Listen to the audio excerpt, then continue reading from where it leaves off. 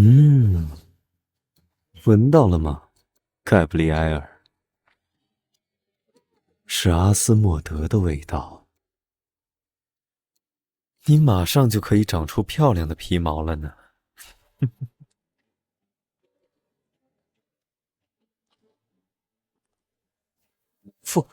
副队，恶魔的气息好像消失了。那东西应该还在附近，去外面看看。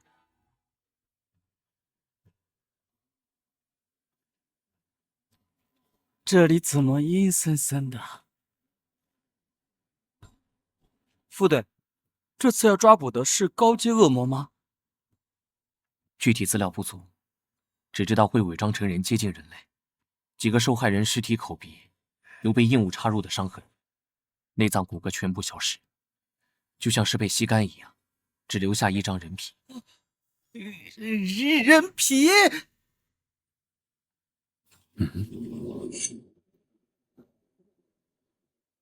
嗯？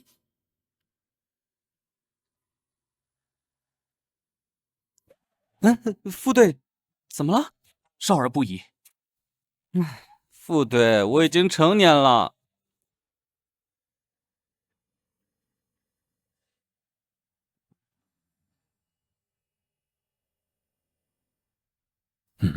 不对劲。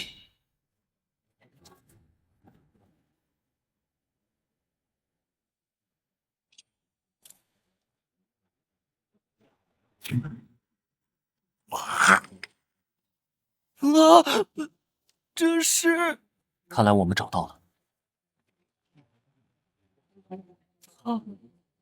它竟然会飞！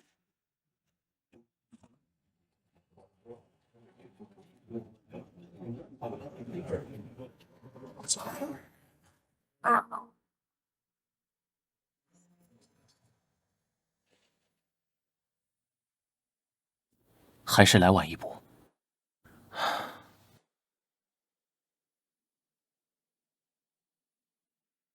副队真厉害，一招就解决了。尼尔，叫6队来善后，你也可以下班了。副队放心，回去后会把行动记录补上，明早把魔盒交给魔焰部归档。您看起来脸色不太好，没事吧？没什么，我还有点事要处理，先走了。请您放心。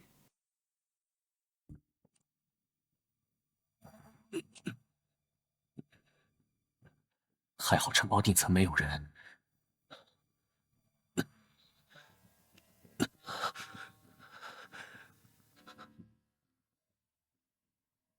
该死，心脏好难受，这段时间越来越严重了。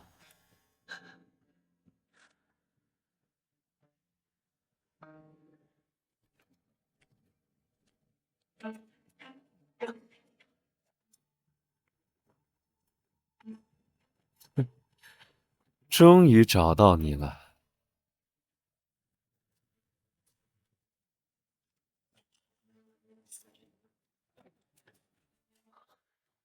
这里是……醒了？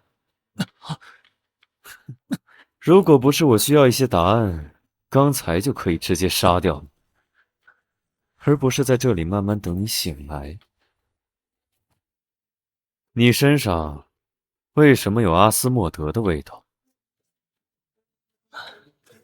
这人是谁？这味道对魔物来说就像催情药，会招来无数觊觎者。这个变态在说什么？不肯说呀。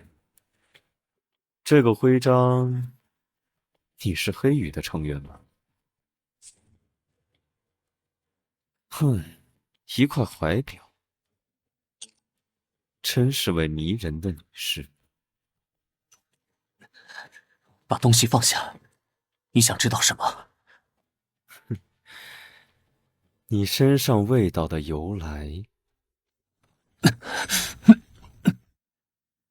小时候的意外，阿斯莫德寄生在我的心脏。如何证明你的话？我的身上有他留下的印记。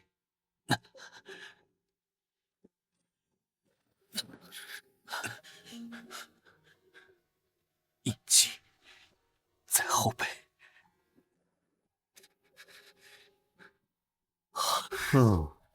有趣。原来如此，虚弱的恶魔借用漂亮的人类躯壳蛰伏，以待复活。据说这种暗玫瑰色的印记会随着时间慢慢绽放。当延伸的印记在前胸心脏处交汇时，就是你的死期。我知道，印记一旦进入绽放期，被寄生者剩下的寿命就不到1年了。看样子你离死期不远了呀。你的心脏我预定了，在你濒死时我会来取走，不会让你的灵魂落在恶魔手中。阿斯莫德的气味太强烈了。你要干什么？送你一条项链，作为心脏的定金。你管这个叫项链？款式是特别了一些，但能压制住你身上的味道，保护你稀有的心脏不被其他觊觎者发现。而你那珍贵的怀表，暂时由我来保管。晚安，我的睡美人。我们还会再见面的，用不了多久。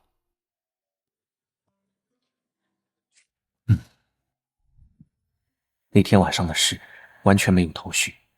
再次醒来的时候，我躺在莫里斯堡外的丛林里，那个拿走我怀表的混蛋到底是谁？加兰，加兰啊，队长，最近怎么了？你很少这样心神不宁的。没什么，一些小事。和我去一趟卡尔纳斯。是有新的任务吗？不，是去见一个相当麻烦的人。虐杀？这人在各地狩猎恶虎，虽说行为正义，但似乎以虐杀为乐，手法也相当张扬。猎杀对象都是占据人类身体的高阶恶物，心脏都被完整取出。虽然最近不知道什么缘故突然停手了，但我们身为黑羽成员，不能放任这样的私刑存在。他是谁？菲泽尔公爵。晚上好，先生们，请问是霍克先生和诺伊斯先生吗？是的。公爵大人恭候两位多时了，请这边走。这里可是圣亚里斯的边境，怎么会有贵族住在这么偏远萧索的地方？这条长廊的尽头就是公爵大人的书房，请两位在那里稍微休息。公爵大人马上就来。啊，先生，我能留下来参观一下公爵大人的长廊吗？您请便。霍克先生，我们先去书房吧。要是我没认错，这就是我的怀表。那天带走我的人就在这个城堡里。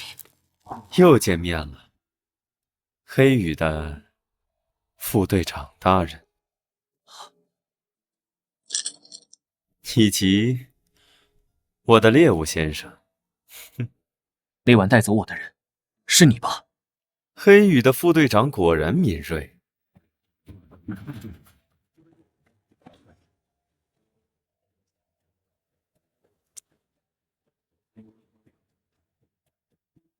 不愧是黑羽成员，身手不错。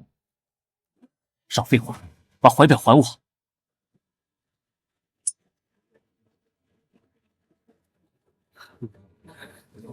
队长大人生气的样子，可真是威严又骇人。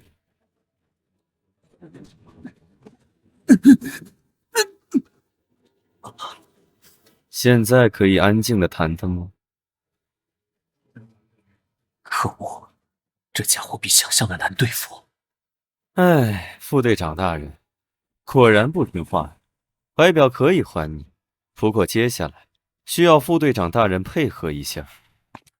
抱歉，让您久等了。这位是我们的主人，黑泽尔公爵。初次见面，我是罗德里克·霍克，这位是加兰·诺伊斯。哼，我刚刚和诺伊斯先生认识了，在走廊上。他很喜欢我的雕塑们，我们聊得相当投缘。这次我们前来拜访，想必公爵大人也能猜到原因。不用这么拘束，叫我黑泽尔就好了。前段时间的事情只是一个正义的公民应该做的，还劳烦两位亲自跑这一趟。明明在狩猎恶魔阿斯莫德，说的冠冕堂皇。虽然除掉了祸患，但您的正义感也给黑羽造成了一些困扰，要疏解民众恐慌，还要应对政府施压，我们的工作也很难推进，希望您能理解。我本来也在为程序正义而苦恼。刚刚在走廊里，诺伊斯先生提出一个绝妙的建议，鬼话连篇。他热情地邀请我加入黑羽，这样既能为民除害，又不会令黑羽难做。而且，加兰说他正好缺一个固定搭档。加兰，是这样吗？是的，这人要加入黑羽，目的应该不只是我身上的东西。公爵大人，您的这个提议，我们需要时间讨论一下。不知……时间很晚了，两位先生今晚就请在这里留宿吧，可以去客房再商量。黑羽的成员的确是两两一组，需要有固定搭档。可你不是一直都拒绝的吗？今天是怎么回事？这么棘手的人，与其放在外面任他肆意横行，不如放在黑羽中好监管。我可以监视他。短期内这倒是个最省事的办法，不过这人身份应该没这么简单，还需要详查。你负责这事吧。只是这种养尊处优惯了的贵族少爷，能吃得了苦吗？您真的决定去黑羽了吗？距离那个地方那么近，会不会……别吓自己，这样加入黑羽，说不好能悄无声息地进入那个地方，不必大动干戈，这样的体面优雅，才符合贵族的身份。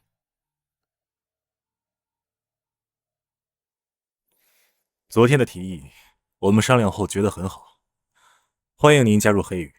首都那边还有些事务需要处理，我们就先回去了。期待您早日入队。这是我的荣幸，不过还请您对我的身份保密，给大家带来压力是我不愿看到的。诺伊斯先生，我未来的搭档。回见。黑羽，全称圣亚里斯黑羽骑士团，总部位于圣亚里斯的首都光之城鲁米诺斯。黑羽骑士团直属于女王陛下，是维护世界和平、世界性的组织。骑士团一直在世界各地寻找各领域有天赋的人才，吸纳并培养成为团队中的精英，守护世界秩序。黑羽特别行动部的副队长加兰诺伊斯一向独来独往，是让菜鸟新人瑟瑟发抖、望而生畏的存在。不用瞪着我吧，我可不是非法闯入，是宿舍管理员带我过来的。别乱动，我可不希望每次见面都绑着你。这还不是拜你所赐？项链不但能压制恶魔的气息，还能减缓心脏发作的次数。被恶魔寄生的身体会逐渐虚弱，尤其是使用能力之后。想必你自己也感受到了吧？上次在城堡见面就发现，加兰大人就没戴项链，今天果然也没戴。还是说，你想由我亲自为你戴一次？他说的没错，心脏的症状越来越频繁的发作了。如此诱人的皮囊，如果被人抓了去，就不会像我这么绅士了。我有话问你，要维持活物不死，需要相当强大的幻术能力，而且还是一种失传已久的禁咒。你身为圣亚里斯的贵族，怎么知道这种禁咒的？这已经超出猎物的提问范围了。放心，不会让别人看到的。江兰大人，请带新人去总部记录备案。这里是日常工作的大厅，副队，那边那位是队长，想必你已经认识了。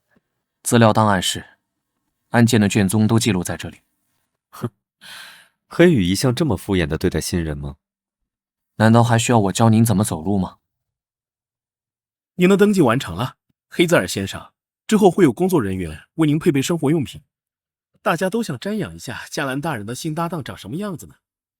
这两位加在一起，简直是双倍的可怕。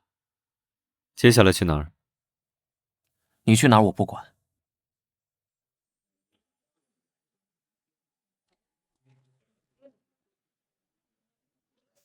无论你出于什么目的，不要把其他人牵扯进来。哼，放心吧，我只对加兰大人感兴趣。听到这种承诺，完全高兴不起来。不寻常的气息。那么多人在看什么？来来来，看一看呐，雷克村盛产的稀有珍珠啊，一颗只要1个金币，一颗珍珠居然这么贵啊！据说最近发现的稀有品种，大部分进贡给皇室，只有少数才能被平民见识到。这珍珠啊，是天然形成的人面珍珠。虽然只是珍珠而已，总觉得有些不对劲。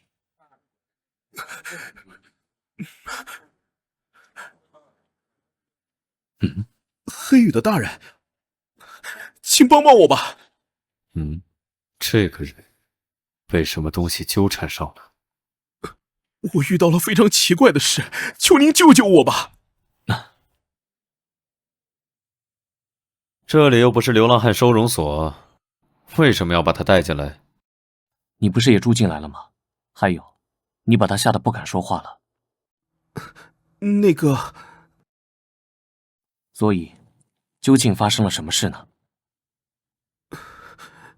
事实上，我一直都被困在同一天里了。不相信吗？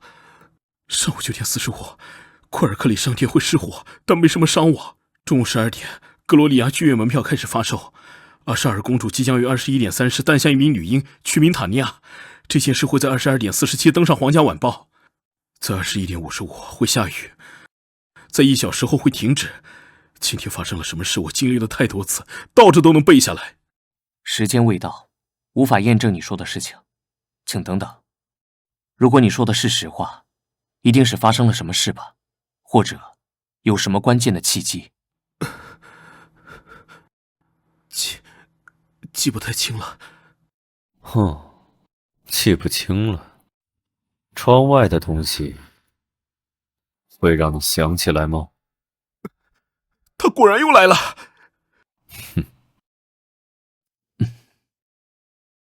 救救我！是怨念幻化的怨灵，一时还无法进入屋内。你们之间究竟发生了什么事？我叫布莱恩，艾琳娜生活在阿伊尔斯城，而我来自周围的乡镇。我是搬运工，往返于两地，时常会碰到去学校的艾琳娜，久而久之就相识了。尽管我比艾琳娜大10岁，但我们无话不谈，很快就相爱了。她的父亲是个富有的铁匠，瞧不起我的职业，反对我们相爱。于是我们私奔了，一起来到圣亚里斯生活。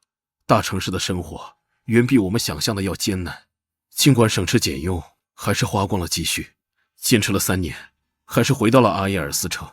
本以为我们多年的诚信会感动他，谁知道滚出去！他的家人还是极力反对，我丢了工作，流落街头。艾琳娜，既然这辈子不能在一起，下辈子再见吧。我提出了这样的要求，可是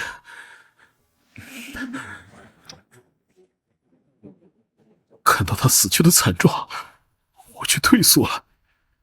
我饿的沿着街道行走一天，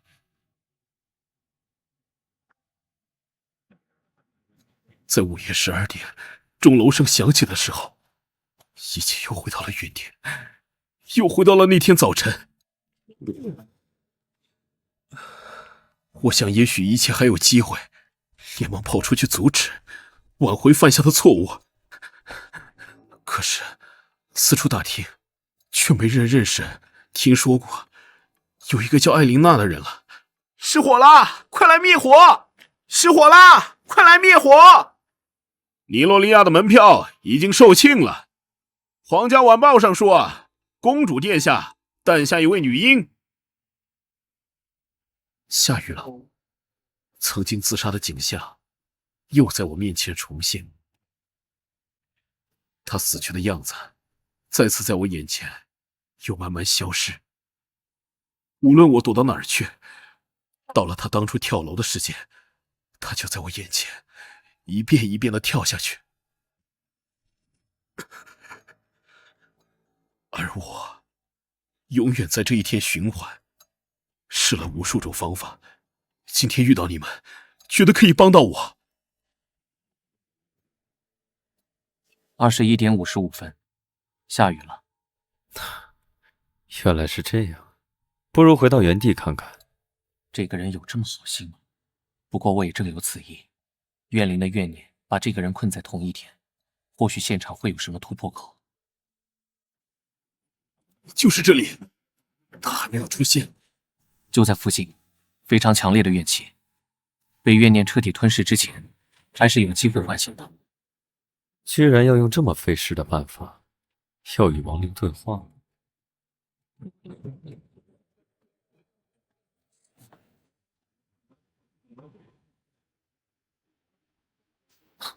听到了，痛，亡灵的声音。痛苦，好痛苦，痛！艾琳娜，不要再陷入痛苦之中了。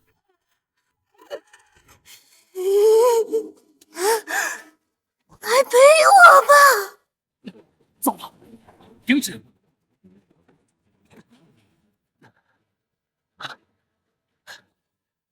已经没有作为人类的意识了。受伤了吗？心软的下场就是这样，加兰大人。更何况，你现在的身体如此虚弱，居然还尝试越界对话，想从重复的时间脱困。是啊。放心吧，我会让你解脱。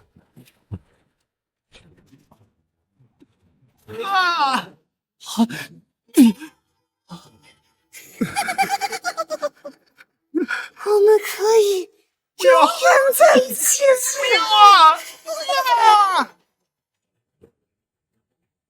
解决了。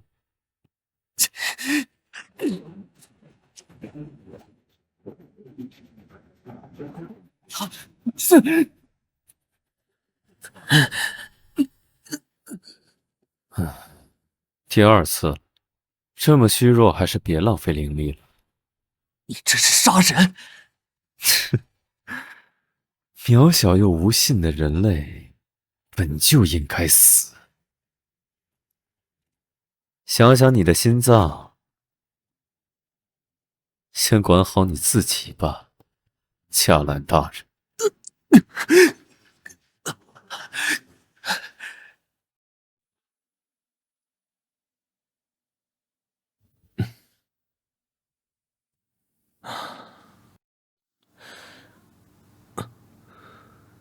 印记又扩散了一点。我马上带队去处理，乖乖在家里睡觉，千万不能出门，听懂了吗？知道了，爸爸。爸爸马上回来。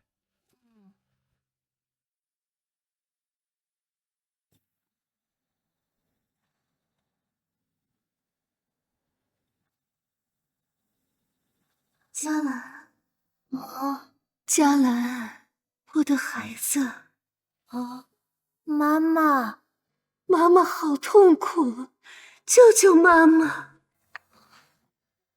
来，孩子，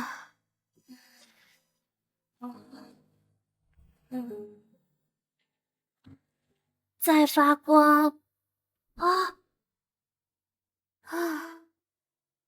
嘉兰，妈妈好痛啊，把钉子拔掉好吗？好孩子，妈妈，真的是你，我好想你。我也想你，我的孩子。真是一个不错的容器。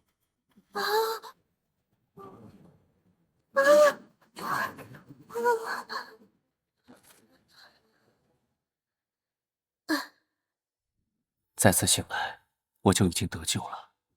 那晚的经历只剩下模糊的记忆，谁也没料到，过早越界与恶魔沟通的能力，反倒成了我噩梦的开端。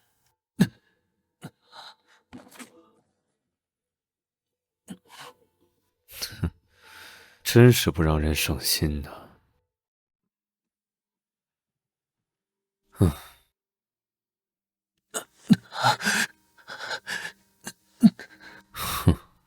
盖布里埃尔，项链在哪里？竟然放在这种地方，看来你的食物完全不想活下去。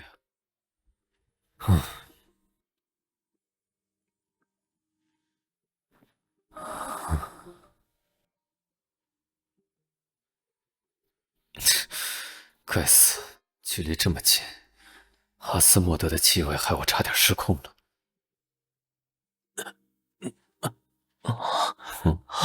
醒了？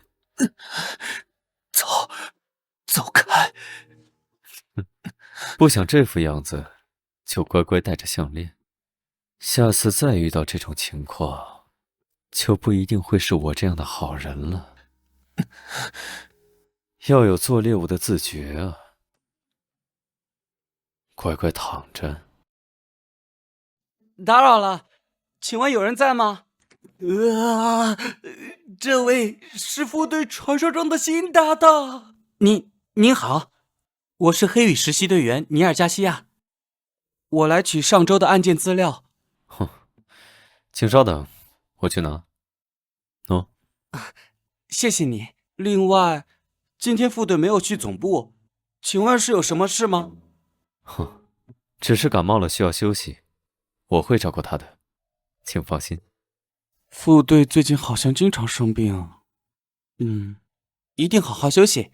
如果有需要，随时可以叫我帮忙。虽然外表难以接近，实际上是个好人嘛。求您一定要帮帮我，我的弟弟奥乔亚布罗克已经失踪很久了，这是他的照片。请进。这是队长您要的关于雷克村的警署资料。副队，您的身体好点了吗？队长，我这次能跟着副队出外勤任务吗？不行，上次偷偷跟着出外勤的事不能再发生。你资料室的活做完了吗？现在去阅览室整理资料。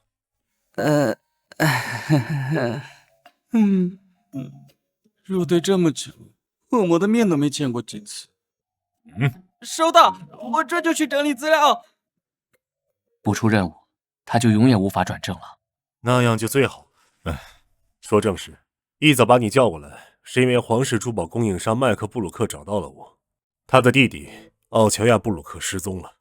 麦克布鲁克因为事务缠身的关系，让他的弟弟带他去雷克镇取货。可是过去了5天，他的弟弟音讯全无，供货的人却说奥乔亚布鲁克已经回去了。这不是普通的失踪案吗？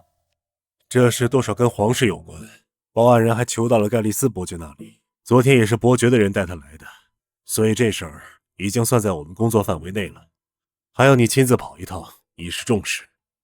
好的，另外，根据警局的说法，当地失踪了很多人。多人失踪？没错，而且大部分人都是在当地做珍宝生意。这种珍珠感觉有什么奇怪之处？我那天在街边的珠宝行也见到了，这种珍珠好像从1年前变得很有名。那这次的调查就交给你了。可能这事儿不只是单纯的失踪案。接下来说说别的事。你和黑泽尔公爵的初次搭档好像不太顺利。十分抱歉，我没有控制好他。这也不是你的问题，贵族老爷们安分守己才不正常。但毕竟他加入了黑羽，还是要时刻提防着。如果遇到了什么麻烦，及时告诉我。我明白。心脏确实没有那么痛了，他的项链真的有用，无非是多活几个月罢了，还要把麻烦随时带在身边。今天有十分重要的委托，如果你再不起床，就留在宿舍。急什么？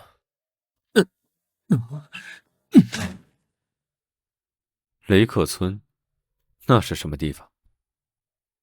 近1年才兴起的港口渔村，大概要坐22个小时的火车才能抵达。真是麻烦。你们就没什么附近的案子吗？莽撞行事，草菅人命。托某人的福，我可以呼吸下偏远小渔镇的新鲜空气了。我要出门一段时间，要乖乖的，别被人看见你哦，盖布里埃尔。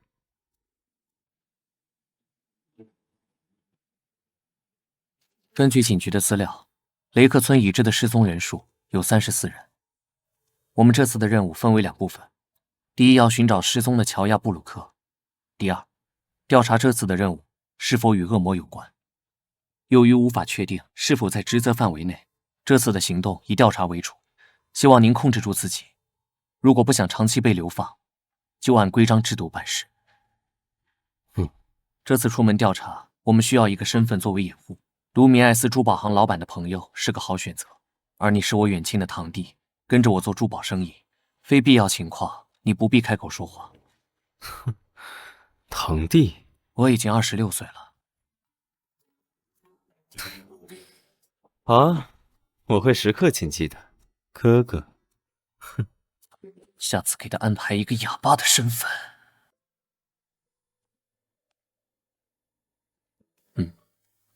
那边是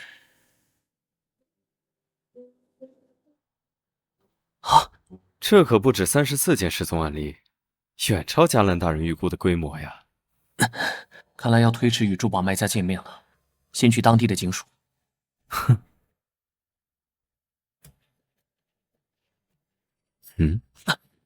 你小点声，别把跟着我们的尾巴吓跑了。在哪儿？你的3点钟方向。看到了吗？放开我，人已经走了。这都是加兰大人反应太慢了。又是来报案的，人口在失踪1周之后才能报案。打扰了，我是黑羽的加兰诺伊斯。原来是黑羽的大人。我们来调取奥乔亚布鲁克的资料。哦，这个名字我可是印象深刻。要知道他的哥哥麦克布鲁克前段时间才在雷克镇雇人大张旗鼓的搜寻了一番，如你所见，他们无功而返了。刚刚说人员失踪1周后，你们警署才能立案。大人，您还不了解雷克镇人口流动的速度，不少人只是因为靠珍珠生意发财，所以搬走了，有的人则是故意躲避警方。毕竟在做黑市买卖，我们也难以确认是否失踪，这案件得一件接着一件，查案难度实在太大。雷克镇的珍珠什么时候开始流行的？1、2年前，我也记不清了。给您，这是关于奥乔亚布鲁克的调查资料。一个名叫盖奇布朗的人与奥乔亚布鲁克于11月下旬进行过交易，警局有他的资料吗？盖奇船长，他是我们雷克镇的名人，他前段时间还捐了一大笔钱给政府建学校。11月28号，奥乔亚布鲁克。他在麦克唐纳旅店住过，这个旅店在哪儿？您沿街直走到尽头，在向左就能看到一个最高的建筑物，那就是麦克唐纳旅馆。二位吃饭还是住店？住宿，我们要312房间。哦，抱歉，这个房间已经有客人预定了。已经被预定出去的，我们也没办法。啊，那我想想办法。不过312是单人间，你们二位，请给我多加一床地铺。不过您为什么非要住在312号房不可呢？312是我们家族的幸运数字，我们生意人讲究个吉利。哦，原来是这样。来帮二位贵宾把行李放在312号房去。加兰大人也有张口就说瞎话的本事啊。二位是初次来到雷克镇吗？没错，我带着我的堂弟来这里做珍珠生意。来雷克镇的人10个里8个都是来做珍珠生意的，我倒是也略懂些门道。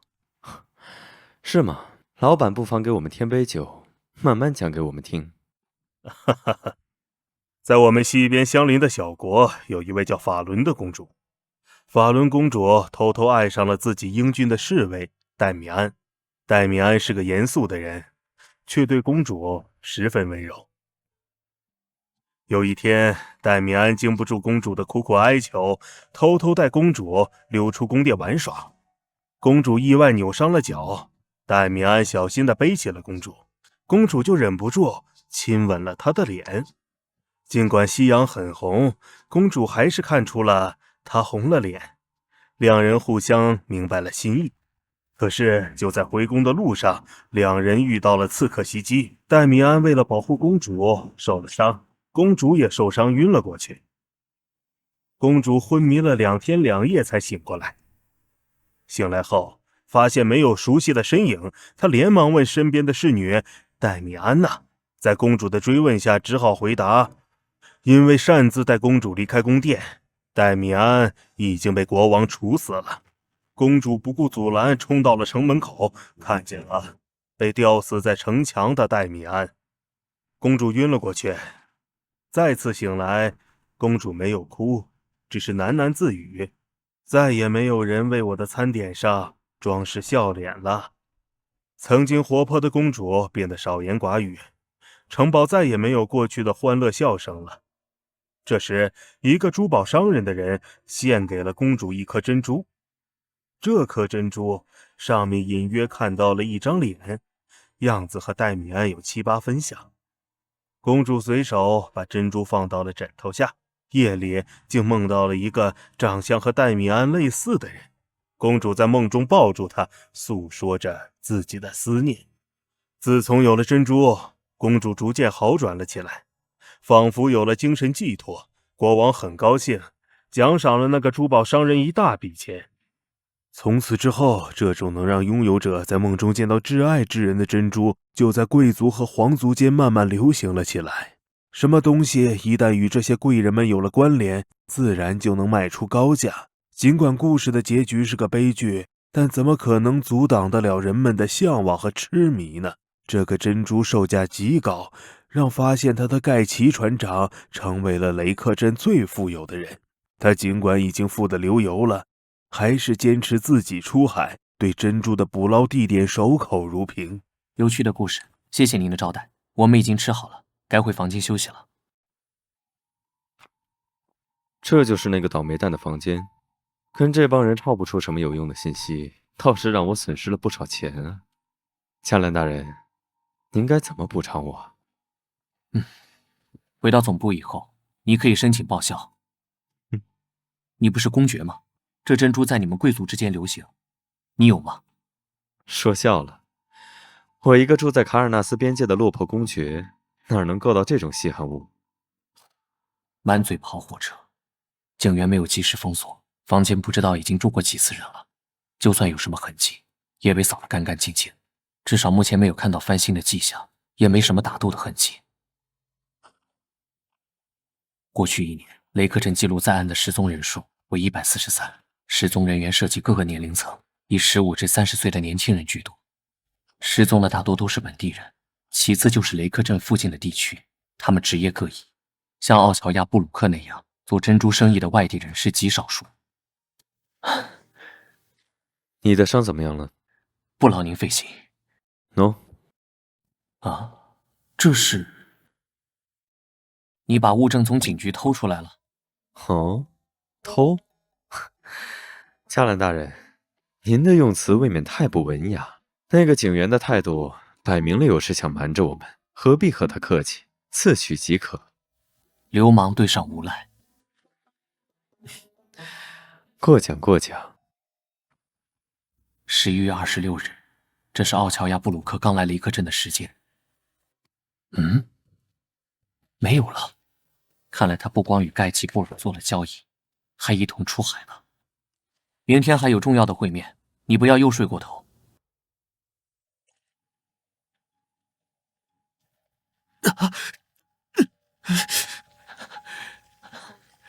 怎么又开始了？开玩笑，难道已经严重到一刻也离不开项链的程度了吗？不对，这次好像更严重了。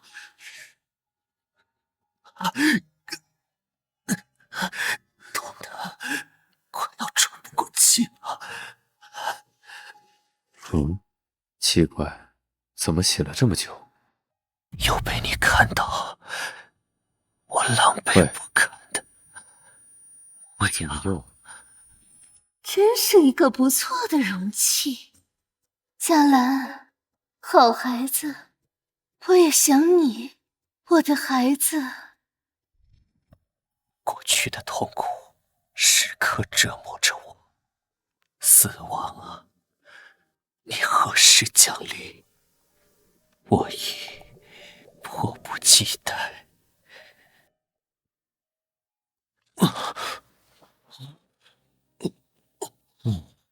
我就一个洗澡的功夫，您差点就咬舌自尽了。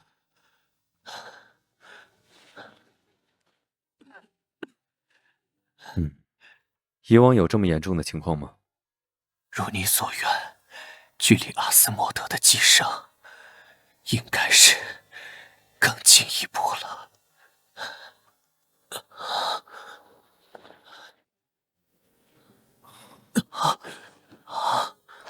干什么？我看，行了，别乱动。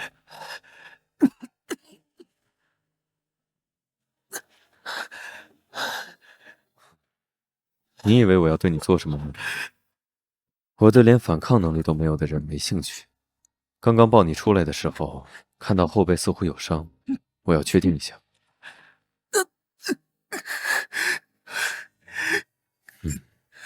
好好面对被恶魔寄生会逐渐衰弱的现实吧，尤其是心脏发作之后，会虚弱到任人摆布，这个时候逞强是没用的。我下楼拿点药，你别乱动。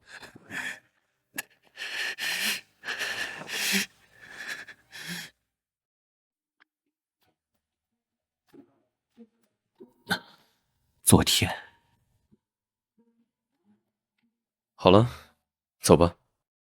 您好，盖奇先生，我们是来自卢米埃斯的商人，您可以叫我嘉文。旁边这位是我的堂弟。幸会幸会，两位是真的值得被时光和珍宝铭记的好容貌啊！我都转不开眼了，很高兴见到二位。关于两位的引荐函我已经收到了，原来是我重要客人的朋友。我正翘首以盼的等着二位呢。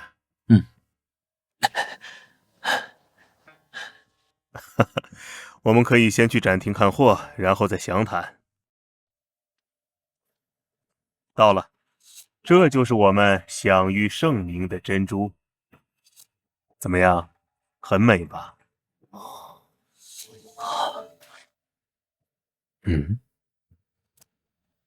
哥哥，这珍珠真漂亮，我实在是太喜欢了，可以先买一颗吗？两位是我重要生意伙伴的朋友，这颗珍珠就当是送给两位的见面礼了。抱歉，让您破费了。哪有的事？两位这样的容貌，才配得上如此美丽的珍宝啊！您过奖了，这么美的珍珠，我们什么时候才能订到货呢？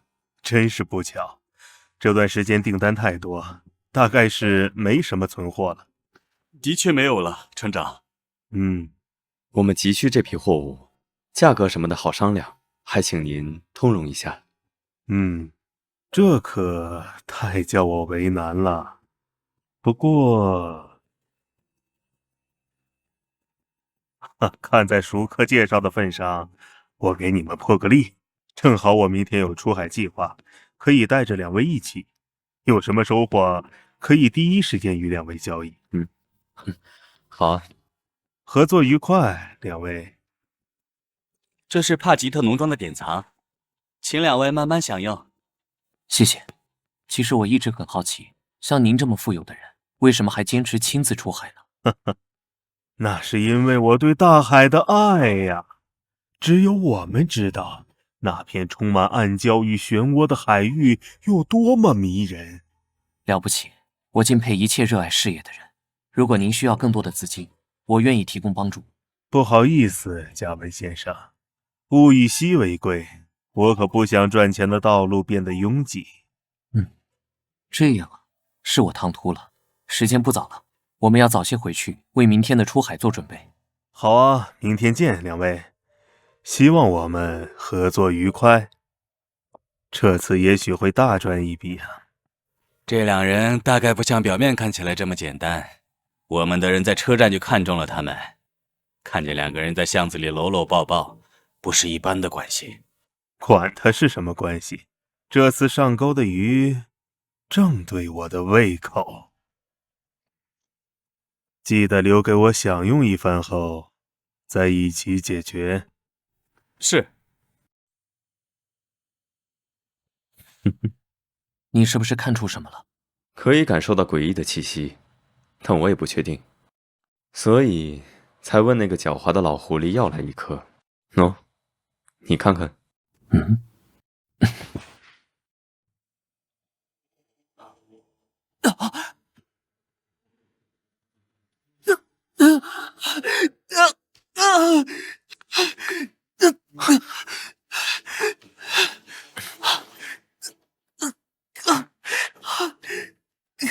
怎么回事？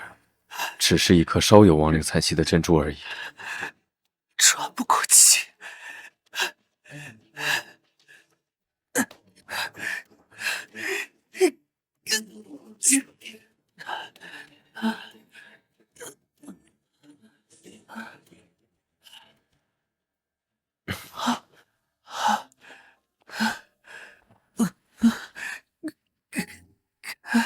难道是你越界沟通的能力太强，可以和惨死的亡灵产生共鸣？是我的疏忽，应该早点检查珍珠的。你现在的状态根本不能应付明天的出海。这不关你的事，我自己什么情况，我心里清楚。不关我的事，你觉得我是在和你商量吗，贾兰大人？看来是我这段时间太客气了。如果身体不想要了，可以提前交给我，让它变得与我有关。从被阿斯莫德寄生那天起，我就知道我活不长，呼吸停止，心脏被夺走，可能灵魂也会湮灭。也许是明天的事，也可能是10年后的事，结局早已写在那里。我不想在那天来临前，就提前躺在床上，等待这个结局的来临。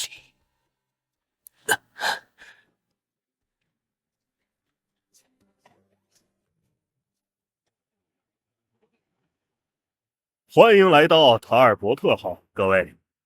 今天真是个适合捕捞的好天气。前半段路线，各位可以去到甲板自由参观，海上很冷，注意保暖。等到午后，就到了关键航线，涉及商业机密，还请各位回到船舱去。好大的风，和我们一起来的商人都在船舱，只有2个船员在维护甲板。这是新的渔船，却有很多磨损的痕迹。这个艰巨的划痕，像人类手指造成的。风这么大，回船舱里去吧，哥哥。啊，你要我问的，我已经打听过了。塔尔伯特号是盖奇船长新购入的渔船，船上的成员大副、二副和船员，包括事务员在内，一共16人。这伙人共事2年左右，其余的就是和我们一起上船的商人，是一对夫妻。搭档2年，看样子整船的船员都脱不了干系。什么声音？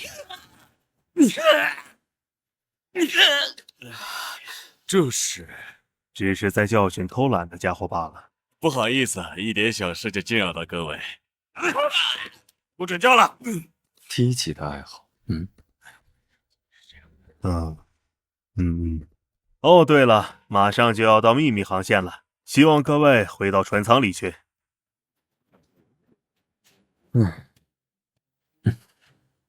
没想到盖奇布朗这样苛待自己的船员。没错，他的船员竟是些独眼、瘸子、缺牙，看来都是这位船长干的好事儿。但他们仍然跟着盖奇布朗出海工作，还坚持了2年，看来这份工作很挣钱呢。既然如此，这些人还有必要留着吗？如果他们真的有罪，裁决他们是当地警署的事，而不是供你虐杀用的。太遗憾了，我可不会轻易让赫斯特姆出现。有幸目睹我使用能力的，还活着的，你是唯一一个。难道我还应该感到荣幸不成？你能控制好自己的行为，我就谢天谢地了。先生们，你们的晚餐。最后的晚餐来了，加兰先生，真是令人期待。不知道这饭菜里加了哪种药呢？你小点声，他们可能还没走远。啊！你要干什么？一个玩笑。也许我会提前被这个人气死。没想到你这么关心我呀，哥哥。这个容器装饭菜正合适。谢谢您的款待，非常美味。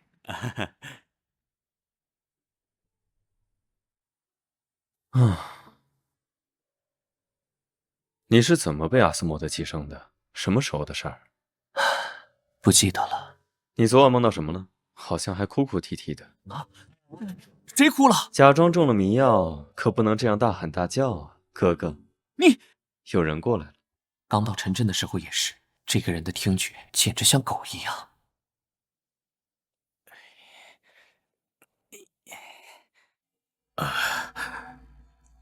睡得真香啊！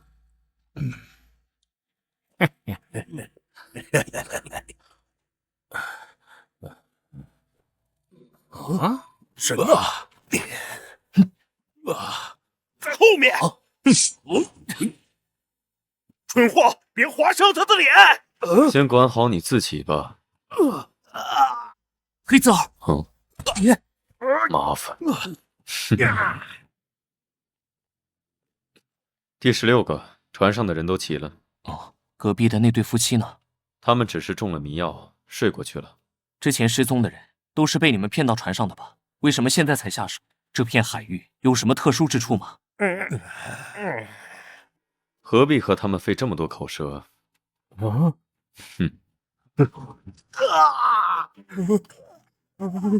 这个部位虽然痛，但不会死，是绝佳的真话吹。真话就会和血一起涌出来。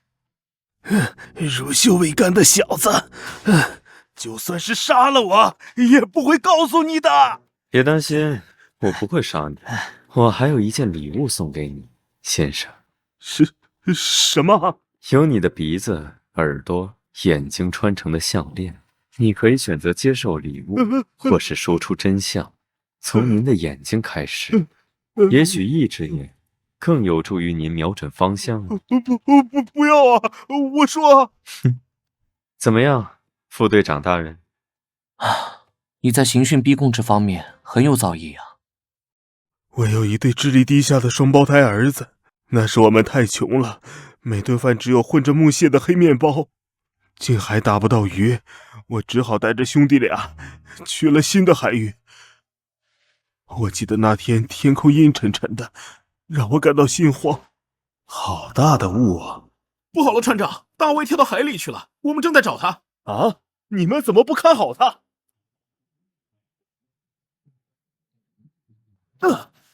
我们还没来过这里的气血。这束光，好想过去啊！这是我的孩子啊！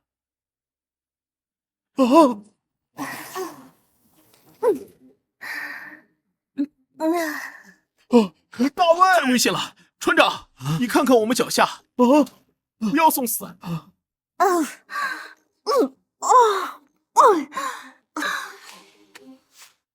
那是什么？怪物的外壳合住了，我们无法破坏，我们就把它吐出的珍珠拿走了。大卫死了，我很伤心。大卫，你回来了！你回来了！每次拿起这颗珍珠，都会梦到大卫。难道我千辛万苦拜访到位于加拉赫山林的女巫，她一定知道些什么？人面蜘蛛在100年前流行过，但很快就销声匿迹了。那批捕捞的人全都死了。再后来，听过故事的人都会付出相应的代价。你确定还要知道吗？我想知道，快告诉我。在雷克镇某处浅海湾洞穴里生活着海妖，引诱心智不坚定的人跳入海中作为他们的食物。他们吃掉人类，再吐出封住亡灵残魂的珍珠。只要海妖不死，亡灵就会一直困在珍珠里。你听说了吗？法伦公主的事情，她的爱人死了啊！是啊，我的儿子不能白死。既然通过他的死发现了这个怪异的珍珠，不好意思啊，能和我说说他爱人的长相吗？那个女巫把海妖说的那么可怕，实际上是个不会移动的海洋生物，还没有鲨鱼危险呢。只要我保持相对的距离，他就只是我赚钱的工具。我知道了公主爱人的长相，再把相似的人献祭给海妖，因此收获了第1桶金。有了第1次的成功经验，我们获得了很多珍珠。变得乞丐变得珍珠不值钱，给我找年轻漂亮的，本地不够就给我去外地。所以在车站跟踪我们的人也是你派来的吧？绑架外地人，欺骗与你们做生意的商人上船，把这些人献给海妖吃掉，变成你们想要的珍珠。你们究竟杀了多少人？数不清了，没想到在你们这里栽了跟头。等靠岸了，先把他们交给警署，我去解决那个怪物，你看好他们。你一个人？还有他，希望您不要搞什么小动作。盖奇先生。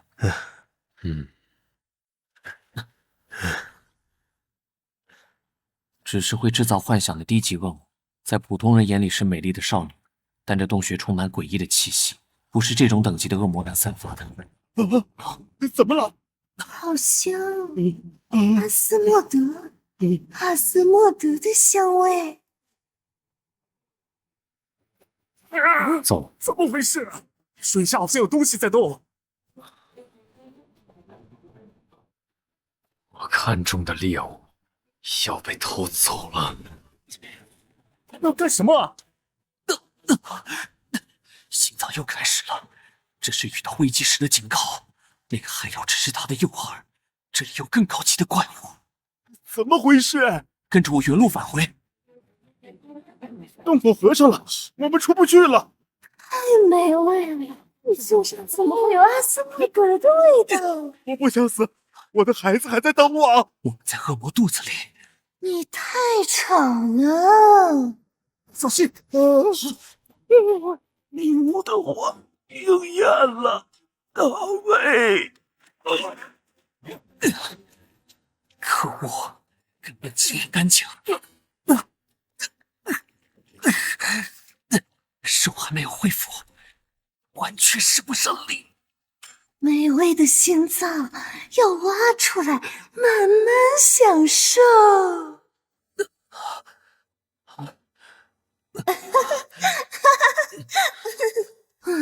这都是幻觉。想反抗吗？新鲜的血液让我更加兴奋。该享用我的晚餐了，投入着。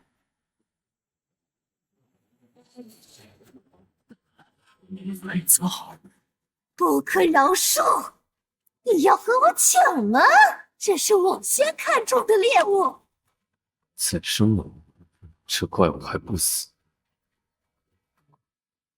在水下撑不了多久，必须速战速决，找到他的心脏，杀死他。心脏是恶魔最脆弱的地方，必定受着层层保护，需要依附在他的注意力。你跑不了的。他的心脏可能在眼睛和触手最密集的地方。是了你！现在还不是倒下的时候。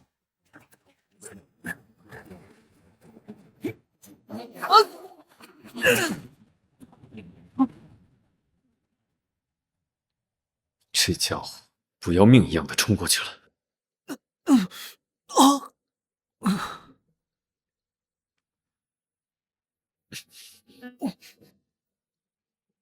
当你的灵性随风飘荡的时候，你孤零而失神的对别人，也就是对自己犯了过错。为这所犯的过错，你必须去叩那受缚者之门，要被怠慢的等待片刻。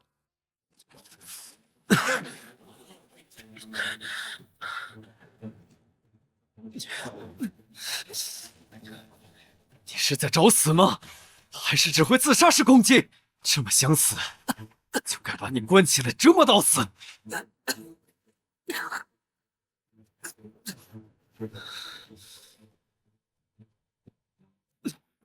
谁会开船？给我返航！敢动手动脚，就剁了丢去海里喂鱼。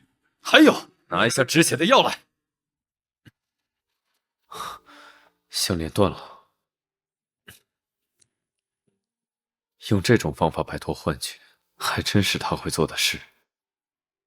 随时可能会死掉啊！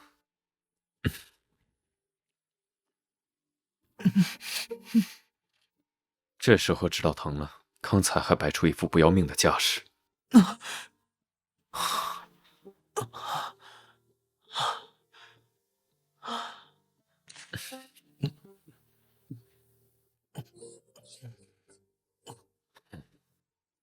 浪费时间，要是能直接吃掉就好。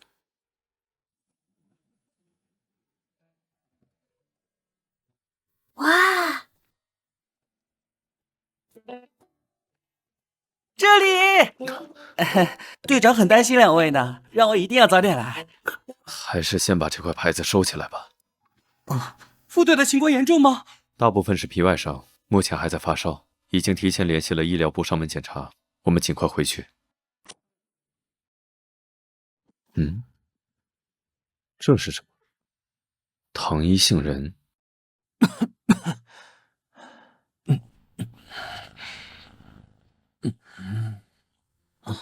什么手感？盖布里埃尔，别和你的食物那么亲近，一醒来就在工作，你不要命了吗？在工作中死去正合我意，就算这次逃过一劫，我的心脏以后只会带来更大的麻烦。另外，它现在还是我的。干什么？去洗澡。伤口不能碰水。你以为你受伤昏迷的时候，衣服和包扎是谁做的？现在害羞，是不是晚了点儿？谁害羞了？那接下来就别乱动。为什么？就算作为获取心脏的报酬了。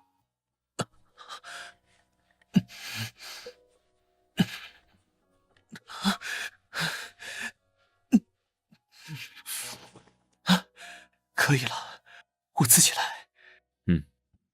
您好，我是6队医疗师尤娜，副队他情况如何？醒了，看起来活蹦乱跳的呢。那真是太好了，加兰大人，你快变成我们医疗部的常客了。嘘，他睡着了。身体还是太虚弱了。看起来样子不太好呢，还是做个全身检查吧。他身上的印记不用了，只要告诉我该怎么做就行了。哎，发什么呆呢？没什么，感觉知道了什么不得了的事，不会被灭口吧？要亲自上药什么的。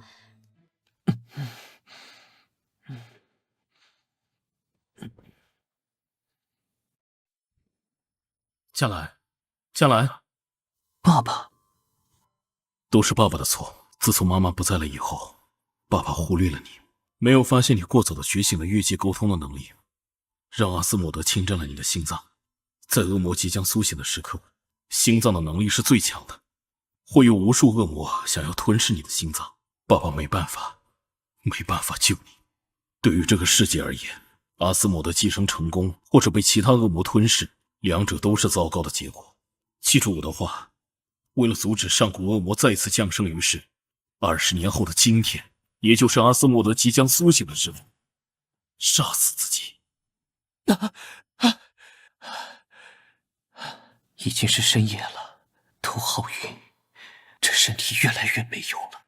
哎，我的糖衣杏仁，宠物和主人一个德行。不过屋子里没人，这么晚，他去哪里了？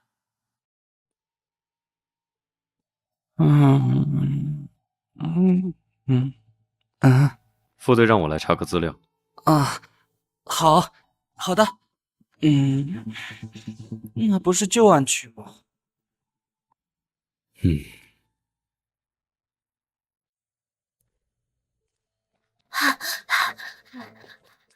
是这个街道送信的小鬼。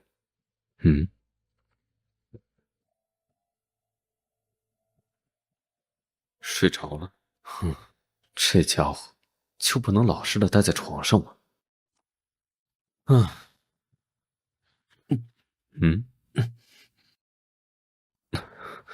阿斯莫德目前还在沉睡，在察觉到危险靠近的时候，会释放气息，迷惑附近的捕猎者。这是阿斯莫德自我保护机制，尝过一次就无法忘却的美味，无法抗拒。更严重了，按理说体温应该降下来才对，现在反而……您是怎么回事？只是小问题，吃点药就可以解决。可是……尤娜，感谢你凌晨跑一趟，现在你可以回去休息了。记得让副队按时吃药。我明白。抱歉，刚刚是我失控了。如果你说什么是阿斯莫德的原因，建议你和我保持10米以上的距离，离我越远越好。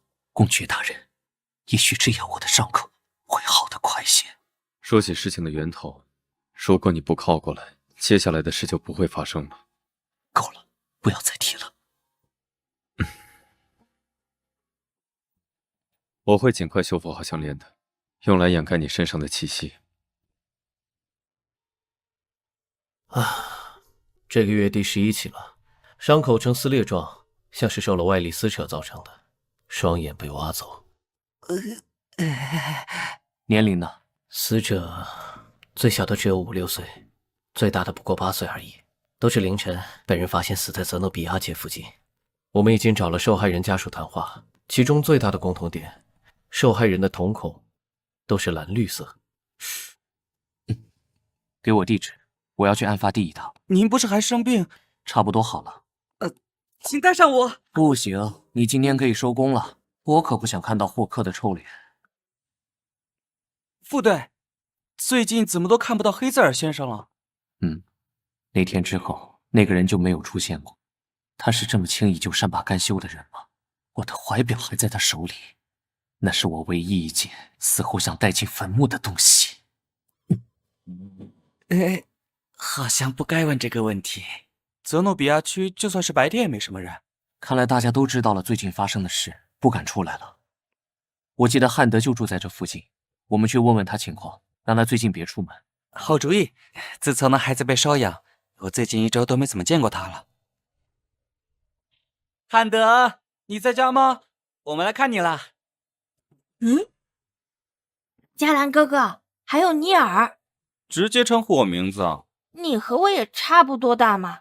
加兰哥哥，你的身体已经痊愈了，谢谢你的花和卡片。那我就放心了。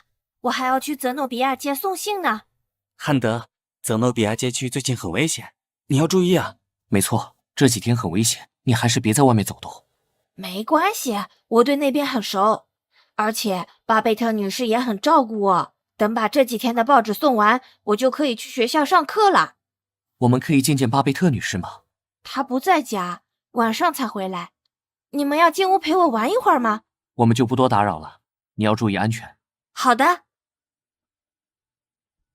下次趁大人在家再来拜访一次吧。怎么了，副队？没什么。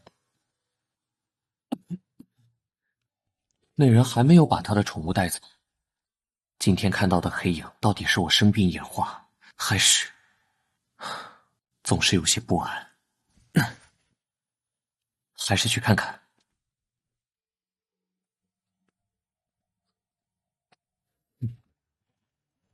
谁？黑泽尔。哼，好久不见，看来拿剑指人是你最喜欢的打招呼方式啊！你怎么在这儿？你跟踪我？只能说碰巧，我就在这附近，也听说了这片街区的事情。我想，不安分的某人，也许会在夜晚来到这里。别跟着我，很奇怪，他的状态很奇怪，我甚至能感受到他周围杀戮的气息。难道他又出去进行他所谓的狩猎了吗？不管了，先办正事。这么晚就别在街边乱晃了，早点回家找妈妈去，年轻人。你们难道没有听说最近发生的事儿吗？再往前走就是203公寓了。别告诉我你们是故意去那边探险的啊！203公寓怎么了？那是个凶宅，也许是200年前，或者是100年前，看呢，在那里发生过凶案。现在凶宅的主人是一个怪女人，白天都看不到人影，只有晚上会裹着披风出来，从没有人见过她的脸。夜晚房子就会隐约传出小孩子的声音，还有弹珠声，可白天又不见小孩的影子。被低廉房租吸引而搬过去的人们，住一小段时间就会害怕的搬走。我就是其中之一，流落街头还能睡得更安稳些。最近这片街区接连有诡异惨死的小孩，大家都说和这位古怪的女士脱不了干系。汉德不是住在那里吗？到底是什么情况？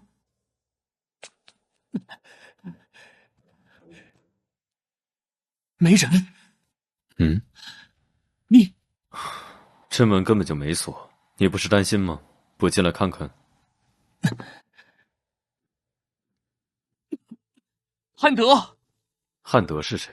你是来找人的呀？没人。哇！这地方怎么起了这么多小鬼？你们为什么会在这里？被困住了？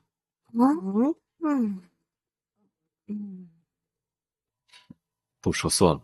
你看到什么了？一些小鬼，有人把他们藏起来或者困住了，并没有攻击性。这阁楼完全没有人使用过的痕迹。画像，看起来有一定年代了。这么晚了，汉德会去哪里？这阁楼给我的感觉十分不好。这是古老的毛线袜，看起来像画像里的那个女人给她肚子里的孩子织的，不过并没有织完。出什么意外了吗？看来要问问这屋子里的东西。那是我的手，不要踩到哦！不要再玩我的头啦！喂，萨莉，巴贝特女士说过，不要和陌生人说话，假装看不到也听不到就好了。萨莉，这不是早上的受害者之一吗？还有其他人，都是这几天受害的孩子，还有一些不认识的。你们怎么会在这里？到底发生了什么事了？假装听不到就好了。谁和我说话就有糖吃。我来告诉你。我想吃。你想知道什么呀，先生？你们怎么来到这儿的？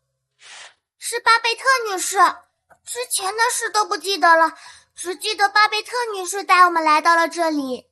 巴贝特女士，她是什么人？哦，她现在去找汉德。汉德？他去哪儿了？业界沟通，还用这种费力的招数，只不过是为了找回你们。汉德去送信，到现在还没有回来。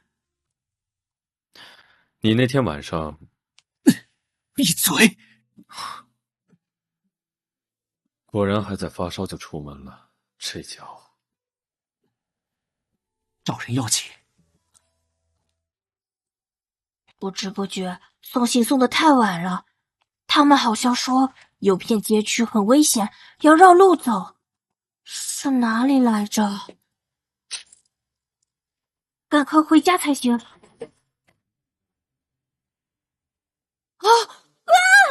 汉德！逃跑了。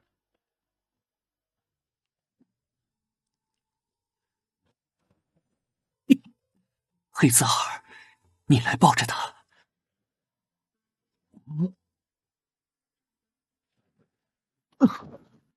亲爱的，当我辞别人时，请别为我悲歌哀泣。村头无需玫瑰的芬芳，也无需柏树的茂密，就用青青之草将把我遮蔽，沾着湿润的露珠雨滴。如果你愿意，可将我记住；如果你愿意，可将我忘记。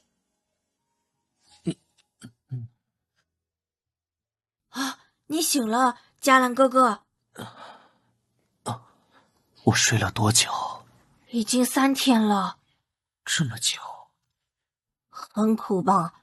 要不要吃糖？大人怎么能和小孩子一样怕苦呢？他还在。你先出去啊！我有话和你加兰哥哥说。哦。项链已经修好了，现在就戴在你的身上，想必你已经感觉到了吧？尽管它能让你不那么痛苦，但它就像止痛剂，并不能抑制你身体的衰败，甚至到最后，它的作用会微乎其微。你要接受身体逐渐虚弱的事实，或许还有其他的方法。我早就准备好了。算了，关于那个公寓，我看了旧档案，203号公寓曾经发生过凶杀案。什么？大概是100年的一起悬案。一个怀孕的女人被人刨开肚子，死在了阁楼。她的海员丈夫当时还在外面出海，听到这个噩耗就疯了，再也没回到过卢米埃斯。凶手带走了她的孩子，从此销声匿迹。203闹鬼的传闻从那时开始就没有断过。难道就是那天看到的黑影吗？顺便一提，那晚你晕过去之后，我正要离开，出来，远处有一个身影，散发着腐臭味，他好像想和我说什么。汉德，不过我当时没什么捕猎的心情。就这么走了？他是谁？怎么会认识汉德？哼，开玩笑的，他逃跑了，拖着一大一小2个累赘，我懒得去追。我只觉他和那个巴贝特女士有什么联系，所以又去了203公寓一趟，还是没人啊。汉德说巴贝特女士白天几乎都在家，但我过去的时候还是没有人。也许是看到我来就匆忙逃走了，挂在后门的衣角碎布印证了这一点。这个味道是那晚遇到的女人身上发出的腐臭味，难道她就是巴贝特？她已经不是活人了。你是说他已经死了？一个幽灵怎么会领养孩子？灵魂会忘记自己是谁，得以安息。但如果有了执念，就不一样了。203公寓的主人，也许从没有变过。巴贝特·琼斯，一屋子小鬼，也许都是屋主杀的呢。幽灵附在别的物体上袭击人类，又不是第一次了。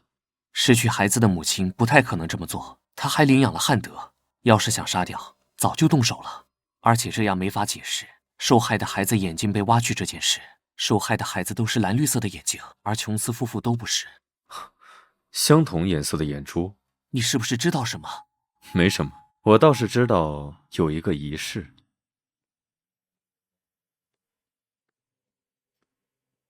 阿内修斯大人，已经是12对了，就只差1对孩子的眼睛，可惜被不识趣的人打断了。你被发现了？没有。为了防止别的势力注意阿斯莫德大人，从而引起不必要的争端，我们特意挑选了有替罪羊的地方。诺拉是最低级的怪物，不会让人注意到它的属性的。等仪式开始，日使之剑就会为我们指路，我们马上就要找到它了。当年我们的死对头诺伊斯，他的孩子被阿斯莫德大人寄生的人类。还是要多穿衣服啊，加兰哥哥。快尝尝汤，是我煮的呢，面包也是我烤的。汉德好厉害。这太好喝了。嘿嘿，你怎么做的？这很简单啊。比你加兰哥哥做的饭好多了，我还以为他的味觉和一般人不同呢。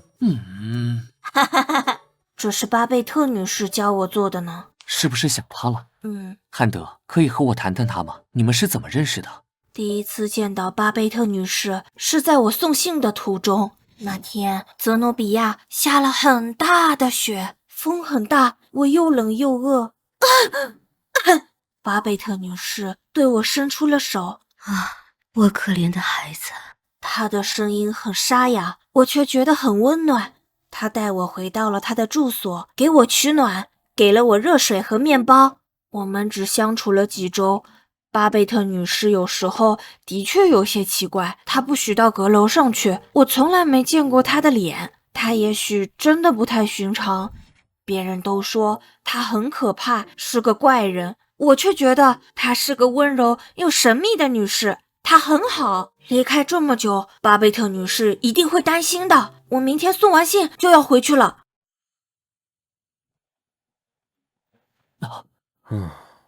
我就知道你不会闲着。食物是带有记忆的。我的小加兰，饿了吗？一直趴在这里看。稍等等，黄油融化后就可以放鸡蛋液了，加了牛奶和芝士，很香是不是？是我再也找不回的味道。吃吧。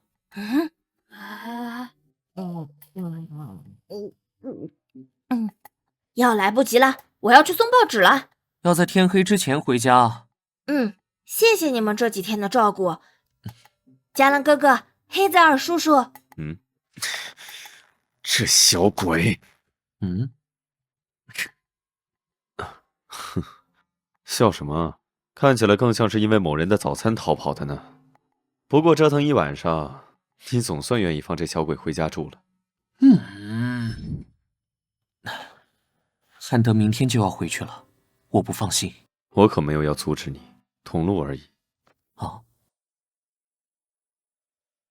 听汉德说，那个巴贝特女士一整天在闲晃，10有8九又不在家。如果不在，就在她家里等着。又不是去观光地，还把宠物带上。放心吧，半夜没人会发现的。盖布里埃尔也需要户外活动啊。一唱一和的。哎，等等，毕竟是位女士，要不还是在门口。看到我们在门口，她还敢回去吗？干坐着太无聊了，我还是去阁楼吧。喂，这次是来和他谈话的，别再翻了。不会这么巧的。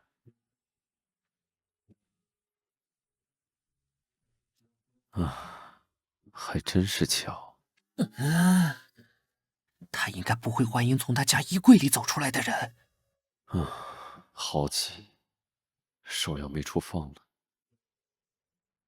这么小的空间，就算是戴着项链，也可以闻到一点。不要再乱。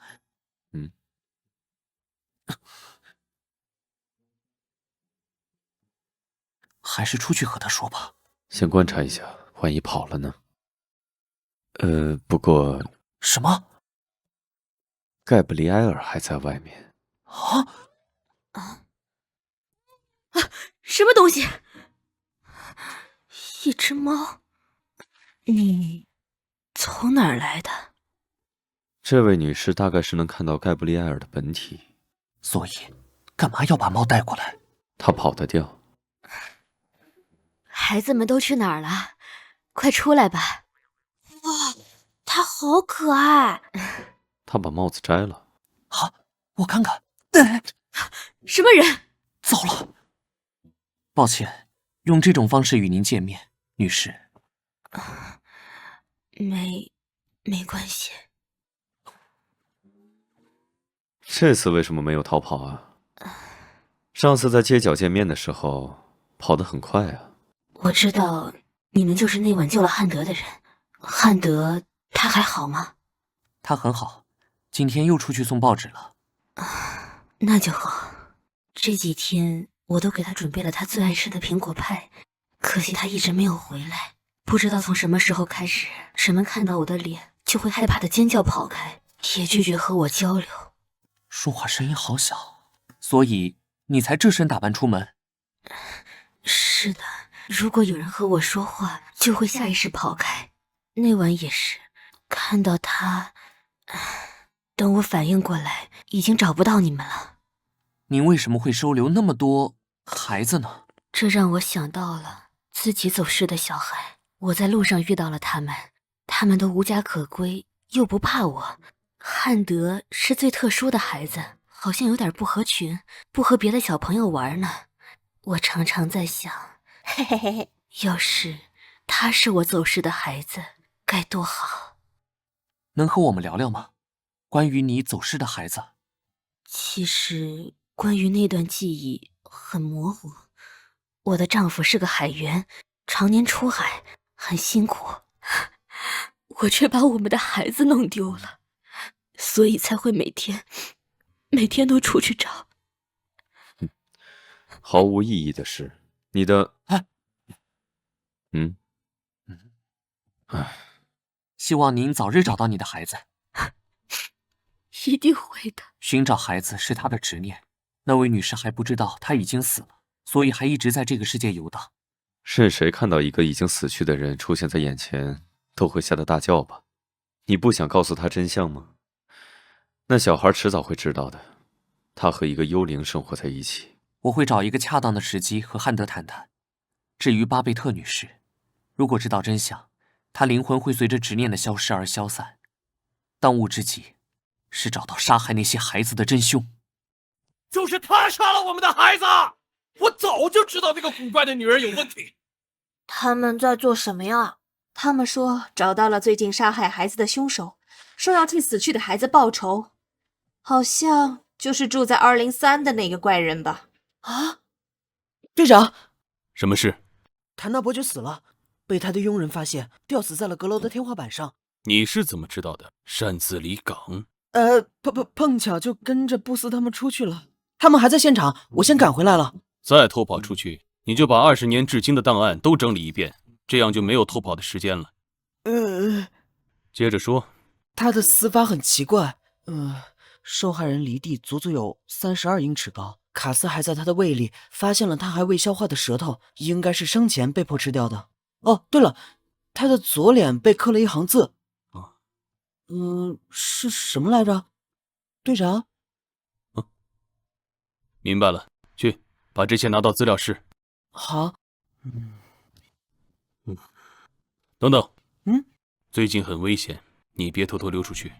好的。果然因为前几天跟着副队偷溜出去，今天又有了离港的双份不良记录。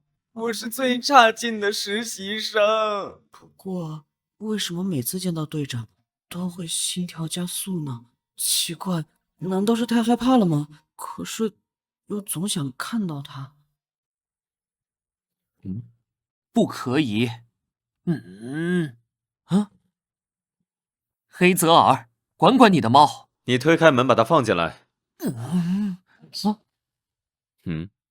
你就不能穿好衣服再见人吗？这可是我的房间。哼，而且是你自己要闯进来的。陪你折腾了一晚上，早上回来就要立刻演戏给那个小鬼看，怎么都要收取一点代价吧？加兰大人。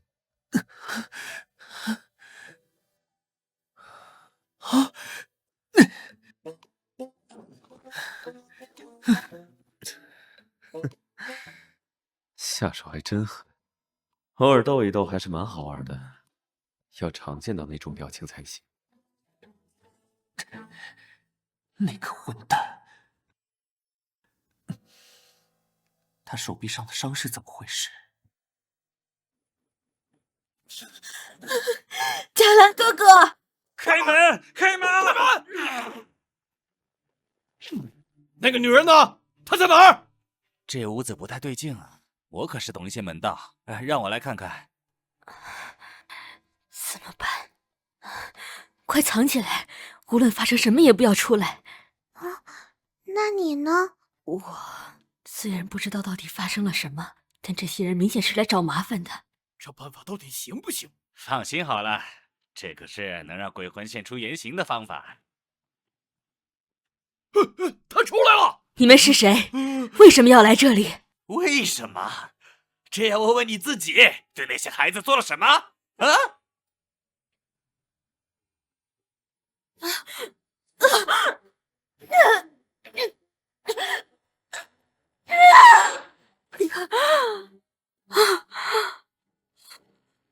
好多血，为什么眼前会浮现出这样的场景？不要，不要！求求你，求求你，我肚子里还有孩子！我的孩子！孩子！总算赶到了！快我！快我！都逃跑了，难道汉德？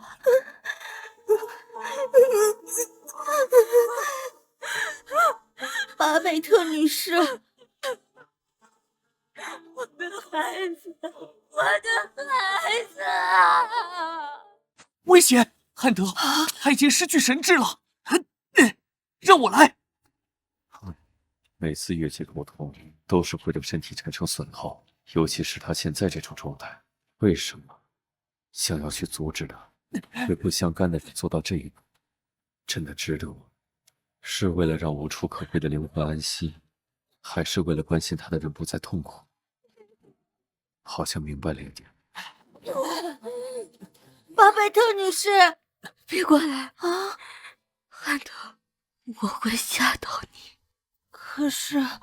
可是你说过，如果抱一抱，伤口就不会痛了。你流了那么多血，一定很疼。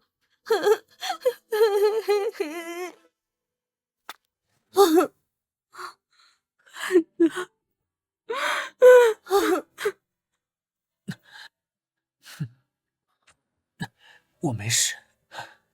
事到如今，只能把真相告诉。坐下，你先去阁楼。巴贝特·琼斯，你已经死了。其实，我也回忆起了不少当时发生的事，只是脑袋浑浑噩噩的，难以将它们串联起来。我在阁楼上，被人，难怪人们都躲着我，我还自以为是的收留了那么多受伤的孩子。他们也是死人，只是些残缺的灵魂。汉德看不到他们，因为他们被你带到了这所气场特殊的房子。所以暂时没有消失。汉德，为什么哭？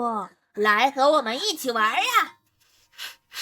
不过他们没有所谓的执念，消失是早晚的事。那我的丈夫和孩子，他们还好吗？其实你已经死去100多年了，你的孩子和丈夫早就已经不在了。自从得知你被人杀害，未足月的孩子也被人取走，你的丈夫就疯了，然后死在了异乡。杀害你的凶手已经认罪，因为自己无法生育，所以盯上了孕妇。但你的孩子太虚弱，几天就夭折了。是吗？我再也见不到他们了，我到死也没见到他们，居然过去这么久了。执念已经解开，明天天亮之后，你就会彻底消失。去做最后的告别吧，和你当下最重要的人。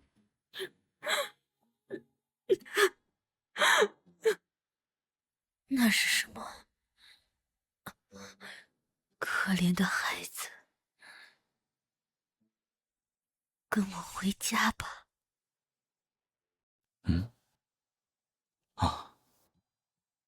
下雪了。怎么了？只是一晚而已。是啊，就只剩1晚了。我也很快会迎来这么一天，像雪一样消失。我还以为你会直接杀了他呢，这次是为什么？看心情而已。为什么要露出这种表情？在我看来，能够告别是件幸福的事。为什么没有多看一眼呢？那是我们最后一次对话。怎么样，黑泽尔？不，我讨厌你这样打扮。哎呀，就不能夸夸妈妈吗？其实我也不喜欢这样，感觉束手束脚的。不过一会儿公爵大人就要来接我们，要穿得正式一点。以后爸爸会和我们一起住，是不是很开心？别再愁眉苦脸了，和妈妈来个告别之吻。不要。那好吧，那盖布利埃尔就交给你照顾喽。我走了，等我回来。那是我们最后一次对话，再见面的时候，而满心期待见面的人，就在那里站着，看着他被那些所谓的上等人烧死。他是恶魔，他会给皇族带来灾难，烧死他！妈，别看少爷，我们要赶快离开这里。一定要牢牢记住这些人的脸，因为记得太清晰，连他的脸都变得模糊了。雪更大了啊！咳嗽的像小狗似的。今天的饭菜好丰盛，你也快来吃吧。好啊，汉德。瞧瞧我发现了什么？逃跑的小老鼠。哼，这次准许你用我的影子，交给你了。这个很好吃。快来！金士兰德的帽子，水果。要买帽子吗，先生？有小孩的吗？大概这么高的小男孩。这边这几顶都可以，如果买2顶就只要3个铜币。感觉这个颜色更合适呢。金士兰德产的帽子，你要不要？我怎么会戴那种东西？这个就送给汉德。虽然巴贝特女士会给汉德留下字条，就说自己要出远门，不过那孩子会相信吗？怎么了？这屋子有东西来过。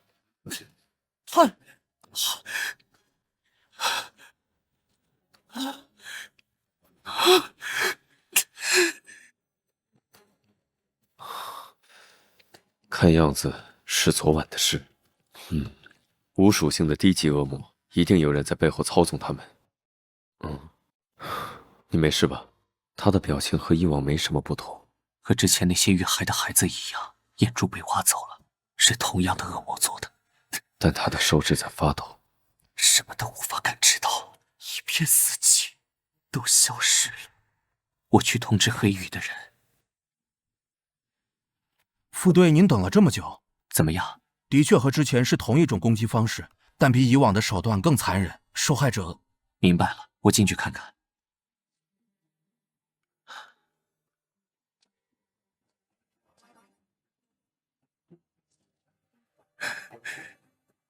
这都是我的错。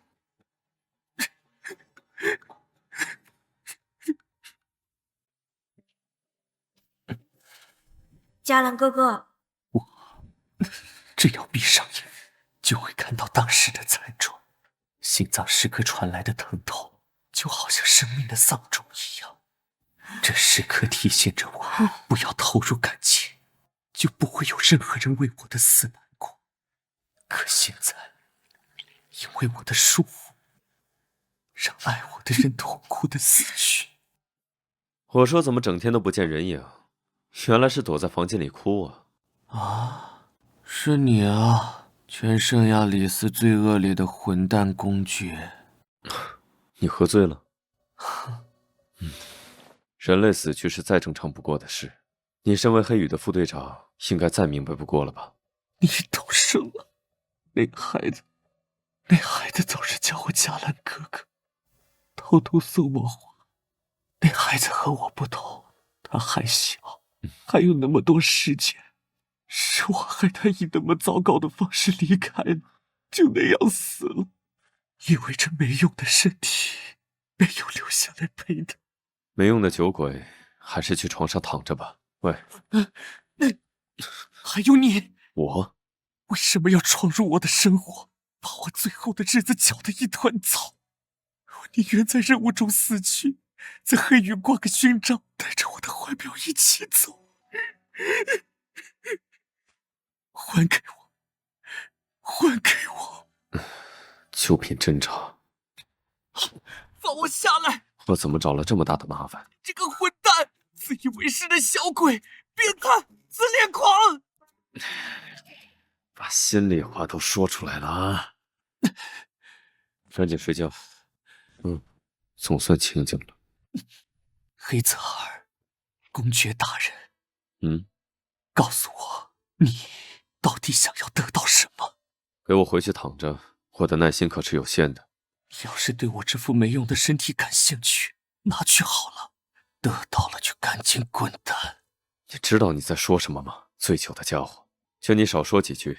第二天清醒过来会羞愧的人可不是我。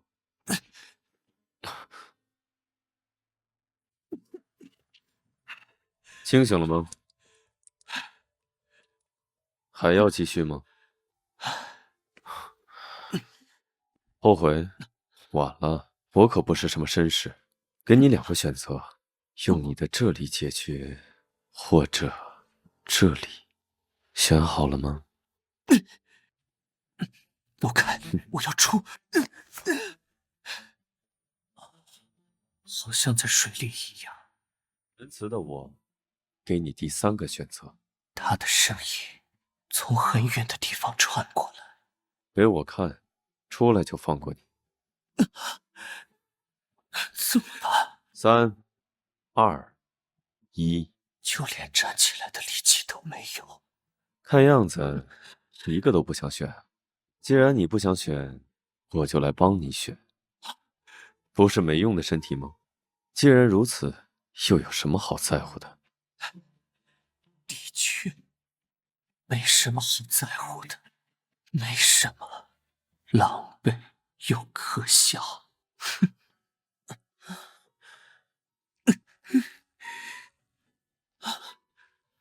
这味道真的是，整个浴室都是。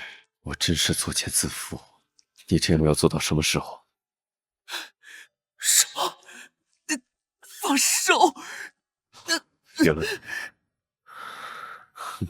这样可方便多了。应黑暗之妖，以地狱之名，日食之剑，告诉我们那个被阿斯莫德大人寄生的孩子身处何处？哈！白发的美人和诺伊斯的妻子一样的美貌。的确，而且好像在哪儿见过。没想到能看到这么香艳的画面，我可以感受到她的气息了。阿萨内修斯大人，请容我先去探探情况。这样羞辱，我如你所愿了吧？羞辱？这可不是什么羞辱。我很生气，这是对你的惩罚。你可是我的猎物，你的身体为我所有。谁允许你说出那样的话的？因为一个人类小鬼的死就这样。记住，你今天晚上的行为多愚蠢！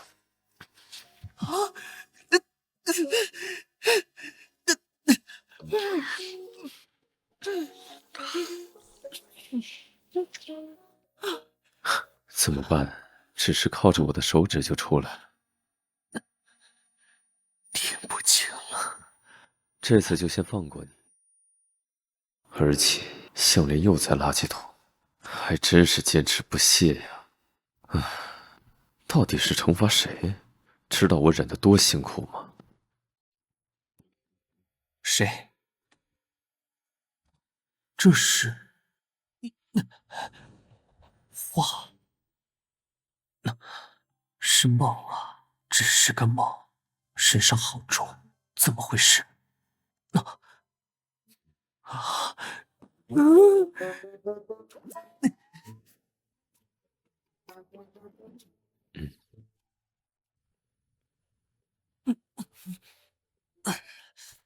肩膀这里好痛，肩膀，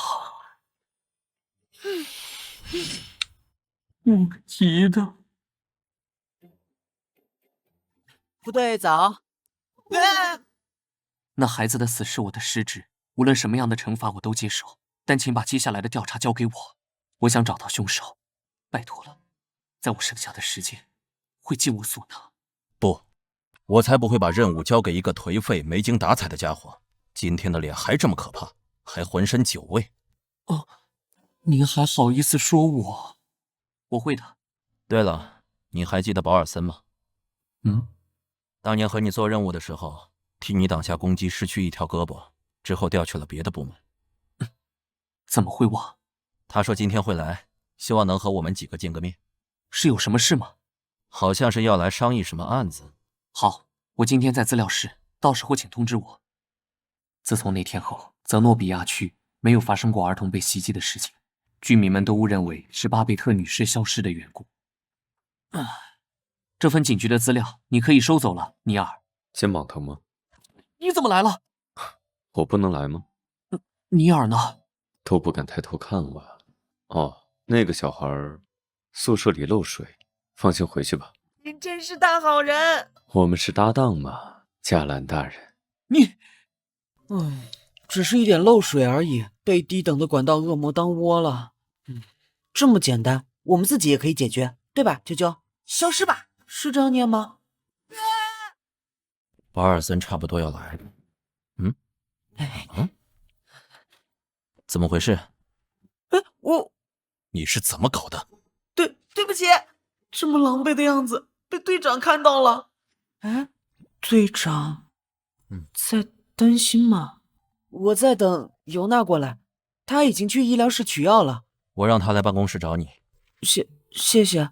所以你去修管道，反而把宿舍淹了，还滑倒被灯砸到了头，脚也崴了。是，衣服都被淹了，所以只能这样走回来了。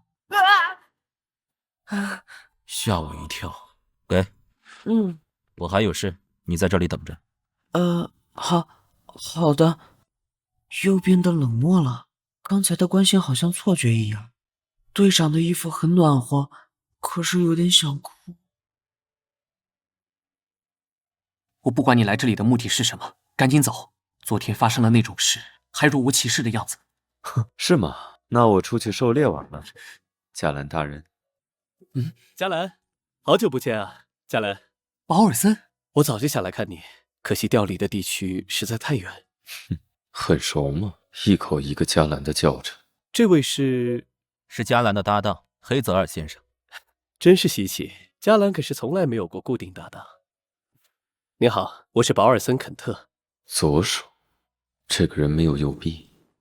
确实是有事相求，所以才到这里。他在场不要紧吗？只是商量案件，没关系。我们遇到了非常棘手的事，蛇男又出现了，是非常古老的种群，他们通常以人类的形象出现，用特有的毒素诱拐人类女性，诞下他们的后代。的确，他们是出了名的狡猾，相当难抓捕的对手。除了繁衍时期，都生活在丛林中，任何缝隙都可能是他们的藏身处。受害人被发现时，浑身赤裸，身上会有部分组织消失，推测是蛇男带走所谓的战利品。蛇男为了繁衍，通常都不会杀人，这次怎么这么反常？我们也很疑惑。事态紧急，为了确保抓捕行动万无一失，才特地来请求总部支援。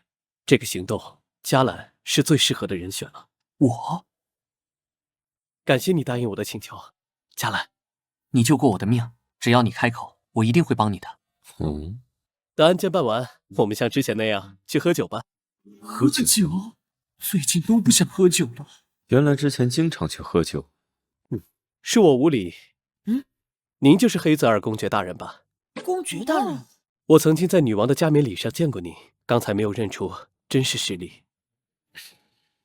女王加冕，这么说来，你也不是普通人嘛？博尔森，这是内部的安排，公爵不希望公开自己的身份。抱歉，是我说了不该说的话。还有你们两个，我们不会往外说的。放心放心。你们两个去办公间等我。哎，我会处理这个问题，不要担心。生气了？刚才还以为场面要失控了呢。虽然刚刚那个表情只是一闪而过，立刻又变成了那副高高在上的样子。和那家伙待久了，虽然性格恶劣，人又变态，但没有摆过贵族架子。我也忘了，他是圣亚里斯的贵族，本来就是要时刻恭敬的身份。那为什么要生气？难道他讨厌这个身份？然后被保尔森说出来了，不至于因为这个原因就把保尔森杀死吧？还是问问比较好。因为昨晚的事，对宿舍产生了心理阴影。关于保尔森，他曾经也是黑羽总部的队员，他这个人就是这样，观察到了什么就会直接说出来，并不是故意的。你刚刚为什么生气？难道是因为他暴露了你的身份，让别人畏惧你，影响你玩弄人了？差不多吧。我讨厌赋予我这个身份的人。还真是，遇到你就是我倒霉的开始。赋予他身份的人是你的父亲，沃尔德伦公爵。这就是你一直生活在圣亚里斯边境的原因吗？是啊，那个懦弱的人畏惧我，可惜又无法生出其他的子嗣，只好让我在边境长大。我好像在揭人伤疤一样。作为交换，也告诉你一件事。什么？你想知道什么？等价的秘密交换，我都会告诉你。哦，居然说出这样的提议，这么心软可不太好。我想知道为什么留长发。故作镇定的样子，后悔好心的交换了。不过这可不是什么打趣，留在指尖的触感让我时不时想起来。我的确想知道。这是因为我的妈妈，你抢走的怀表上面的人就是她。嘉兰的头发软软的，又滑滑的，摸起来像小动物一样。如果剪掉就太可惜了，对吧，亲爱的？哦，就这样？就这样，这算是一个念想吧，再也回不去了。嘉兰的头发软软的，又滑滑的，摸起来像小动物一样。嘴。长头发很适合你，所以那个计划才会来找你啊。抓捕那天不准过来。看我的心情。这到底是什么情况？脚既然崴了，这几天就别随便走动了。好。喂，现在都流行办公室恋情吗？他身上还披着队长你的衣服，别以为我看不出来。上次那个管理员就不错，也许我该试试。尤娜，那天的计划需要你到场。好的，这几天我也会回去好好研究一下蛇男的毒素，会对该种类制定出针对性方案的。这几天就先去我那里住。简直不是能干的活儿。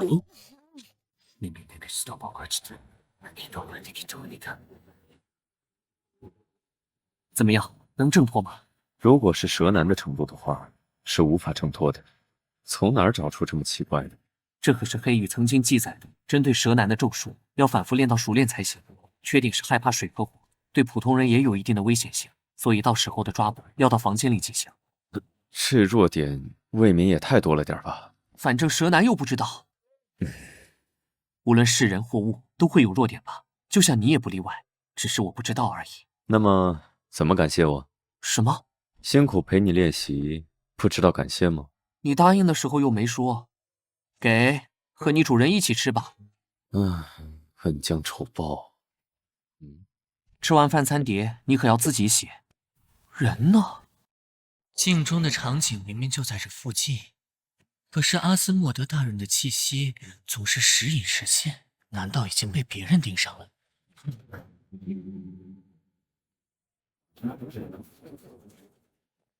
逃跑？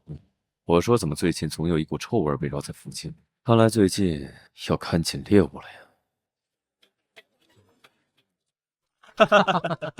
来喝一杯吗，小姐？不用了。要保持微笑啊，副队，很受欢迎嘛。事情怎么到了这个地步？是啊，副队要真实，脸上要涂很多颜色才对。我看尤娜就是那么做的。闭嘴吧，小屁孩儿！你偷偷跑出来就要安分守己。天天坐着太无聊，也许我能帮上一些忙。蛇男很危险，我在这里待命，以防有人。这个计划真的靠谱吗？也许我不该答应啊。诱饵？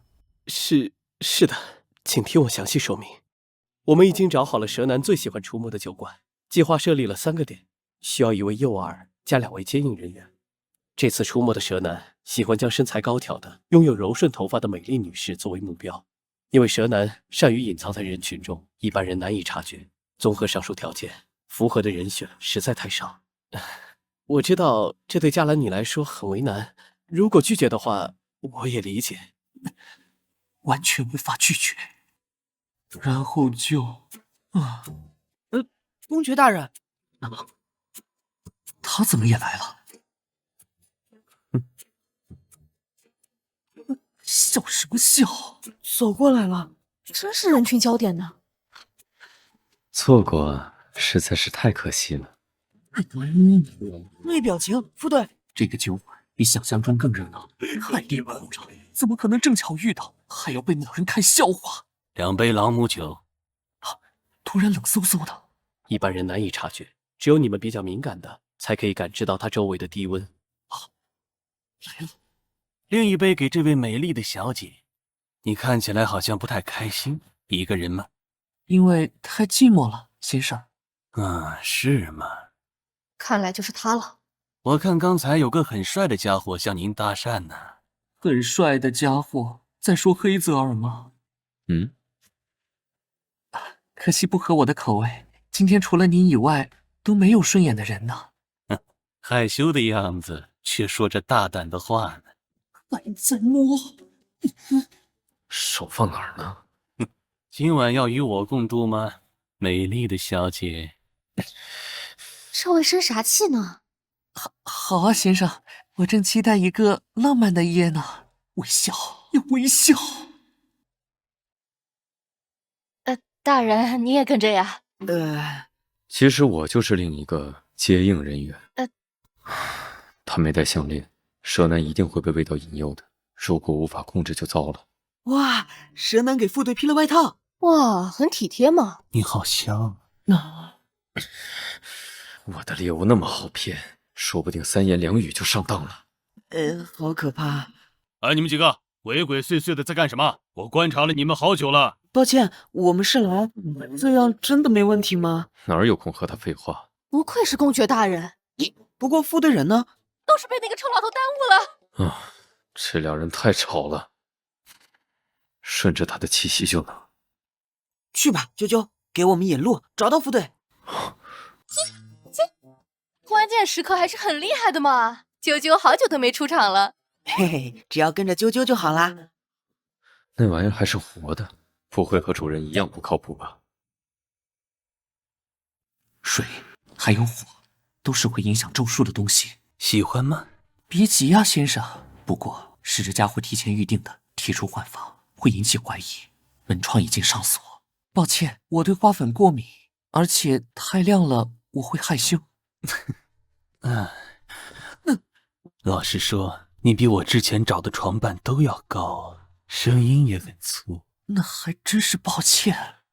不过你身上有股特别的香味，啊，真香，真是太迷人了。他说的香味，难道是黑子儿说的阿斯莫德的味道吗？他们怎么还不过来？要等等吗？不能再等下去了。我们来晚了，副队。放我出去！你这个骗子！已经解决了，没想到这么顺利。少爷，怎么还会喷火呀？难道是蛇男的变种？脚又扭到了。先带他出去，这里我们解决。好，黑子，把他的嘴捆住，我在施咒。我怎么办？只能在原有的咒术上加一层试试了。他嘴巴咬合力很强，又不能切断，你要在他挣脱之前。发什么呆？快点！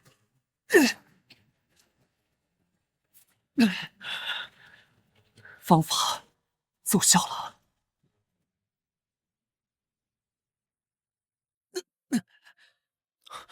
你被咬了？什么时候？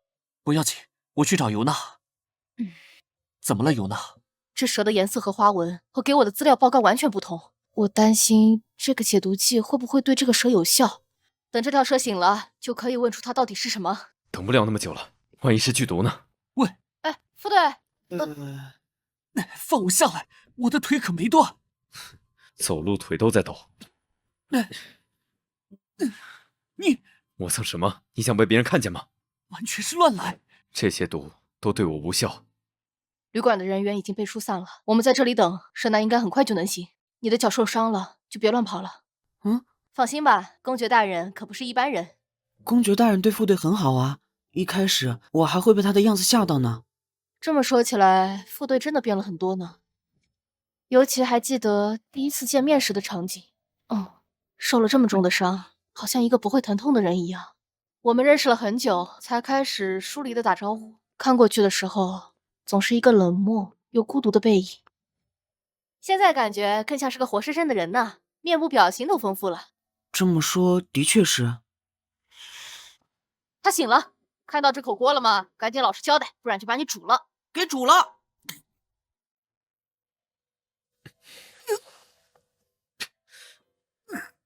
够了。感觉怎么样？好一些了，有点尴尬，头也有点晕，不知道怎么面对他才好。副队，蛇男醒了，得救了。快老实交代，你是什么品种？我可是最高贵的蛇王。还好是蛇王，据说蛇王的攻击力很强，但毒液的毒性有限，不用担心了，副队。太好喽！哎，不要低估我好吗？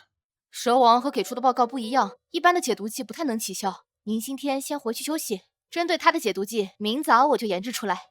不是剧毒，我为什么要看他？你们抓了我，我的子嗣一定会为我报仇的。子嗣？你哪来的子嗣？你不是把那些女性都杀死了吗？什么？是谁干的？他好像真的不知情。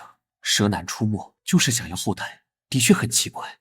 不会是搞错蛇了吧，副队？不可能，的确不可能。蛇男会划分区域生存，不可能同时出没两种蛇。算了，我们先把它放到总部去，再仔细调查。都记录完了，今晚就早点睡吧。好冷，又感觉昏昏沉沉的，怎么回事？要不要过去看着？睡了吗？冷。里面没穿衣服啊？这是什么情况？喂，你这样乱摸乱蹭的。等等，公爵大人，还是直接叫我名字吧。什么事？建议您多观察一下，有什么没查证过的副作用。副作用？身上却是烫的，这样下去不会失温吧？塞拉，好温暖。还把我当成了别人。塞拉又是什么人？给我说清楚，塞拉是谁？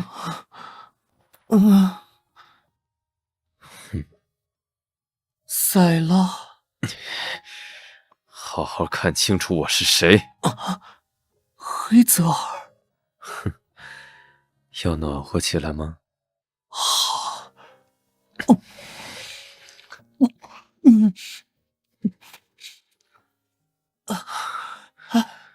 蛇男总不可能放任繁衍的载体死掉，解毒的方法显而易见，只不过尤娜顾忌着嘉兰的性格，没有说出来而已。嘉兰大人真可怜啊，马上就不冷了。啊！你怎么在这儿？刚给你抹了药，你刚那里流血了。别再说了，离我远点！只要不提这件事，就可以当做什么都没有发生。起来吃药。你怎么还没走？啊，药，尤娜这么快就送来了，看来没有睡多久。想什么呢？现在是第二天晚上，早上我已经亲自喂了你一回了。他用了“喂”这个词。我也给你上药了。这个牙印是什么？这个地方怎么会有手指印？我可没有这么掐过，一定是那个蛇男弄的。那玩意儿被关到黑羽总部了，暂时还不能找他算账。不是不提昨晚的事了。糟了，今晚还约了保尔森见面，可恶，胸口好痛。你这样还要出门？去哪儿？去见保尔森，我好得很。哼，是吗？那个保尔森可不是什么好东西。你还好意思说别人？只是说话，我不会和他喝酒的。你要是敢跟过来，就死定了。算了，卡布里埃尔，管家从卡尔纳斯过来了，我们也去和他见个面。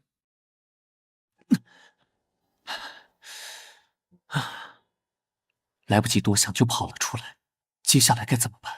就算是蛇毒的原因，也竟然与人发展成这样的关系，事情好像往失控的方向去。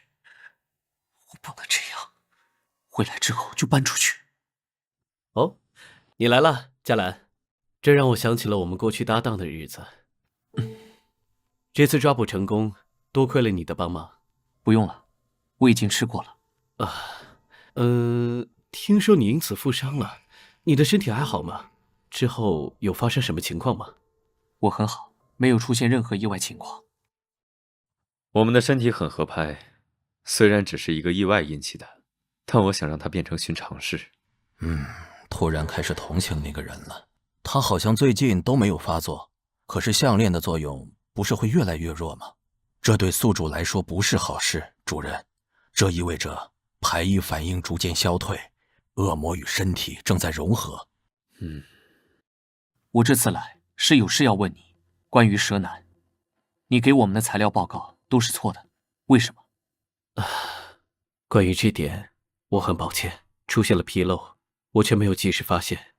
你所处在的地区是蛇男最常出没的地区之一，针对这么大的案件，检验人员也不止一位。当然，这不能排除他们有同时出错的几率。我只是说出我的疑惑而已。都是我的失误，该死，我害你差点。我来找你之前，又去了一趟资料档案室。我看了你们部门的成员，有专门应对蛇男训练的人，而且这次的目标喜欢的是身高1.7米左右的女性，可却找我这个1.8米的男性。蛇男出没通常是为了繁衍交配，可这次为什么反常的杀人？为何你们没有追查下去呢？为什么这么快就得出找到真凶的结论了呢？我看你已经标记为结案了。那条项链您也知道，是伊莎多拉夫人留下来的遗物。夫人赋予这个物品治愈的能力，只是这个能力会随着时间逐渐减弱，直至消失。受他保护的人，迟早会被其他觊觎心脏的恶魔发现。最近出现一批隐藏在人类中的寄生体，他们甘愿与恶魔共存，我们几乎无法辨别。还有这种事？也许是各取所需吧。他们可能是和恶魔达成了某些交易。贪婪的人类。如果您真的下定了决心，一定要看好它，在心脏成熟之前，不能被别人夺去。真是麻烦。那是什么？是我从卡尔纳斯带来的特产。您不是不喜欢吃甜的吗？我的猎物喜欢，我带回去给他尝尝。那么我就先走了。公爵大人，关于皇室那边的事，请您千万要低调。就算是为了夫人。行了，我自有分寸。这么显而易见的事，我为什么没注意到？我很希望这只是你的工作失误。我想说的就是这些。希望你可以尽早去说清楚，在总部发现之前。我很抱歉。头头，本来就是不想面对才着急出来的。死神，真麻烦，就算是这样也很难解决啊。没关系，他现在变得很虚弱，被阿斯莫德寄生的滋味不好受吧？是因为快死了吧？行了，这可是我的收藏品，你可不能把它弄伤。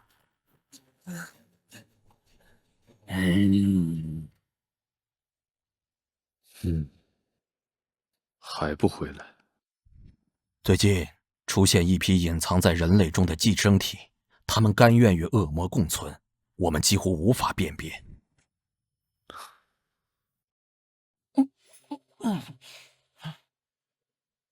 我这是……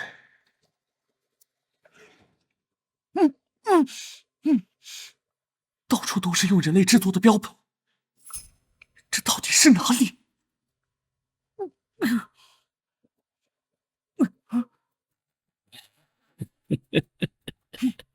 别白费力气了，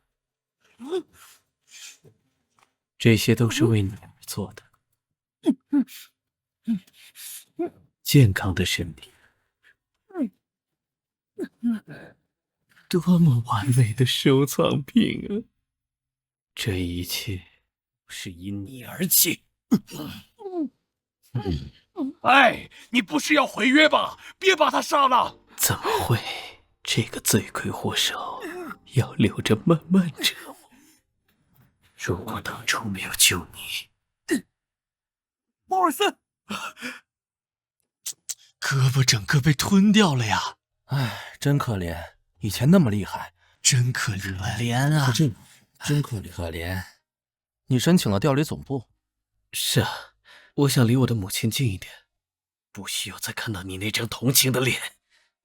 鲍尔森，你用了自以为可以稍微挽回尊严的说辞。没错，我要调走了。别这么难过，不是你的原因。我想也许在小地方，没有认识我的人可以过得好点。在这里，我的资历足以让我担任重要的职务，但这前所未有的轻松又很快被打破了。都不能用双手拿起武器的人，凭什么直接当我们的上级？你好，这些虚伪的脸，上面的人也瞧不起我。你刚来这里，当然要委以重任了。什么委以重任？全是些没人愿意做的杂事。他来了，来了第一个可以证明自己的案子。失去手臂的我远不如从前。你绕到他身后去。我的搭档丢下我跑了。人呢？我一个人真的打得过吗？我的人生为何变成这样？我明明……恭喜你加入黑羽，谢谢你的帮助。这次又出色的完成任务，是这样的开始。来和我做个交易吧。是谁？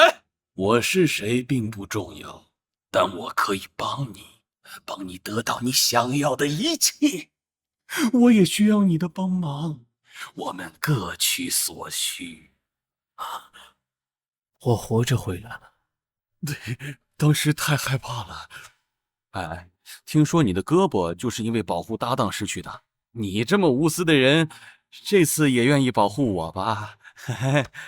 是啊，我们晚上去喝一杯，怎么样？当晚我杀了他。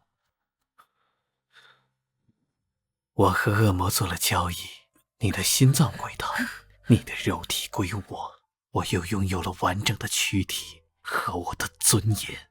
你想说什么？鲍尔森，你怎么能相信恶魔？这样的大道理我已经听腻了，还是呻吟声更适合你。不靠这些，我怎么能顺理成章的回来接近你？看来黑羽的副队长也生活很精彩啊。你的身体好烫，你感觉到了吗？你在发烧。什么？他已经被恶魔影响了心智。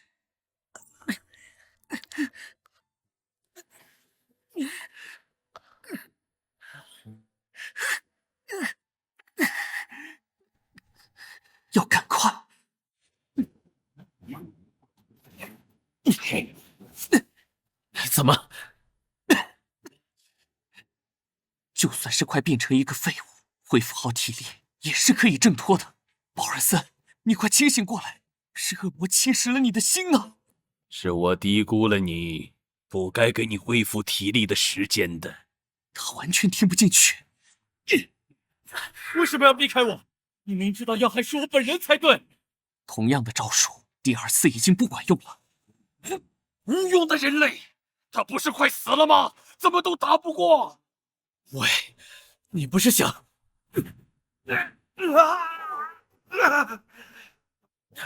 保尔森抛弃了。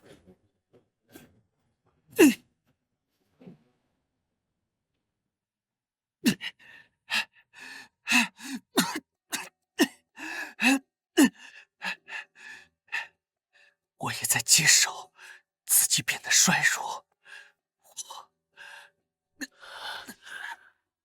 别绑了，恶魔咆哮我马上也会没命。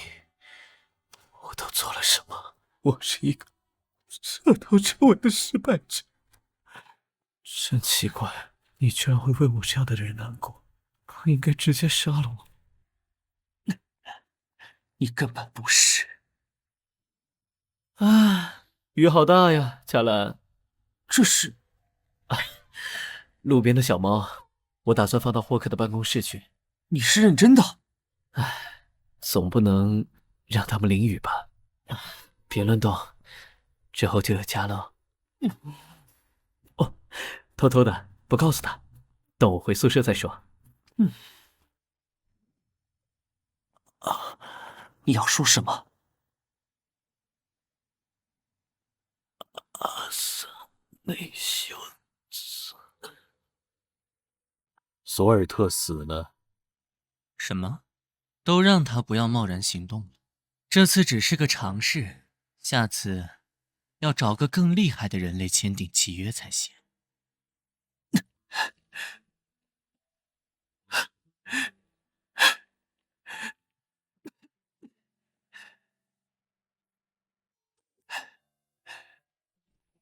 怎么回事？为什么此刻竟然觉得安心了下来？我好像陷入了一个名为关系的牢笼，想逃离命运，却愈发的紧，我无法找到出口了。人呢？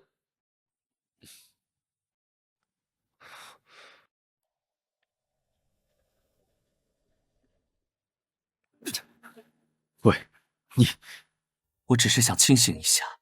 你泡澡的时候没有这样过吗？我还以为你晕过去了。是害怕我寻死吧？保尔森，他死了，要通知黑羽去杀后。真奇怪，我因为被恶魔寄生那么痛苦，那么想摆脱，可保尔森却主动让恶魔寄生在自己身上。他做这个决定的时候，有没有想过有这么一天呢？黑羽的人已经过去了，那家伙是和恶魔签订契约了吧？恶魔把他抛弃了。他临死前清醒的时候，告诉我一个名字：阿萨内修斯。你听说过吗？那不是阿斯莫德过去的使徒吗？恶魔已经开始利用人类接近他了，这就意味着……转过身去。没想到还有这么一天，奇怪的感觉。印记又扩散了，气息也变得更强烈。项链放在哪儿？我去找卢克。不用费那个力了，不是迟早的事吗？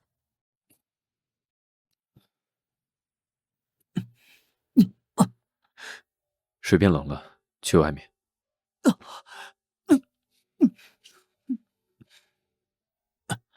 这次怎么不躲了？就今晚。算了，在那一天来临之前，想好好感受一下温度。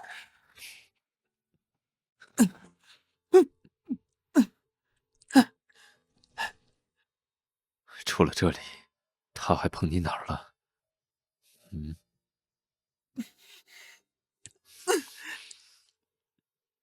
这里吗？还是这里？不想说也没关系，反正会被我遮住的，全部。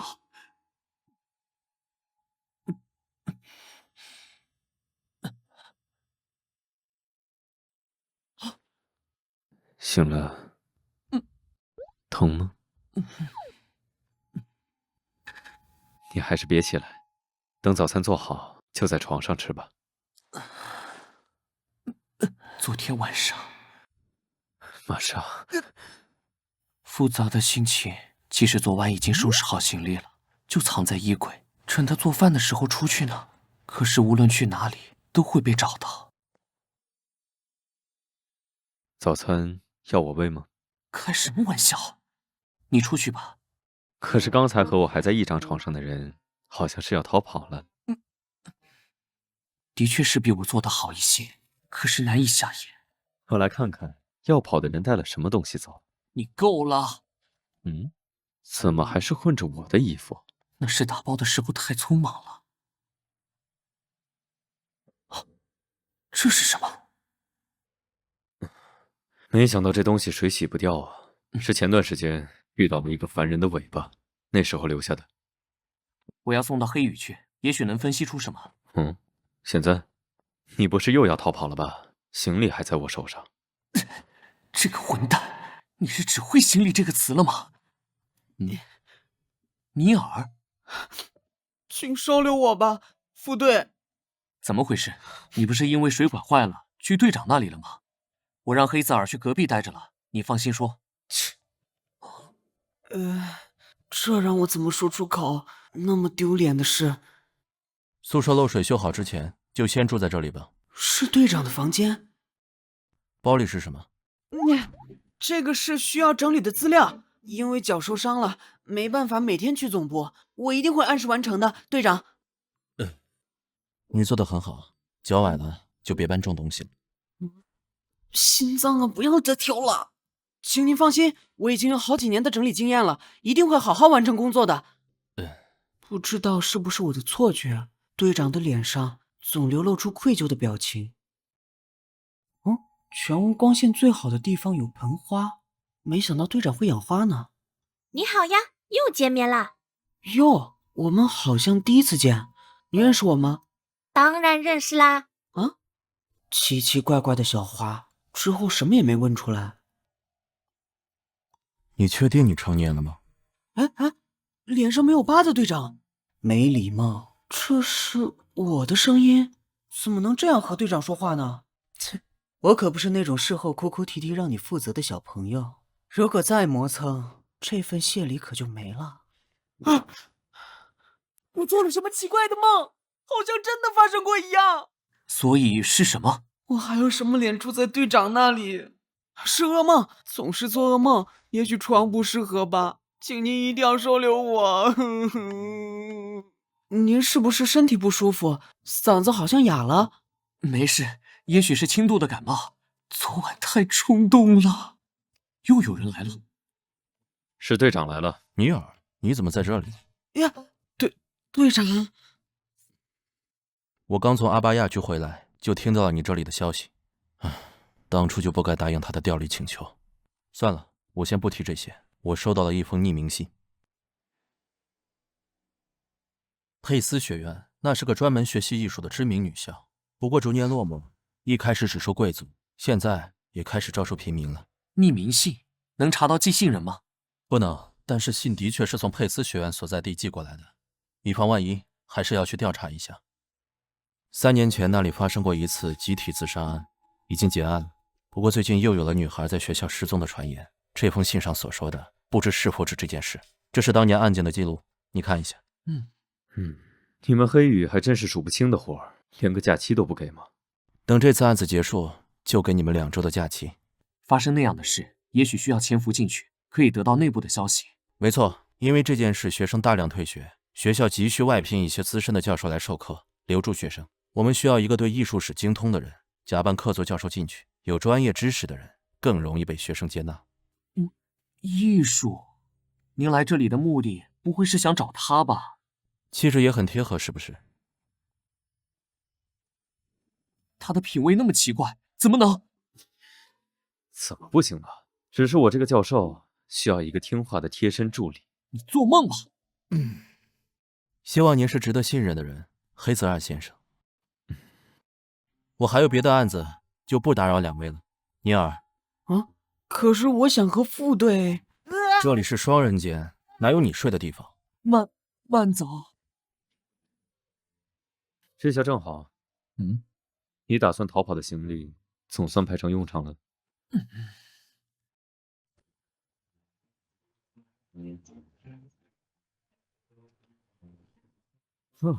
那不是我即将任职的学院吗？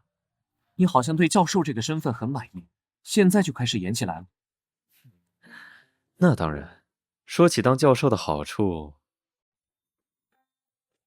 尊敬的教授，我有个问题想要请教你。过来，站那么远干什么？我又不会吃了你。你在想什么？当然是正常的教授和助理的关系。气什么？不觉得这样更加真实吗？想把他扔出去。马上就要到了，请你注意一下你的言行举止。这是邀请函。怎么还来人？我带你们去校长室。好像不怎么欢迎我们。快看，那是什么人？好帅啊！听说今天客座教授要来。学校很大，两位才刚来这里，请不要在学校里随意走动，都去教室坐好。你们下课了吗？新来的管理员好凶啊！是啊，他比上一任严格多了。那么我先出去了，校长先生。辛苦你了，卡希尔。我看看，想不到是这么年轻的教授啊。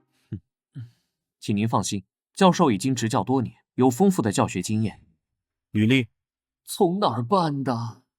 您是从卡尔纳斯那边来的？怎么会想到来佩斯学院呢？实不相瞒，我已经厌倦了在卡尔纳斯枯燥的生活。毕竟卢米埃是大城市啊。很熟练啊。另外，也和我的收藏品有关。卡尔纳斯太潮湿了，不利于我藏画的保存。藏画？这是我们带来的见面礼。幸好提前调查过了这位校长的喜好。这不是毕加大师的作品吗？我可是费了大功夫呢。是收藏着，怎么会？哈哈，佩斯学院有您的加入，真是我们的荣幸。您客气了。听说您有个著名的展览馆，我们也许可以一起交流。你们离得远，也许不知道，整个西校区都在修缮，也包括展览馆。你们可以在东校区活动，如果有问题，可以问我们的管理员。那个展览馆果然是有什么问题吧？的确，就算之前发生过自杀案件，结案了也正常开放了，最近几个月却又关闭了。他在妻子死后霸占了全部财产，继承了学校，岳父母把他告上法庭，正在打官司。唉，这样的人怎么会舍得关掉一半校区，损失一大笔收入呢？你倒是很享受哦。有我的助理为我服务嘛。在看什么？你怎么突然跑过来了？是你自己太投入，没注意到。对比笔记，看看这封信是不是校长写的。结果呢？我想大概率不是。首先是习惯字，他每天都要签几十上百张佩斯这两字，就算是有意改变笔记，习惯字也极大可能会写的相似。这个佩斯的写法完全不同。然后是纸质的区别，这个发黄软绵的纸大概率产自尤尔德地区，卢米埃斯这里的纸都是白色的。说到尤尔德地区，那个板着脸的管理员好像是那个地方的口音啊。如果匿名信是他寄的，为什么呢？听那些孩子说，他才刚到学校不久啊。是哪？食堂，学生这时间应该下课了。还真是一刻也闲不下来。听说你们是卡尔纳斯来的，那里的甜点很有名。那里的天气怎么样？我们什么时候上你的课？这个年纪的孩子真活泼。到时候可以来找我玩。真的？这家伙倒是很会说话，这么快就和小孩子们打成一片。你们在干什么？食堂是吃饭的地方。管理员，得救了。这个管理员连吃饭都要管啊！是啊，您刚来还不了解，卡希尔女士相当严格呢。也许我该像马奇一样转学。马奇，她是我以前的室友，但是前不久突然转校了，老师通知了我们，我们才知道她转走了。最近至少转走5、6位同学了吧？马奇那么不遵守纪律，也许是被开除的呢。他离开的前一晚和我们说要和拉蒙娜一起去西校区探险，也许吧。西区探险，那不是在修缮的校区吗？因为那里有个传言，如果在0点过去，会听到奇怪的声音，像是拍打窗户和门的砰砰声。还有人说亲眼看到过，有几个人在天花板上飘着，风吹过去，他们拍打着窗户，发出声音。这个传说是因为3年前……好了，别再说了，会把教授吓到吧？这很可能是那些人编的瞎话了。这没什么，每个学校都会有些奇怪的传说，这很有趣。时间不早了，教授。也是啊，小助理，还有未完成的交接工作呢。还嘚瑟起来了。这是学生的名单，这是进度表。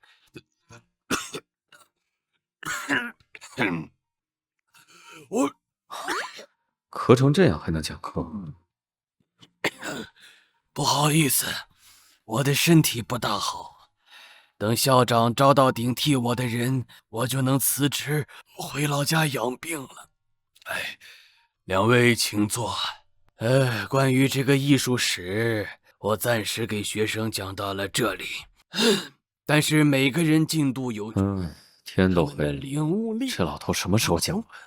所以，我给他们分了小组，这样就能更好。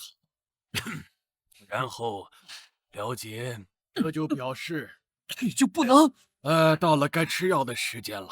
不好意思，不好意思。这么多药，看起来病得很重啊。完全就是个药罐子嘛。说句题外话，其实我着急离开学校还有别的原因，建议你们合约到期了也尽快离开吧。作为老人的劝告，千万别去西校区，最好也别和清洁工搭话，那是个有点神经质的人。学校会放任一个这样的人在学校里走？校长看他可怜，才让他留下。工作了很多年，不会攻击人的。你对那个传说怎么看？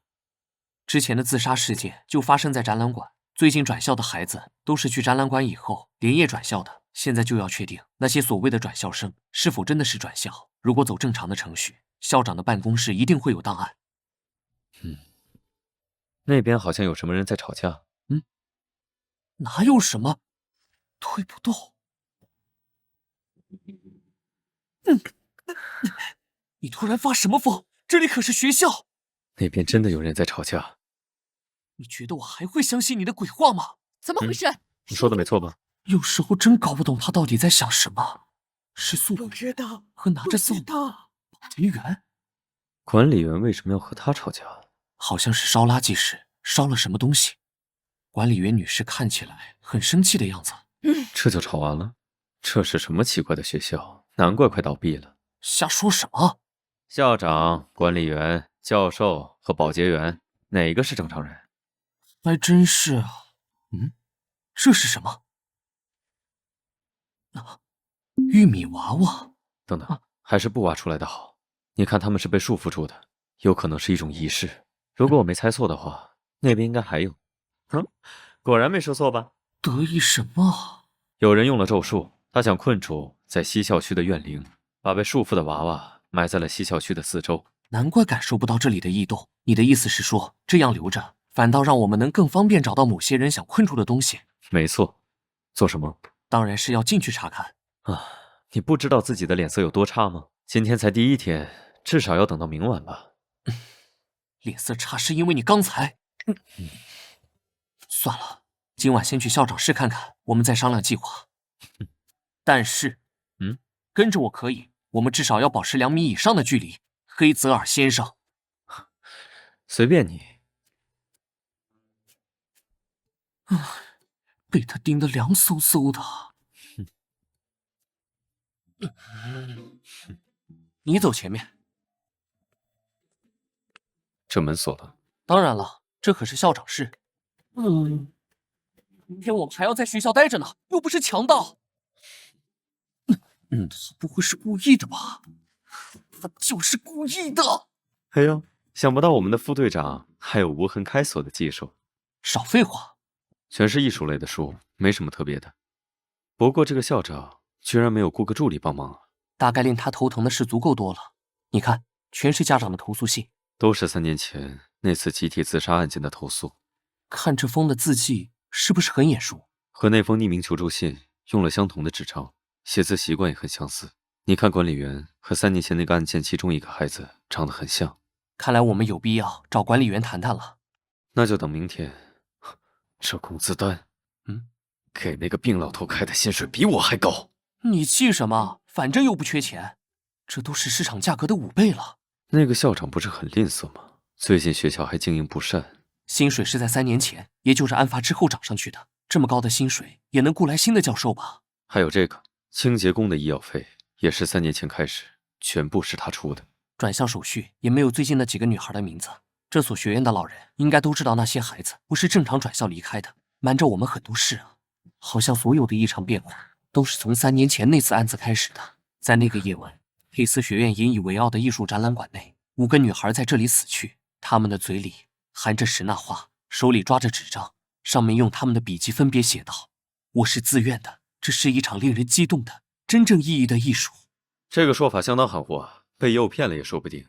是啊，当年的案子疑点重重，结案的很草率。我看了队长给的档案，那个吊死的女生，头发压在脖子与绳索之间，明显不符合上吊自杀的常理，好像是该休息一下。没事吧？大概躺一会儿就好了。浑身难受，真丢脸啊！做什么？还以为你睡着了。都这种时候了，你还想？我去找管理员换宿舍。你在想什么呢？我是看你有没有戴项链，而且睡觉总要把衣服脱了吧？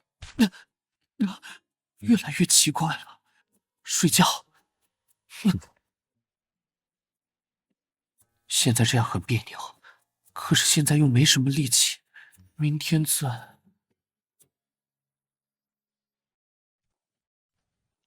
到底是……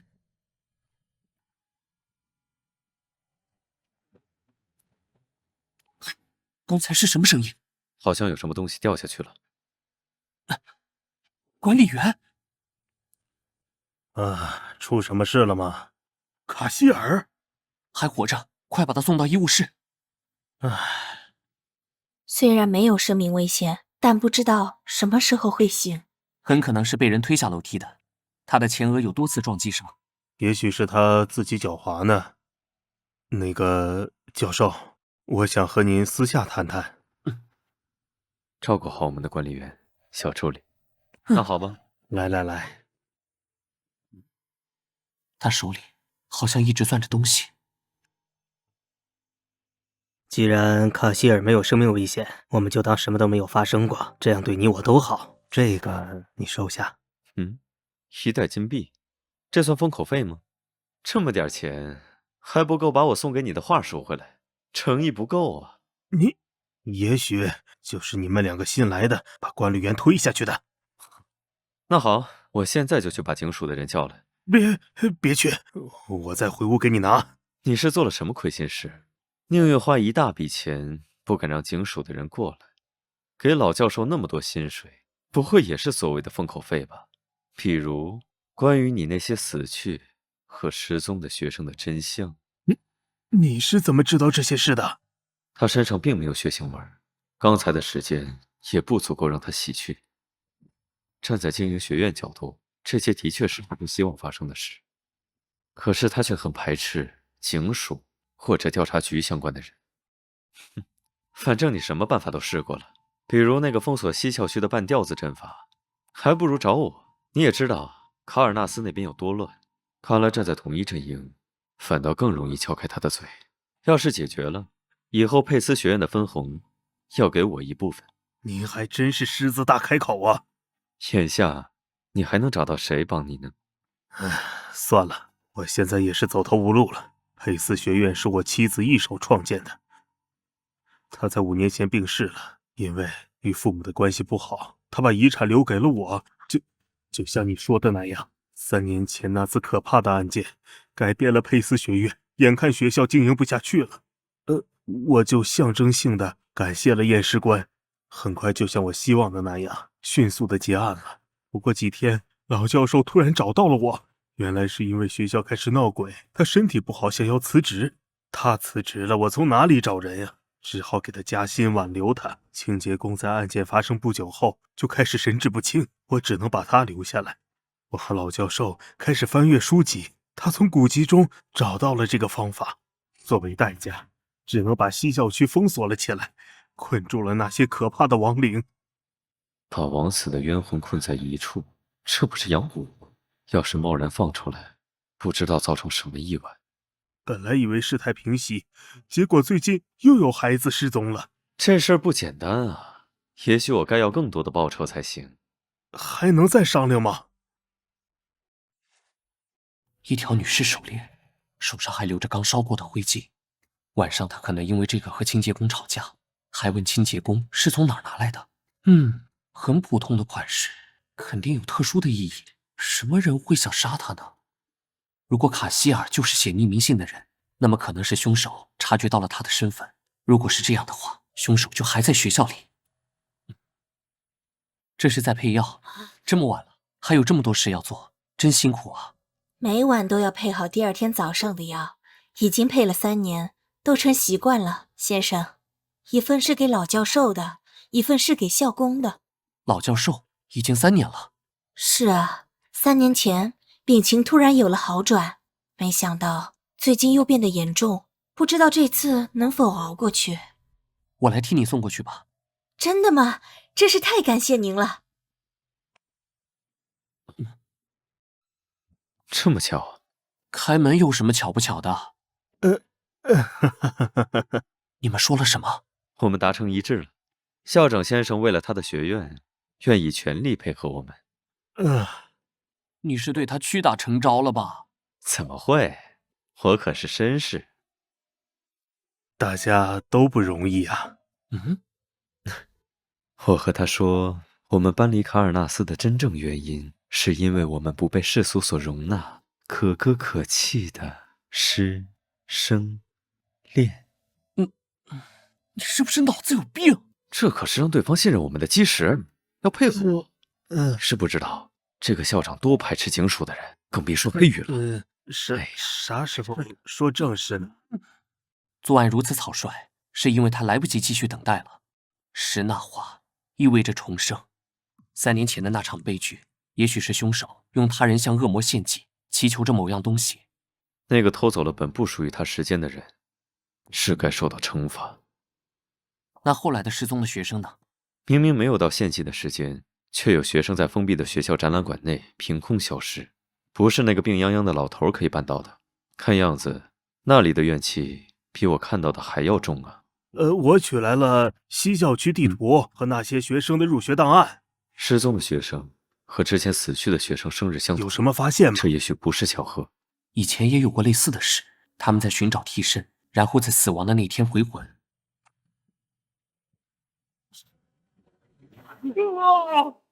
这是什么东西？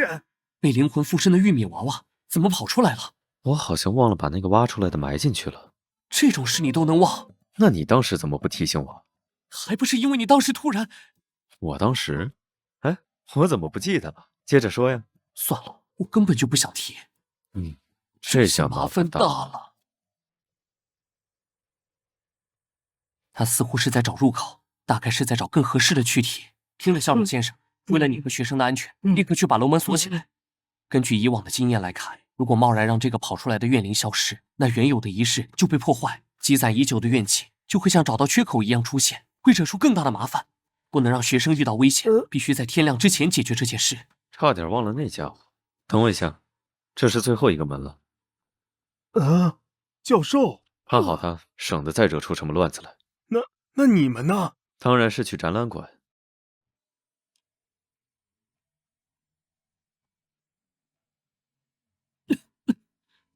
情况不太妙。不像是名画，更像是学生作业。那个校长妻子生病，大概是把很多收藏的名画变卖了，用他学生的画作顶替了上去。奇怪，那些灵魂躲到哪里去了？总要有个去处吧？难道在雕像里？什么都没感觉到。喂，你别随便摸来摸去的。这里的气息很混乱，用手触碰是最快找到他们的方法。好啊，到时候被扛回去丢人的可不是我。泰伯，你看这幅画是老教授画的。好，这是。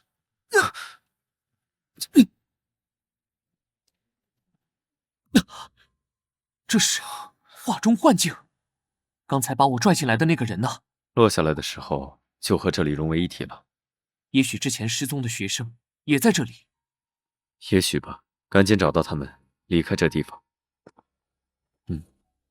嘉兰，人呢？嘉兰，怎么样，黑泽尔？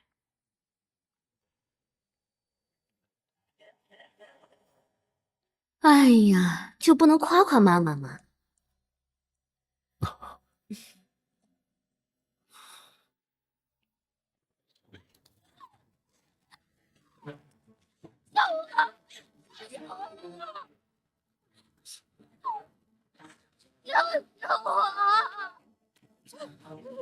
不对，这里是幻境中的陷阱，你就这么看着，眼睁睁地看着他死，就像当年一样。虽然是自己的样子，可是看起来真讨厌。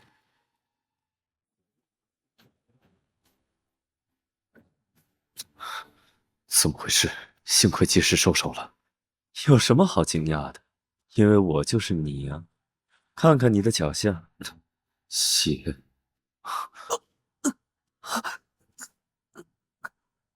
在他快断气的时候，把他的心脏挖出来，这不是你一直期望的。你已经为了这件事杀了那么多人，现在怎么下不去手了？反正他迟早都要死。够了！蛋糕，祝你生日快乐！你今年多少岁了？几岁了？几岁了？是不是该死了？这是你的生日礼物，你的生日礼物。在他醒来之前，你是不是该做些什么呢？为了这个世界的安宁，为了阿斯莫德不再降生于世，父亲，是时候了。这样啊，那就……塞拉，你怎么变得这么……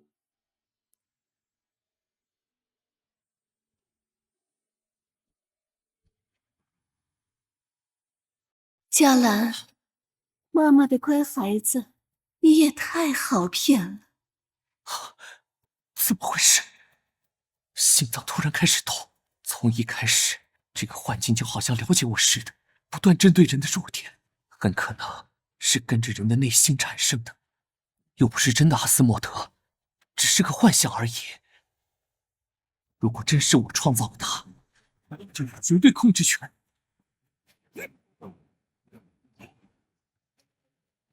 真的成功了！花藤是石那花的花藤，靠吸取人们进入幻境的情绪为食吗？也许我顺着它，可以找到躲在幻境的恶魔。又来！醒了？现在是什么情况？3个，睡得可真久。黑泽尔，你认识我？抓来的时候听到了吗？真是麻烦。要是能立刻杀死该多好，得等到心脏成熟才行。就这样一直锁着他，这样就不会惹出其他事端。最大的事端，也许就是因为滋味太好，杀他的时候会犹豫不决呢。抓来，他的语气仿佛回到了我们第一次见面的时候，我们的衣服好像也是。我来到了最初见面的时间节点。总不能只放在这里看着吧？那也太浪费了。疯了吧？这个幻境也太离谱了！冷静，我只要闭上眼睛，让这离谱的幻境结束。希望眼前这3个家伙立刻变成3颗木头，结束。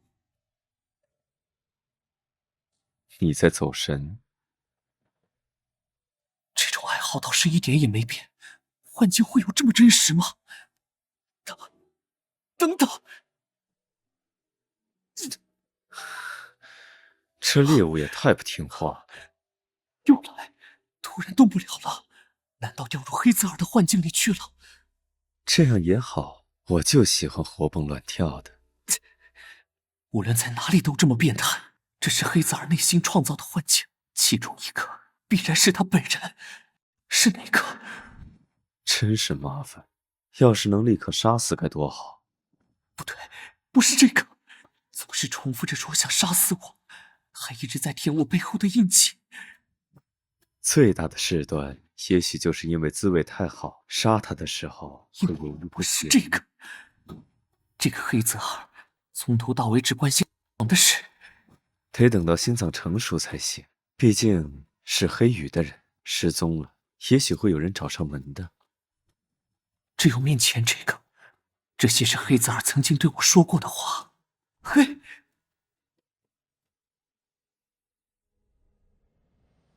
黑泽尔，我如果真的死在这里，要是你能记得起来的话，项链记得拿走，把怀表还给我，埋在一起。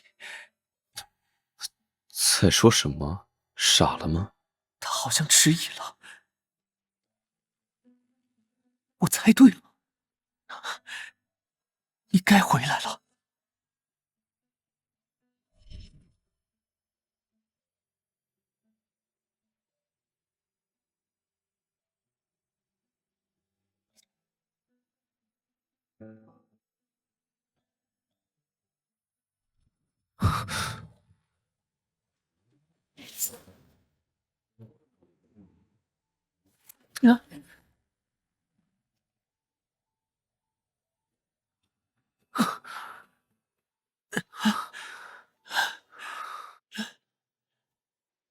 下来，下来，下来！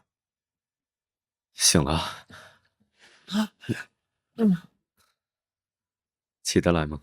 别管我，想打他。刚才的确是什么都想不起来了，好像回到了我们刚见面的时候。幻境好像让我做出第2种选择的机会，谁知道你跑到我的幻境里去了？还不是因为你暴力破坏，害得我掉进去了。还有某些人差点就出不来了。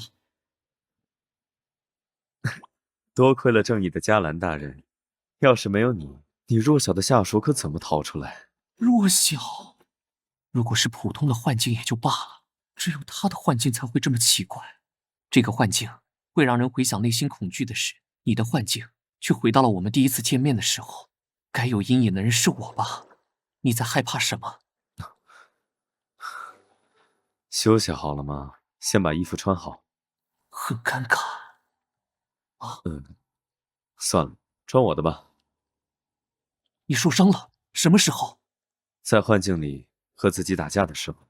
如果你是指嘴的话，当然是你咬的。我就不该对这个人产生同情心。这里也有花藤，我们顺着花藤走，也许有什么线。打破一个幻境，他的藤蔓就会枯萎一段。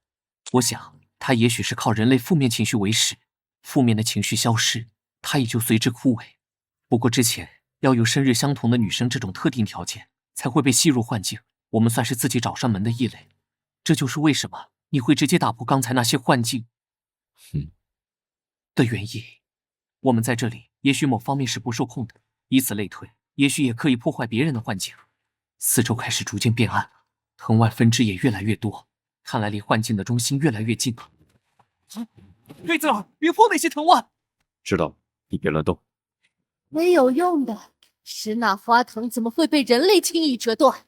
我可是这里的主宰者。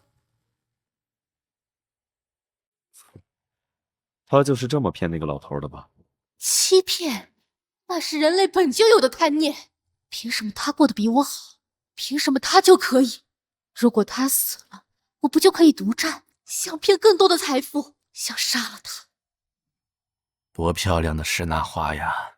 他们的生命力如此旺盛，而我却活不过几年了。你想获得无尽的生命吗？只需付出一小部分代价。好啊！愚蠢的人类向同类下手，跟我来，这只是一次行为艺术，会给你们学期末加分的。年轻的灵魂更加新鲜可口，就像面前的你们一样。无耻，说得这么冠冕堂皇！别乱动！现在摆在你们面前的有2条路：乖乖回到幻境中，永远成为我的养分；第二个选择就是乖乖让我吃你。你身上有一种特别的香味，这是什么味道？问他。既然给我们选择，其他人在幻境的哪里？开玩笑，我怎么会轻易告诉你？没有诚意，我们怎么会同意？总要知道他们现在怎么样了吧？转移他的注意力。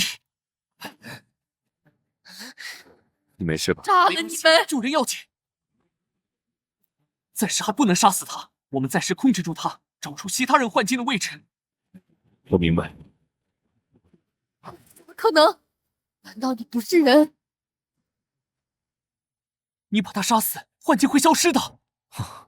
我忘了。幻境这么快就开始消失了，那些进入到幻境中的学生还没找到，还真是麻烦。你就是最大的麻烦吧？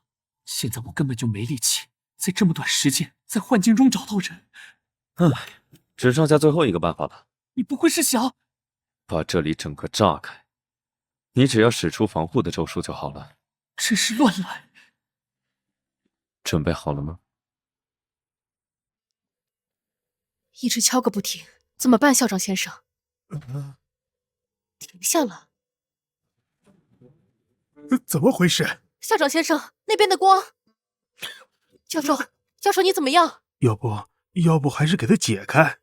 不是和你说无论发生什么都别管他吗？你们没事吧？怎么这个样子？当然是拜你的好员工所赐。真的吗？那几个后来失踪的学生就躺在展览馆里，建议你过去看看。他们还活着，我这就去。怎么回事？怎么回事？你供奉的那个所谓的神死了，被困在里面的献祭的灵魂也得到解脱，你苟延残喘偷盗的时间当然也就开始失效。时间开始流转，你很快就会病死。快把我放开！你在说什么鬼话？这个你认识吧？校工说是你给他的。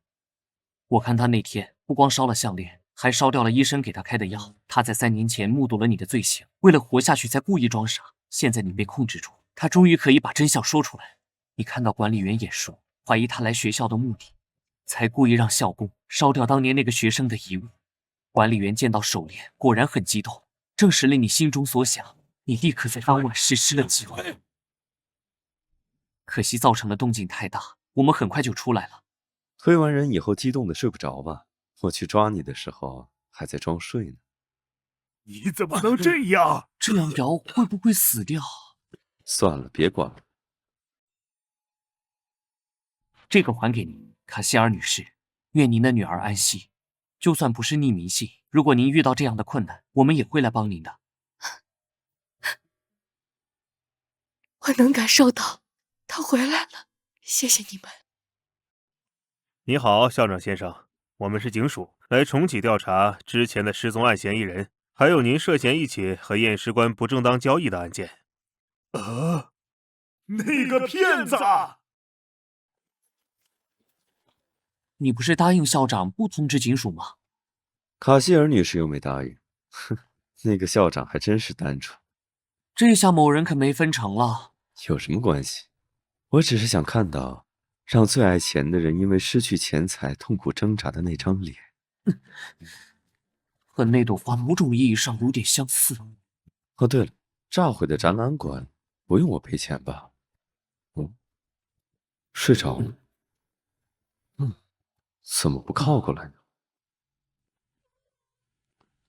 想我了吗，盖布里埃尔？总算回来。你最近没有到处乱跑吧？吃胖了。喂，哎呀，这里有个人快要失血而死了，需要有一个人给我重新包扎一下。我去找尤娜。哎呀，我的嘴角好疼啊！黑羽的医生会负责给嘴上药吗？把你的衣服脱了。真没想到你会主动和我说这句话。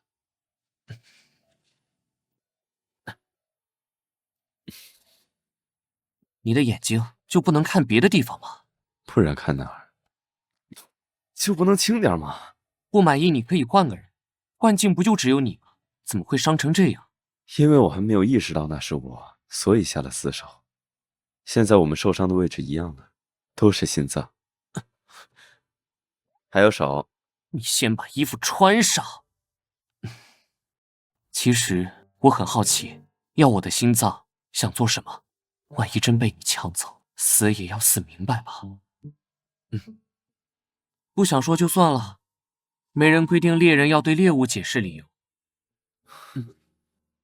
要完成一件我日思夜想的事情。什么？比如让盖布里埃尔活过来，回到当初。他现在过得也不差。故意岔开话题，看样子他并不想说，和他之前说的身世有关。到底是什么让他这样的人也要费这么大功夫？打扰了，有人在吗？什么事？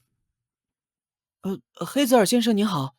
2周的假期，队长还在执行任务，不能来。听到您回来了，我就赶紧过来了。我不需要。哇，强制性休假，连总部的门都进不去，不错的待遇嘛。都怪你上次要什么休假。以防这种情况，队长还写了纸条让我转达。你的休假都要攒成年假了。医务室的止痛药一半都是你的申请单，这次是强制休假，这次是命令，这样。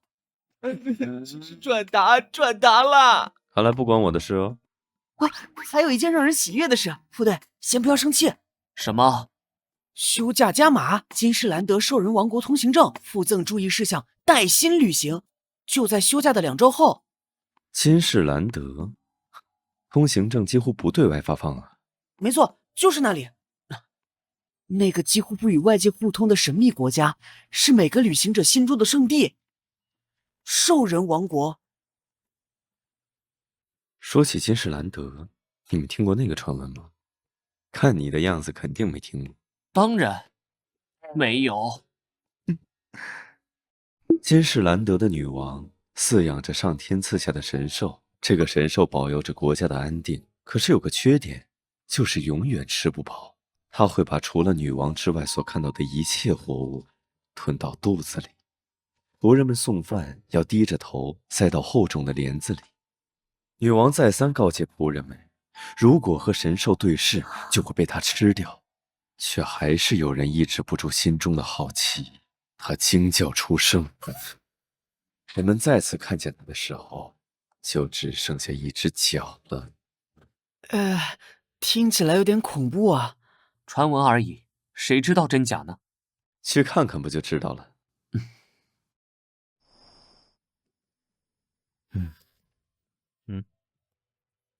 您回来了，队长。那个，我可以跟着副队去金士兰德玩吗？我好像还没出过卢米埃斯呢，脚伤也基本好了。现在不怕我了？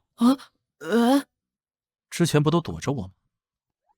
也许是相处时间久了，就感到很熟悉。也许是这样吧，就觉得亲切。都怪那个奇怪的梦。那真是太好了。我刚才要说啥来着？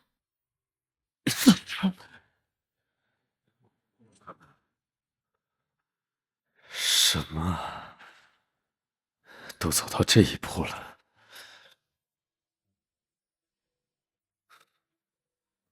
你睡了吗？如果你半夜被人闯进房间，还问你睡了没，你难道还能睡着？我睡不着。你可以抱着你的猫去客厅看书，关我什么事？我嘴疼的睡不着。所以你为什么睡不着？你又不说。阿斯莫德怎么就偏偏找到你了？大晚上的问这个。我的母亲在我很小的时候就因病去世了，留下了那个怀表给我做纪念。我父亲带着我，他的职业是驱魔师，他实在太忙了，忙到我每天几乎看不到他。即使那样，我也十分崇拜他，立志长大像他一样。如你所见，我成功了。阿斯莫德就被他们封印在丛林之中，这是无数个驱魔师用生命换来的。他变成了我最思念的人的样子，骗我解开了封印。我的父亲很后悔，他没料到我那么小就能听到恶魔的声音。他在我面前很镇定，却会抱着母亲的墓碑偷偷哭泣。小的时候也能感觉到疼吗？那当然，疼痛就像影子一样跟着我，已经习惯了。父亲在母亲去世之后，他拼命的除魔，几乎没有再休息过。他难以面对我，好像这样就能忘记痛苦。直到母亲过世的5年后，在任务中死去，他解脱了。这么说起来，你好像在重蹈他的覆辙。也不全是，他是为了逃避伤痛和愧疚，我只是想在有限的时间做更多的事，不能有太多重要的人或事，越重要就越痛苦。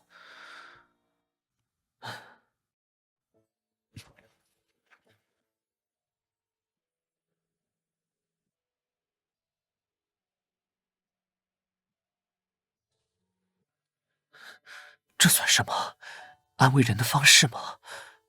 你说是就是吧，反正也睡不着。睡不着的只有你吧？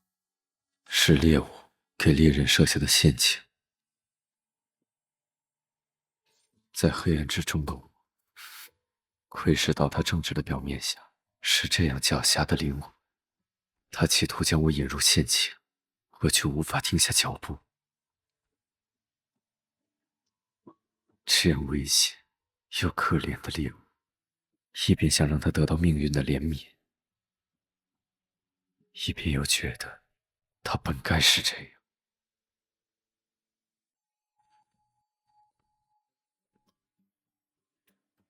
那家伙是狗变的吧？昨晚好像和以往都不一样，说不在意是不可能的。哼，还以为你会在床上躺一天呢，没想到下午就起来了。怎么睡得着嘛？我可不像你那么悠闲，反正我本就计划整理之前的案件。要我把你抱到沙发上吗？好啊，反正冲动的后果也算你一半。一瘸一拐走过去，肯定被他笑话。等，反正是假期。说了我要整理案件，今天你就在外面，别回来了。哇，你这算是虐待下属吧？哇，那边就是基什兰德，好漂亮，好像做好吗？我大惊小怪的。不管怎样，队长突然答应了我的请求，前提是要跟我一起，能和大家一起出来真开心。不过大家的状态好像有些奇怪，副队看起来有点生气，为什么？黑泽尔先生心情好像不错，不过他脸上怎么会有伤？哎，副队，假期过得好吗？假期，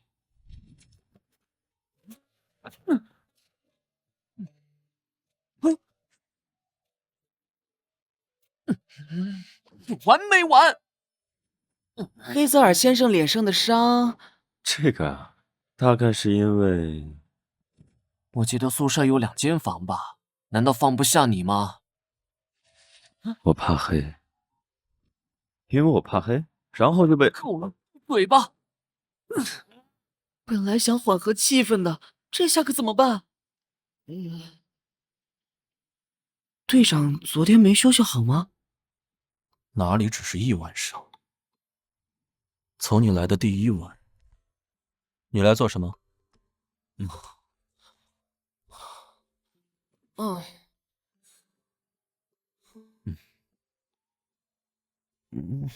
我靠！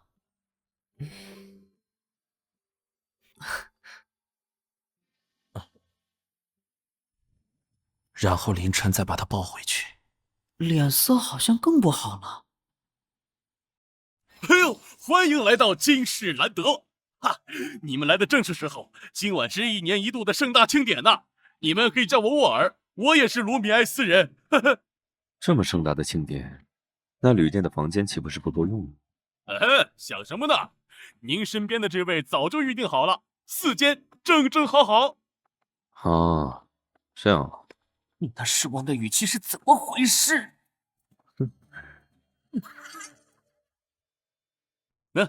这是你们的房间钥匙。哦，对了，记得千万要把帽子戴好。你们这些异国人的出现，有可能会引起骚乱的。照你这么说，本地人也会像我们这么打扮吗？没错，他们自己也有草食混血与肉食混血的区别。还有血统平衡论的拥护者，一旦偏向人类或者动物那一方，都会受到歧视。偶尔会发生相关的袭击事件，干脆就都戴上帽子披风，隐藏身份了。哦，对了，还有食物，建议你们吃自带或者本店提供的。这可不是我要赚你们钱，这里的食物很可能会让你们水土不服，买纪念品什么的就好了。快点，那个老板说花车的游行要开始了，总要先把行李放好吧。我们先走啦，黑泽尔先生。那个小菜鸟都先跑出去看了。你难道是在赌气谁先到吗？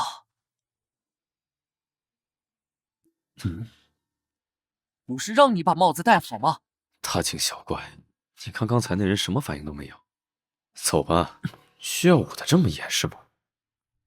花车来了！哦，请赐予我们祝福，请赐予我们祝福。萨迪厄斯，那个传说中神兽的名字，这是关于他的庆典。他们不是都没见过吗？这显然是做成了他们心目中的样子，祈求神兽保佑他们。人未免也太多了些。人呢？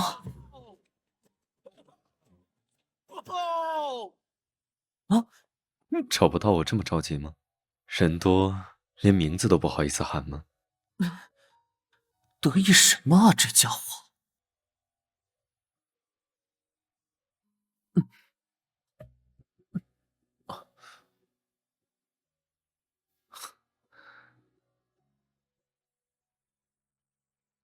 嘉兰，看到尼尔了吗？尼尔找不到了，应该还在附近。尼尔，哦，是队长的声音，请让一下。我在。啊，我个子太低了。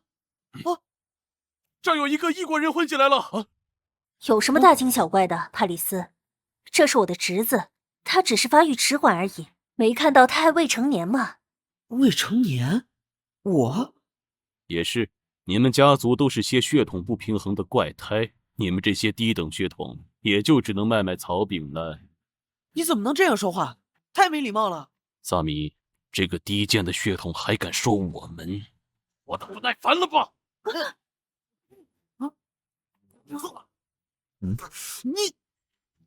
你给我等着！队长，就让他们这样跑了？我们可是在别的国家。谢谢您替我解围。没关系，那些该死的血统拥护者，我已经习以为常了。不过最近他们也不好过，很多人都莫名失踪了。金士兰德并不像表面那样宁静，你们要时刻注意安全。可以叫我奥黛塔，这是我的店铺地址。如果遇到什么麻烦，可以来这里找我。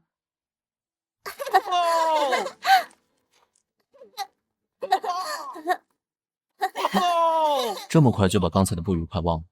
我们不是也遇到好人了吗？真没想到，现在还可以和队长坐在一起。如果我能成为正式成员的话，是不是就可以一直和大家这样在一起了？这里其实还不错，和圣亚里斯完全不同。作为几日游很不错，很不自在。走，干什么？我们出去透透气。他们什么时候？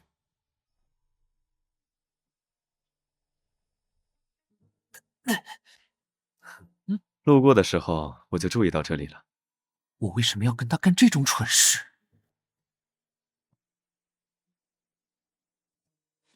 喏，你从哪儿弄来的？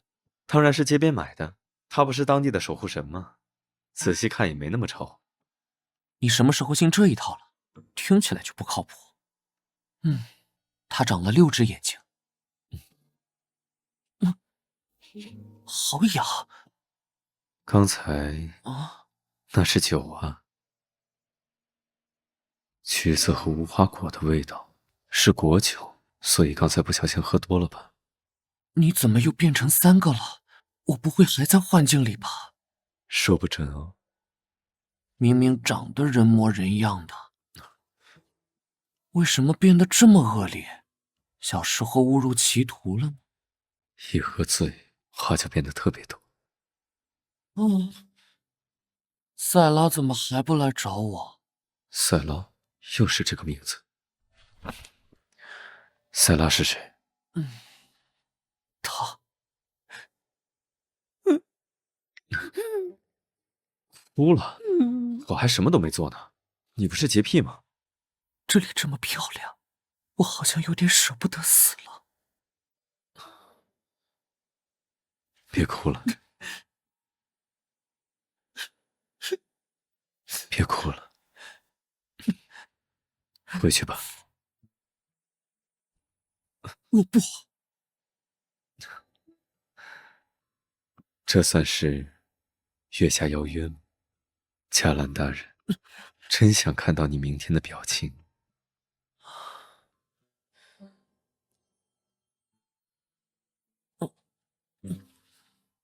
喝醉了，好像小猫一样。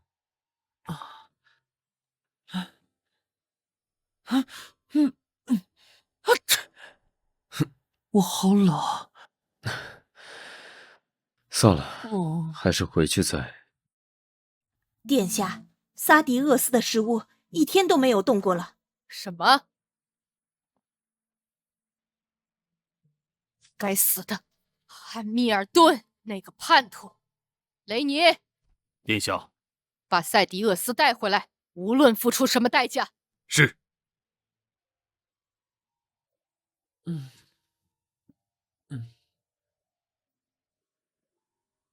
头好疼，浑身好像被打了一样。我去楼下拿早餐。楼下而已，也没必要专门留个纸条吧？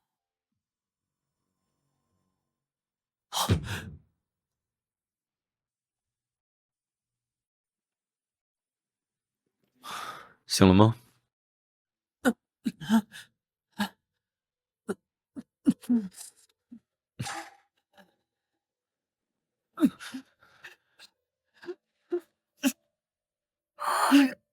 别咬。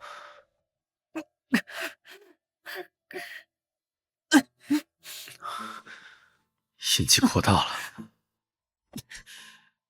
卢克之前好像提醒我，血液之间也许会起一些克制作用。什么？咽下去。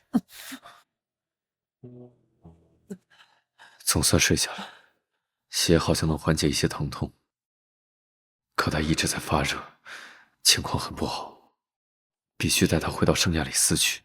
也许找到卢克，还能有什么解决办法。黑泽尔先生，我们买了退烧药回来，副队他怎么样了？还没醒，等他稍微稳定一些，就立刻带他回圣亚里斯。恐怕暂时不行。刚才我们出去才知道，金士兰德封城了。那就杀出去。他现在到底是什么情况？普通的发烧，你不会这么着急吧？有些事等他醒了自己会告诉你们。现在，他需要有效的治疗。杀出去是可以。城门附近至少有5个巡逻军在看守，这还不算街上找通缉犯的军队。为了防止犯人出逃，唯一通向圣亚里斯的列车也被叫停了。我们还带着一个生病的人，这个计划风险实在太大。或者我们去找到那个被通缉的人呢？抓到他不就都解决了？我还拿走一张通缉令。调查和找人花费的时间更多，我们等不了那么久。是他。你见过他？那天在走廊的时候，我没见到他的脸，不过我认得这个。当时他从我们隔壁房间出来，不过我不确定他是不是住在那里。哎，是不是一个灰色斗篷、个子高高、很冷漠的男人？他的确是那间房的住客。不过那2位凌晨就退房了。2位？他还有个看着生病的同伴，他一直扶着他走。他们有没有做身份登记？没有，他们出手很阔绰，所以……他们给了一枚胸针当做住费。镂空雕金、珐琅彩工艺，还镶嵌了绿宝石。这个徽记很可能是皇室的东西。难道是小偷吗？为了一个小偷这么大费周章。他们早晨走的，带着一个病人，半路又得知封城的消息，走不了多远。旅店这种地方肯定会被卫兵搜查，一般都会逃向山高林密、人烟稀少的地方。对了，这附近有什么山林或者人少偏僻的落脚点吗？我这里倒是有游客的旅行地图。旅店和城门途经的路线北面有一大片未开发的区域，那里还有一处湖泊。我们就围绕这个范围寻找，如果1天内还找不到人的话，就只能选择冒险的方案了。尼尔，我们去找人，你留下来。我会照顾好副队的。这是哪儿？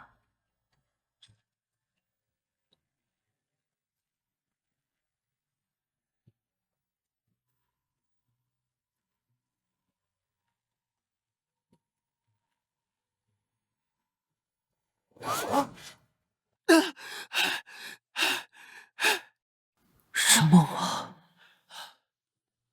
副队，你醒了，感觉好些了吗？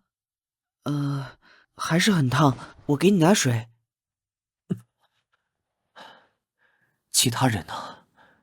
这里因为一个通缉犯封城了，他们要赶快解决这件事，才能带你回圣亚里斯治疗。真是乱来！队长和黑泽尔先生一定会抓住那个逃跑的人的，我一定照顾好你，这是我的任务。已经中午了，我给你去拿食物。喂，怎么全是烤肉套餐，就没什么清淡点的吗？哎呀，过节嘛，客人。就没有面条汤吗？没有，客人。哦，对了，我记得当时替我解围的兔子女士也是卖食物的，而且就在同一条街上，去找她吧。什么破酒店，什么都没有。副队，这个酒店没有生病的人吃的食物，我去兔子女士的店铺看看。别去了，其实我没什么。就算没胃口也要吃东西。他们前天在我的旅店歇脚，我看他们好像往东边走了，是吗？除了你，还有谁知道这件事？只有我。那赏金，你去向那位要吧。谢谢你。把这些知情者都处理掉。是。已经找了4个地方了，前面有个废弃的教堂，如果再找不到，天就要黑了，我们就回去。你和加兰发生了什么？我不了解。不过我没想到你会为了他提出这样的方案。我也没想到你会同意，还以为你是那种循规蹈矩的人呢。于公，我是黑羽的队长，不可能对成员放任不管的。于斯，加兰是我重要的同伴，如果逼不得已，我会做殿后的那个。我也年轻过，也做过冲动的事。哼，冲动的事？谁啊？到了，旁边还有片墓地，看样子未修建完就废弃在这里了。这里都被荒草覆盖了，倒是藏身的好地方。天！这人直接下死手。果然是你。他的那个同伴呢？只要抓到被通缉的人就行了，再反抗就杀了你，尸体更好带走。那就杀了我吧。住手！放开他！不是叫你别出来吗？我不能丢下你，不能自己走。人类？阿米尔顿，这个人连话都说不清楚。你别哭，你们这群异国人，放他走，把我杀了，再带我回皇宫，否则你们会有麻烦的。不对劲，别让他们出声，有人来了。血腥味。这周的第5个了，不知道要折腾到什么时候才能找到那个通缉犯。如果还找不到，不知要杀掉多少个持枪者。哎，会不会埋得太浅？走吧，走吧。你们到底为什么被通缉？亚伯勒街24号，已经过了营业时间，敲门试试吧。有人在吗？我进来了。奥黛塔女士。你好。你们是奥黛塔女士的孩子？你好。可爱的小朋友，你们的妈妈在吗？我想买一些食物。美味的食物，跟我来。看来经常来客人啊，这房子的过道好长，都是腌制品吗？闻着很香。你们的妈妈在这里面吗？喂，小朋友，怎么回事？你们听说过萨迪厄斯吗？你们国家的神兽。事实上，萨迪厄斯就是他。他不是个人类吗？这事儿要从头说起。在金士兰德的国家秩序之中，只有动物与人类完美结合的血统才是最高贵的血统，偏向任何一方都会被视为低等的存在。如果你走到金士兰德边境的暗河，就会看到各种低等血统的尸体。我是贵族之子，曾在皇家护卫队任职，因为出色的表现被授予侍卫长的职位。我为女王效命多年，见证了萨迪厄斯的诞生。16年前，在这个血统之上的国家，殿下，王室诞生一个完全是人类模样的王子，这是一个致命的丑闻。如果流传出去，可能王室都会动荡。女王不忍杀死自己的孩子，却也不能将这个丑闻公之于众。大部分知情人都死于一场不便。听好了，诸位，从此皇室出现了一只神兽——萨迪厄斯。如果直视他的眼睛，你就会被吃掉。那个没有拥有高贵血统的王子，从出生起就被关在萨迪厄斯的笼之中。汉密尔顿，让他把手放开。他好像不明白为什么被厌弃了。之后再长大一些，到了好奇心旺盛的年纪。汉密尔顿。没人的时候，总是念着我的名字。藏在角落的我，几乎不会有任何回应。汉密尔顿，河流是什么样的？天上的星星是不是像我吃过的糖霜一样多？汉密尔顿，你见过枫树吗？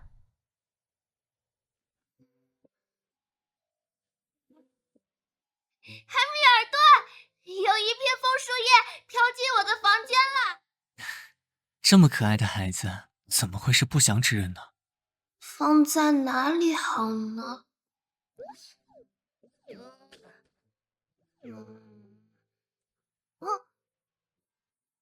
给。这么快就厌倦了吗？果然是小孩子。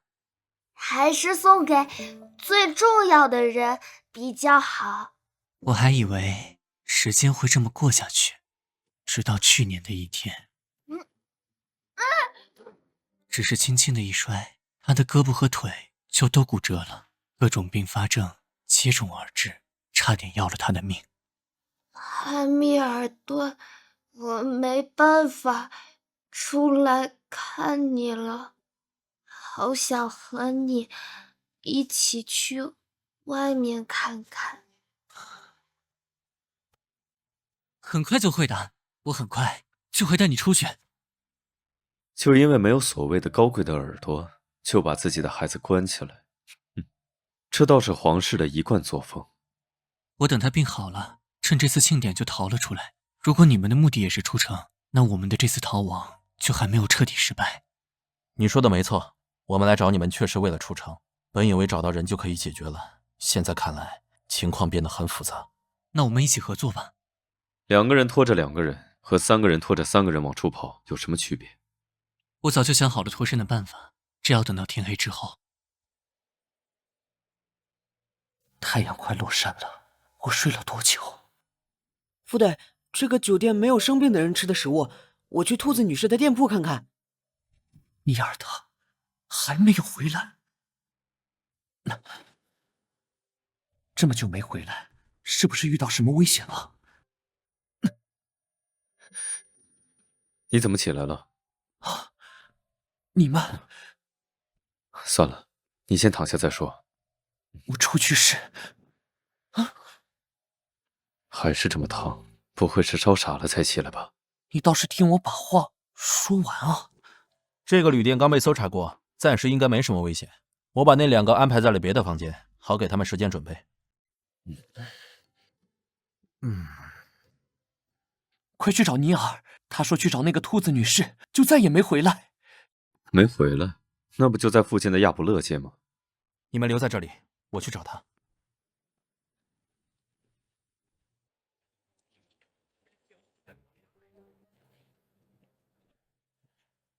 或许在路上。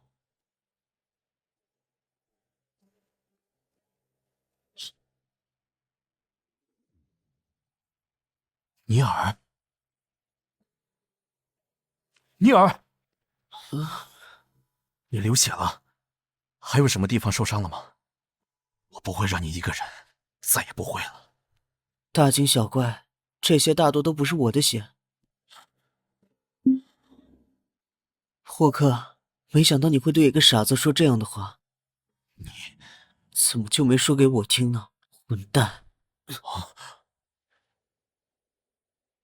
不用传这么多吧，我现在好像好一些了。烧了一整天的人说话可信吗？笨蛋也不会说自己是笨蛋的。你怎么样？手好疼！我是怎么从那个兔子店逃出来的？头也好痛，痛！队长说你一声不吭的，还以为你不怕疼呢，原来是反应迟钝啊，小不点儿。这次擅自乱跑，回去就给你处罚。不要啊，副队！怎么回事？难道只是暂时的恢复记忆吗？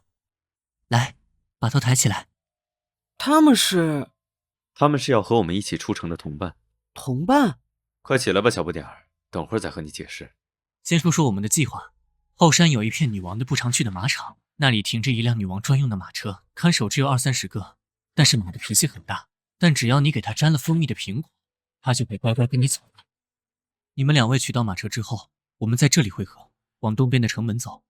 路上肯定会碰到许多巡逻队，就把我拓印的这枚假信物展示出来，短暂的看是足以以假乱真的。告诉他们犯人已经找到，去宫殿外的西广场领奖赏，让他们走反方向，不能及时支援。没错，最大的麻烦就是看守城门的雷尼将军，他被称为帝国的不死将军，大概是这个样子。你好像没什么艺术方面的天赋，那个小朋友真的能装扮女王吗？毕竟是亲生母子，他们的脸，尤其是眼睛还是很像的。他一定会盘问我们的身份。你们这儿有什么不常往来的贵族吗？我想想，奥斯顿家族的长子和次子如何？他们常年不在金士兰德，见过他们的人很少。好，那我们就开始各自的行动吧。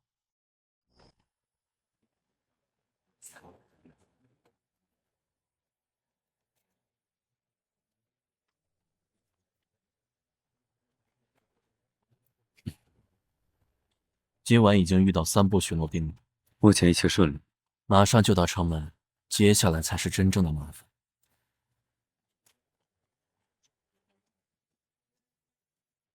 什么人？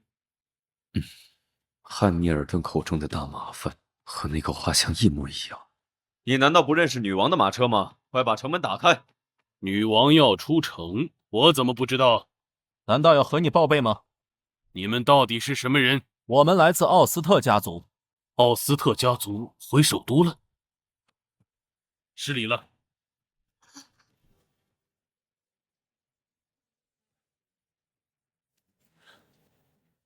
陛下，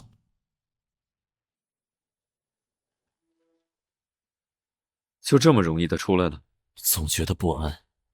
副队，怎么样？他这是……别管我！糟了，外面……我越想越觉得不对，女王身穿皮毛长袍，怎么会发抖呢？就想追上来确认一下。看来女王的出行遇到了困难，我特意带来了披风，需要我的帮忙吗？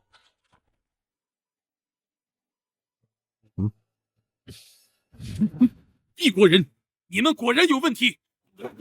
我是不死之人雷尼，伤到我是不可能的。你们先走，到我们事先说好的地点汇合。走。是逃犯，拦住他们！队长，这么久了，怎么还不回来？要吃东西吗？不用了，我想留下来帮忙，可是只是大家的负担而已。那2位与我交过手，我连还手的余地都没有。我想对付雷尼还是绰绰有余的。吃饱了才能赶路。谢谢。难吃，馅儿是辣椒做的。不好吃吗？这可是基士兰德的特产之一。脚步声。尼尔，您受伤了？被那人的尾巴扫到了，看起来吓人而已。不过可以放心，没人会再追上来了。还在睡吗？醒醒，我们该回圣亚丽丝了。什么呀？没用的东西还带着。穿过这片丛林就是他国边境，那里有通向圣亚里斯的列车。那你们呢？去北部的斯诺斯。时间太紧迫，来不及好好道谢。有机会，我们一定会去圣亚里斯感谢各位。汉密尔顿，斯诺斯是什么地方？一个枫树很多的国家。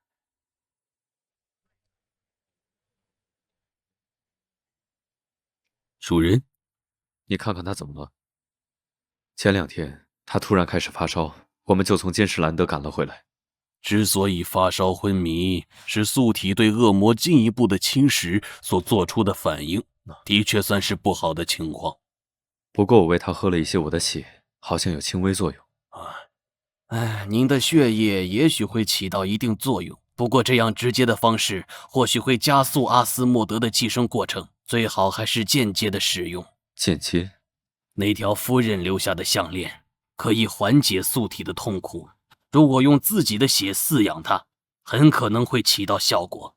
说起项链，它的作用的确越来越弱，虽然带着，但起不到什么效果了。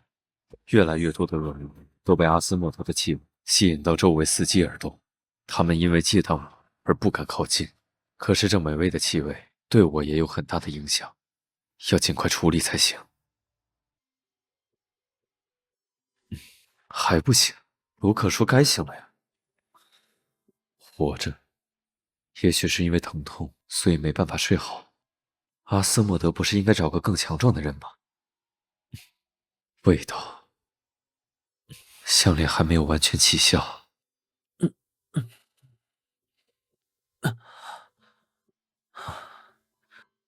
你还在梦里，接着睡。黑泽尔，我只是生病，又不是脑子坏掉了。怎么没味道？病人最好吃的清淡一些，主人。那就多放一些玉米粒。是的，主人。在马车上就没什么意识，一路上昏昏沉沉的，再醒来就是现在。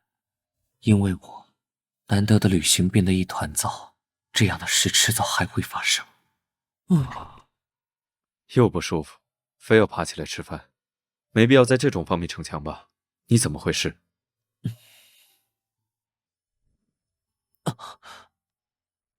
还说我这家伙对还在睡着的病人做什么呢？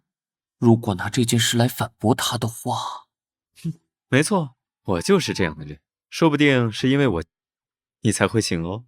厚脸皮，他肯定会说出这样的话了。吵和不吵好像都是我输了。如果一拳打上去，喂，不会真有什么问题吧？算了，这一回原谅他了，没什么。对了，队长他们呢？我们到圣亚丽斯之后就分开了。他们怎么样？有没有受伤？一点小伤。真是乱来，也许再等几天，我就会好起来的。那又如何？我讨厌这种无法掌控的情况。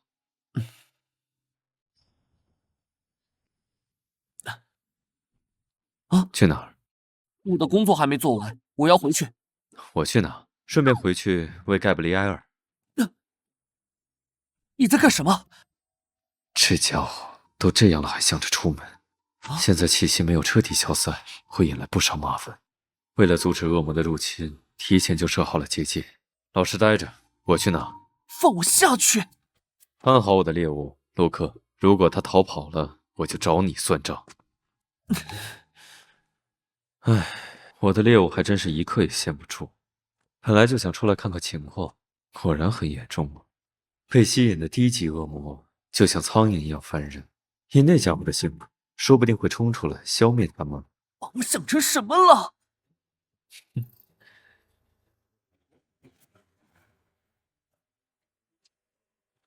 正好带回去当盖布里埃尔的食物。主人大概不久就会回来。那只小猫吃饭很积极的。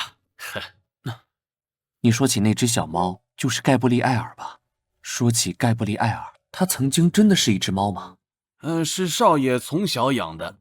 那怎么会变成现在的样子的？这个嘛，那的确是一段令人印象深刻的往事。夫人去世，我带着主人来到了圣亚里斯的边界卡尔纳斯。好几天不吃不喝了，怎么劝都没用，大人都难以承受的事情，更何况是孩子呢？被赶出来了吧？你的主人最近心情不好，你不要烦他。哎呀，我在指望一只猫听懂什么呢？哎，去玩吧。什么呀？发生什么事了吗？盖布里埃尔也想让您好好吃饭呢。有什么好哭的？虽然嘴上那么说，他至少开口吃饭了。他比从前更沉默。盖布里埃尔一直陪伴着他。那是夫人去世的第3年，沃尔德伦公爵一直没有迎来新的子嗣，他抵不住人们的非议，有了接回主人的打算，给我们寄了一封书信。过了几日，他来边境探访，仿佛已经把夫人忘了。我这次就想带他回圣亚里斯去。最关键的，他最近有什么异常表现吗？您指的是像夫人那样？善良的夫人在他口中成了可怕的存在。你去让他出来，我们明天就回去。恐怕不行，公爵大人，那么小的孩子，回去总比待在这种地方好。孩子能记住什么？可我试图阻拦这荒唐的提议。主人，我没事。和我回去。走啊！公爵大人，那个女人的猫，她怎么还在这里？把那只猫烧死！那个女人恶魔会借着猫的身体复活的。盖布里埃尔，那时的主人还没能力与卫兵们对抗，挣脱了束缚，得到的只是烧焦的遗体。公爵意识到事态已经失去了控制，至此他再也没来过卡尔纳斯。主人觉醒了能力，他用尽一切方法让小猫以骨头的形态活过来。那只猫是盖布利埃尔。没错，选择做毁灭者，却也是不顾一切的拯救者。无论做怎么样的决定，都是主人他的选择，只是希望他能过得好。哎呀，好像擅自说了太多，请您别告诉主人。好。说完才反应过来啊！好好吃吧，这样才能维持你的生命。我一会儿还要出去，你别乱跑。无法掌控的事。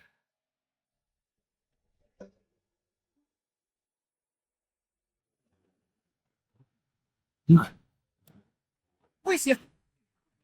怎么？你怎么从窗户回来？我赶回来的时候，看到窗户这里的恶魔，刚打掉它，谁知道你冲着我的脸就来了。玻璃，请交给我处理。脾气什么时候这么好？副作用呢？想不到还有一些恶魔能钻进来，大人还真疼。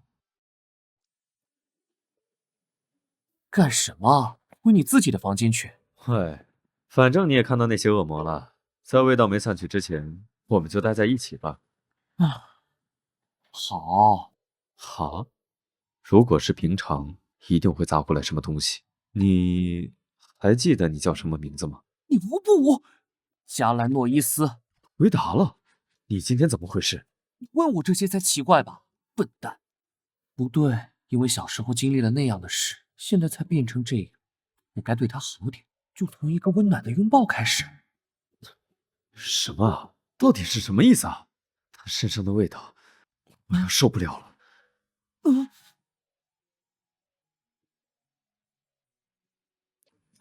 哎，年轻人呐。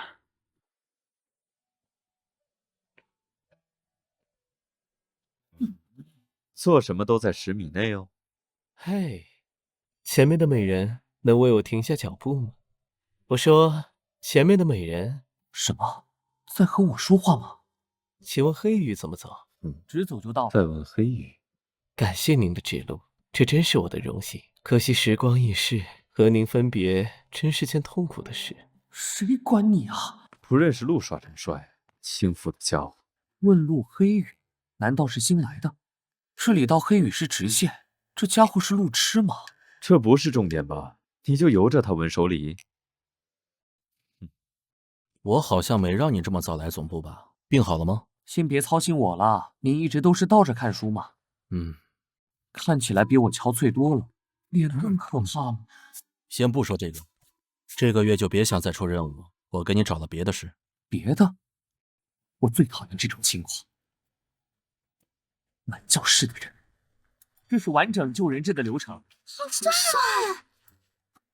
还有，黑子尔那是什么表情？嘲笑吗？你早上那个问路的人，那里还有个假人，谁想来试试？我来。又是早上遇到的那家伙，很有气势嘛。人质4分5裂了，这样你是无法通过黑羽测试的。抱歉。去，今天感觉怎么样？什么怎么样？那个故意装傻想引起你注意的人。哦，你是说巴宾顿？哎呀，这么快就叫上名字了？难道你喜欢那种人，整天围在你身边打转，色眯眯的盯着你看的疑似杀人惯犯的自恋狂吗？看来你的自我认知很正确。干什么？去做饭。做饭？其实生气的样子还是蛮可爱的，好像仓鼠。我在想什么？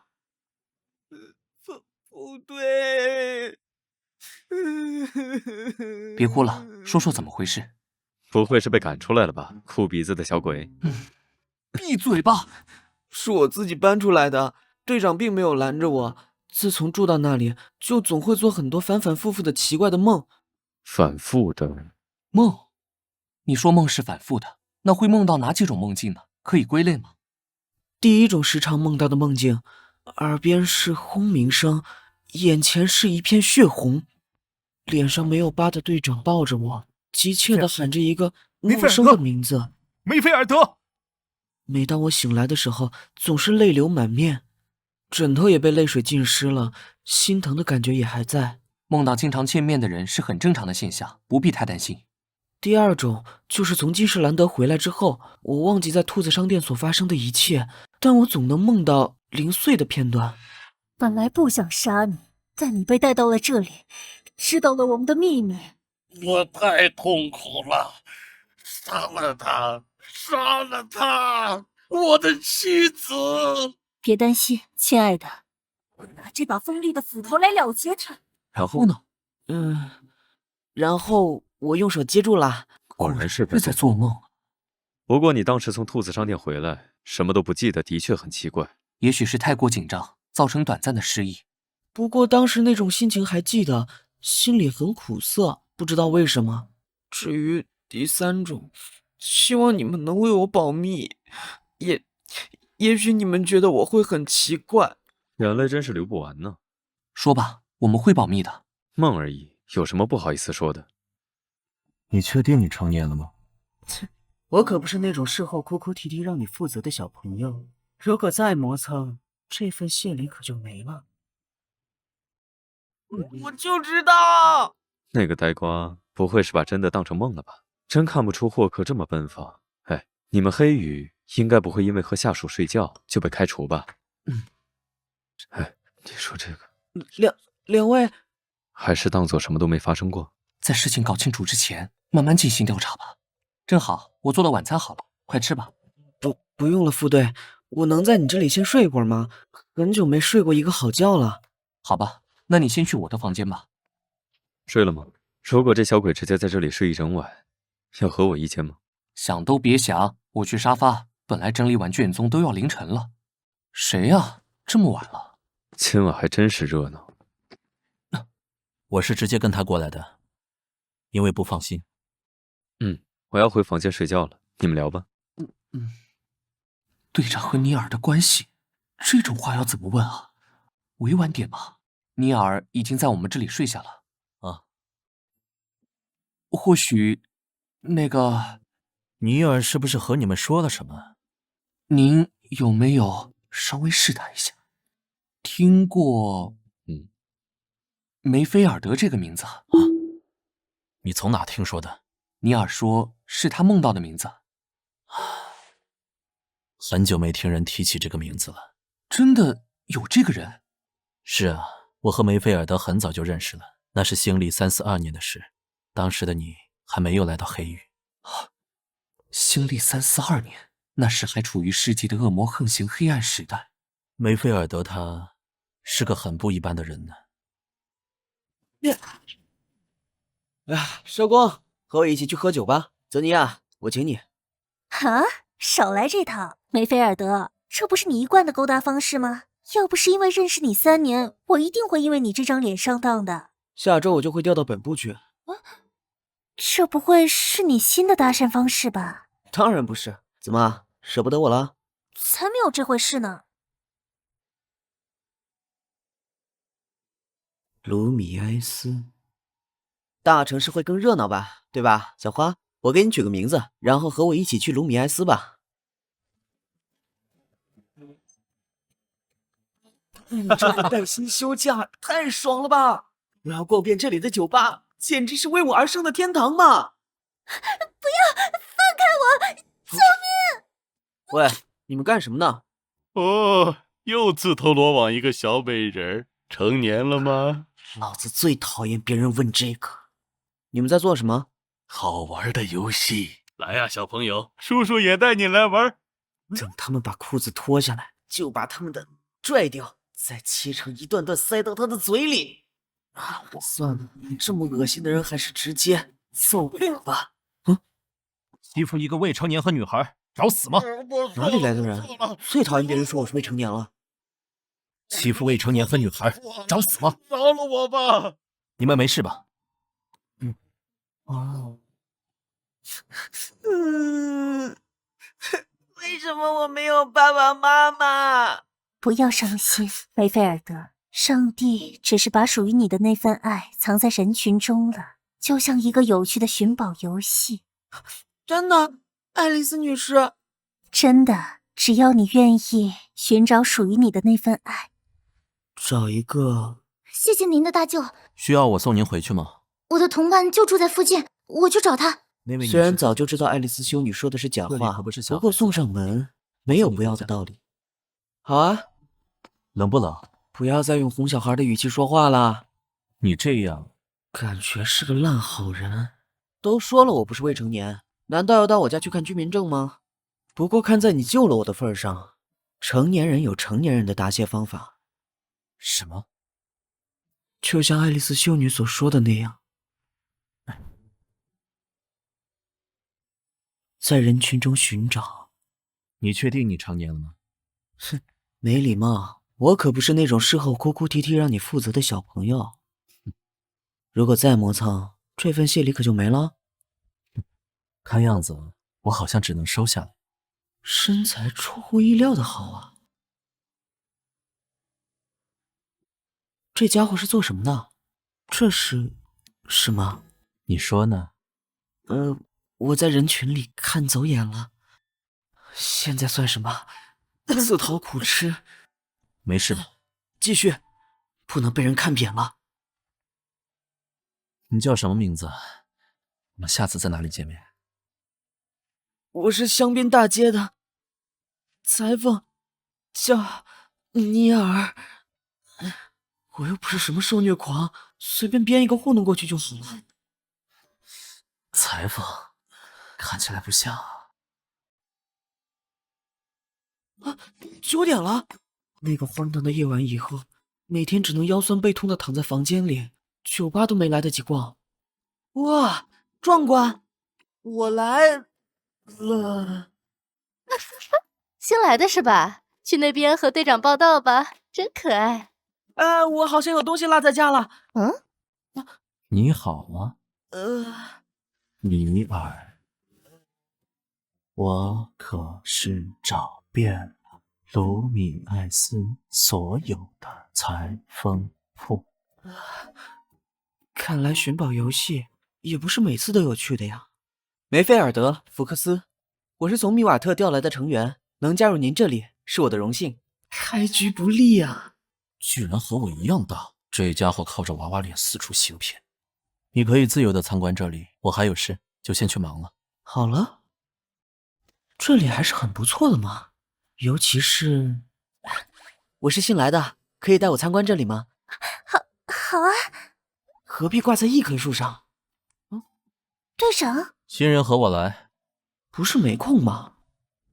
这就算我们的初次碰面，初印象好像不是很好呢。的确。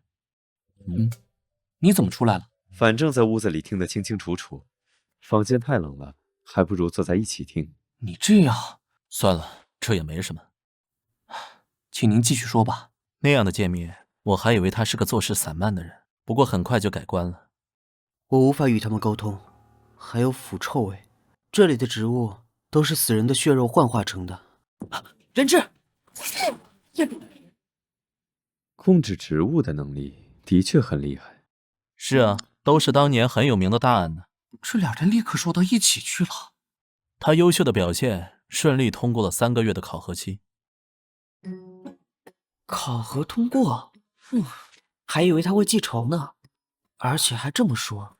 做得不错，你处理案件的能力很强，又有责任心，让我刮目相看了。那干脆去喝酒庆祝一下反正也不会答应的吧。好啊。冲动之下发出了这样的邀约。来了又什么话都不说，既然如此，干嘛要答应？干脆就早点喝完回去。这是哪儿？肩膀啊！醒了？我只是有点晕，意识还是很清醒的。我们去哪儿？黑羽的宿舍。我看出你想逃跑的心思了，没必要喝这么多酒。哇，雨后的小路，昏黄的灯光，还有送我回家的人，身上的味道也很好闻，而且很暖和。我说，干脆我们就维持那种关系吧。哪种？那种不谈感情，如果你有喜欢的人，可以随时抽身。理智告诉我不该这样，鬼使神差的答应了。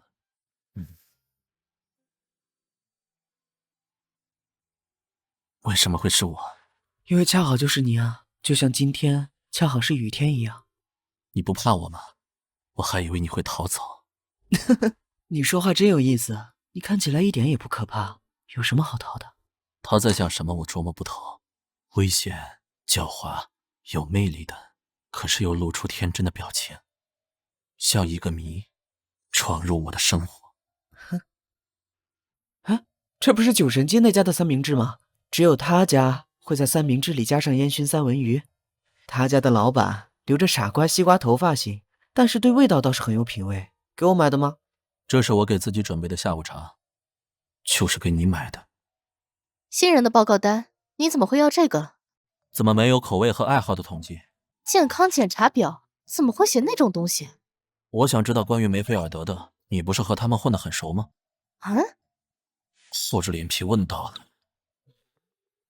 果然还是喜欢吧。我还是没有完全了解他。听着都急死人。你想知道他想要的，直接问他不就好了？怎么回事啊，小花？过了这么久了，我对这个人还是不厌烦。我只是一时贪图他的脸和肉体而已。但奇怪的是，我每天都想见到他。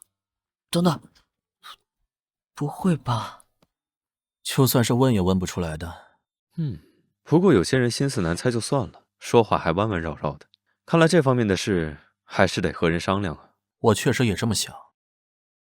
我想，我有了喜欢的人了。我想尽快结束目前这样草率的关系。我想，我有了喜欢的人了。我想尽快结束目前这样草率的关系。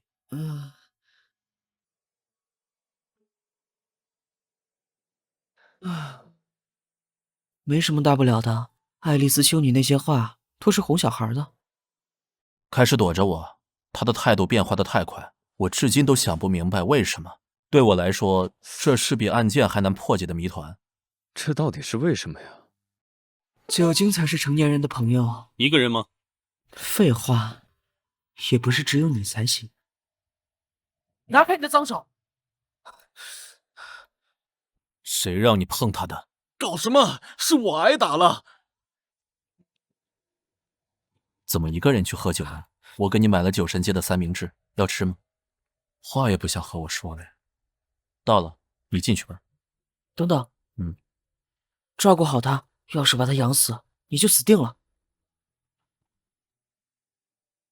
给我好好记住。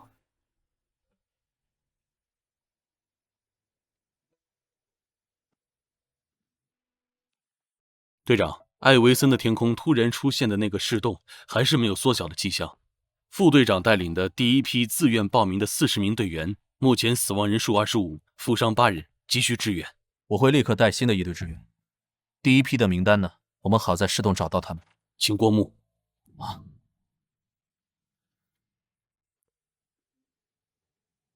噬洞，每当血月出现之时，恶魔血月的力量吸引，聚集在天空所引起的浩劫。漩涡吞噬所到之处，房子被倒挂在天空，人类落到脚下，被称为颠倒的世界，或者叫恶魔的参盘。想要结束这一切，就要把恶魔都杀死。天空都是幻觉，看脚下！到处都是陷阱，到处都是尸体。恶魔会吸食驱魔者的能力，通常下场会更惨。我们的成员怎么会这样？他们已经是不可了。其他人呢？你有没有看见梅菲尔德？他为了救我受了重伤，可是还是到更深处救人了。其他人带着幸存者先出去，我带着最后的人去清理噬洞的分支。是。跟紧我。你没关系吗？恶魔越来越少，噬洞就会越来越浅。我们很快就会从这里出去，和与其他人会合。快跑！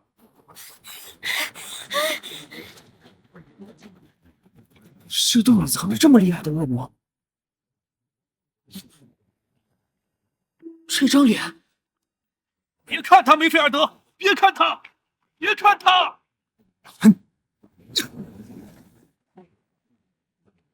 我爱你，我爱你。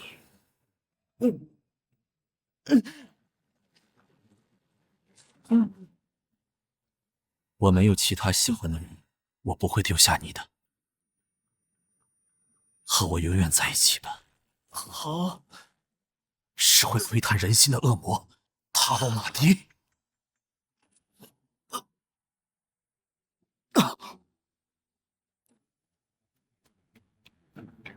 梅菲尔德，梅菲尔德，看着我，别睡。才不是厌倦了呢，和你在一起最开心了。我对你是认真的。你以为顶着他的脸就不会死吗？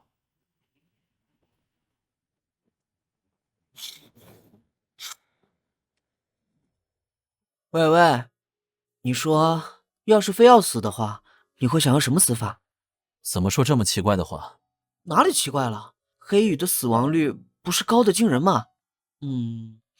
当然要死得有尊严一点，最好能让人记住，想起我的时候最好要痛哭流涕的。可惜我是烂命一条，有人惦记的命才值得珍惜。我要是死了，你会哭吗？至少在墓碑上给我放束花吧。我睡着了。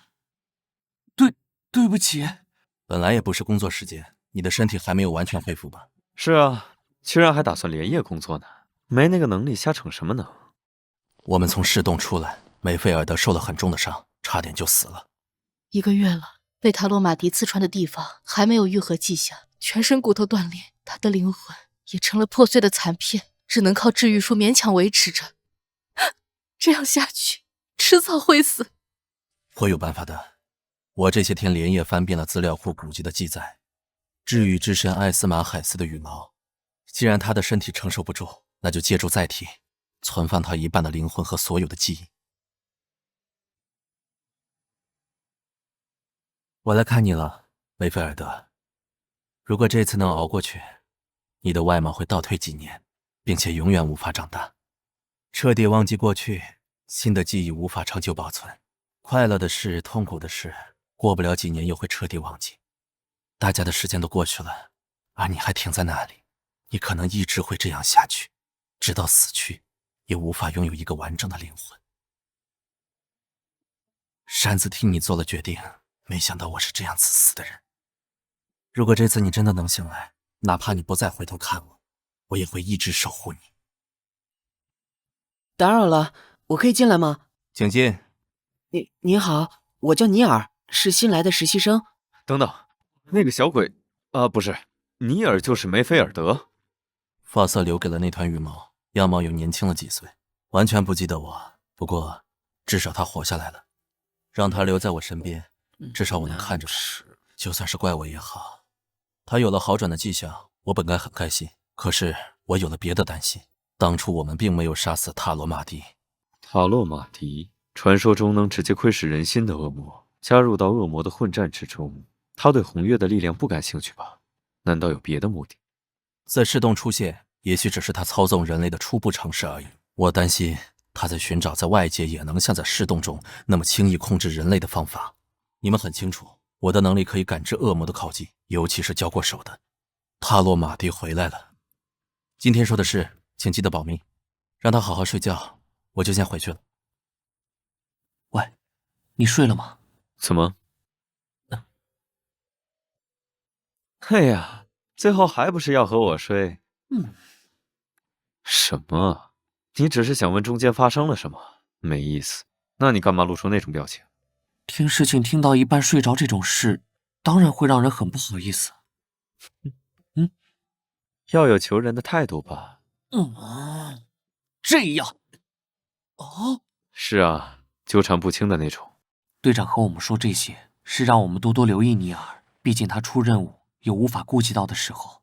但我还有更担心的，如果他的目标是你呢？我不会这么快吧？我不是带着你给的项链吗？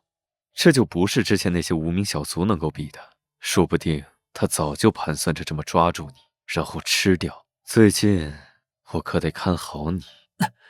你在吓唬小孩吗？我自己会看着办的。放开我，我要出去。给我看看，这么短时间能有什么变化？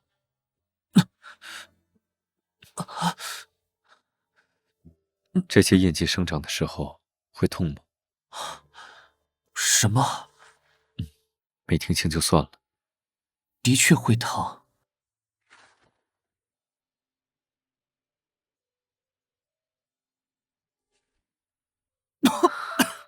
你，嘘，隔壁还有人睡觉，你不想把他吵醒吧？那位四舍五入也算未成年，被他知道了，你还算正义的黑鱼吗？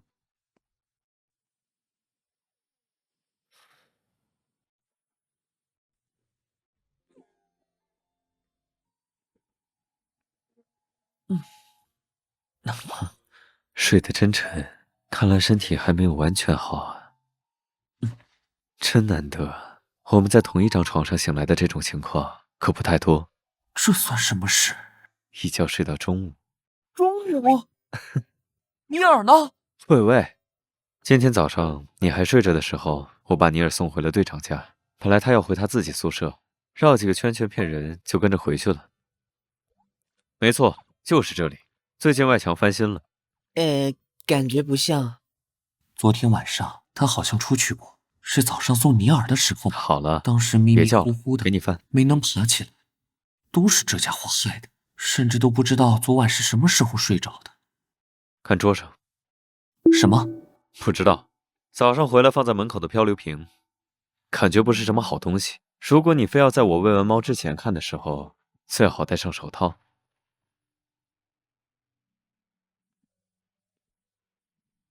什么？看起来像垃圾小广告。你什么时候凑过来的？奇怪，他会用橙花和百合味的香水吗？有点熟悉，闻起来像是教堂的味道。去哪儿？我去总部报道就可以，你就不用跟着我了。这纸条我先带走了。别到处乱跑，运动过度，肉质会很鲜美哦。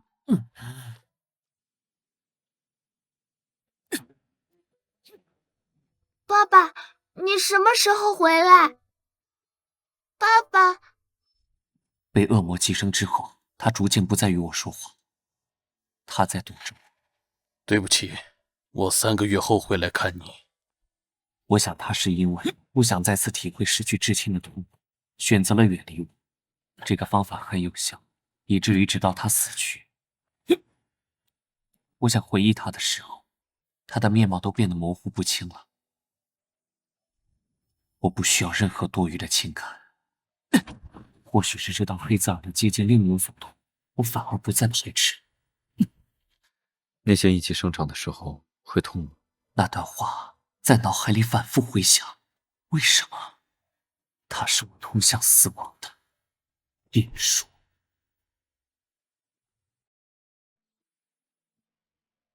身体果然不如从前了，只是这样就会喘不过气。竟然忘了这张纸条，夹层戴着手套的缘故，这么久才发现。没事吧，副队？没想到您在练习室啊！我正好有问题请教你，今天或明天……抱歉，撞到了你，我还有事，先走了。我从黑羽调取了查验结果，虽然还不知道是什么，但和信封里的是同一种物质。更像是一个圈套。就算是显而易见的圈套，我也想找到一些线索。如果那里有发信人，他一定会知道什么。我的确也想杀了那个恶魔，但是眼下的情况，我不同意。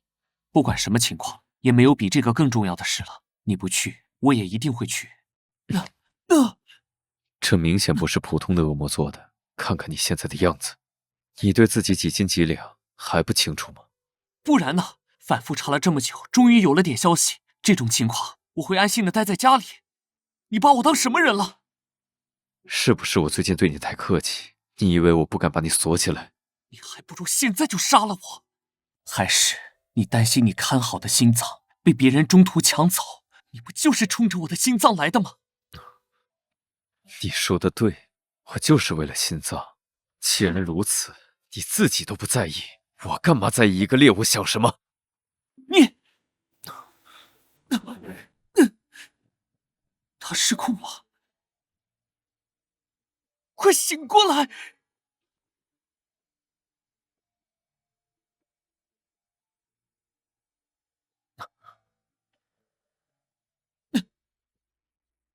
你好好待着。无论如何，我要从这里出去。我盖布利埃尔，别吃它，那个不是食物。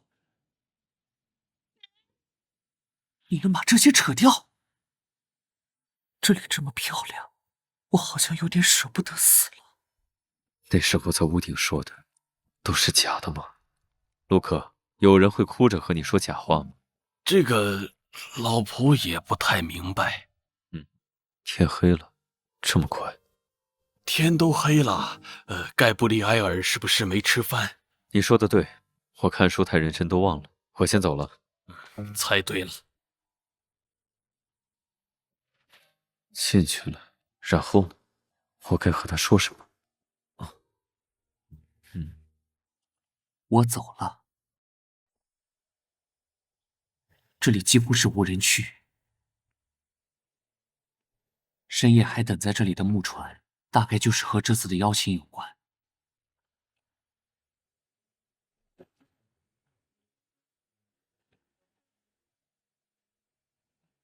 欢迎客人。木偶，木偶会说话，怎么做到的？邀请函，这是要我把那个瓶子塞进去才肯走的意思吗？城堡位于一个小岛之上，四周都是河，难怪要坐船。木偶一直看向城堡的方向，不仅会划船，还会唱歌，谁做出来的？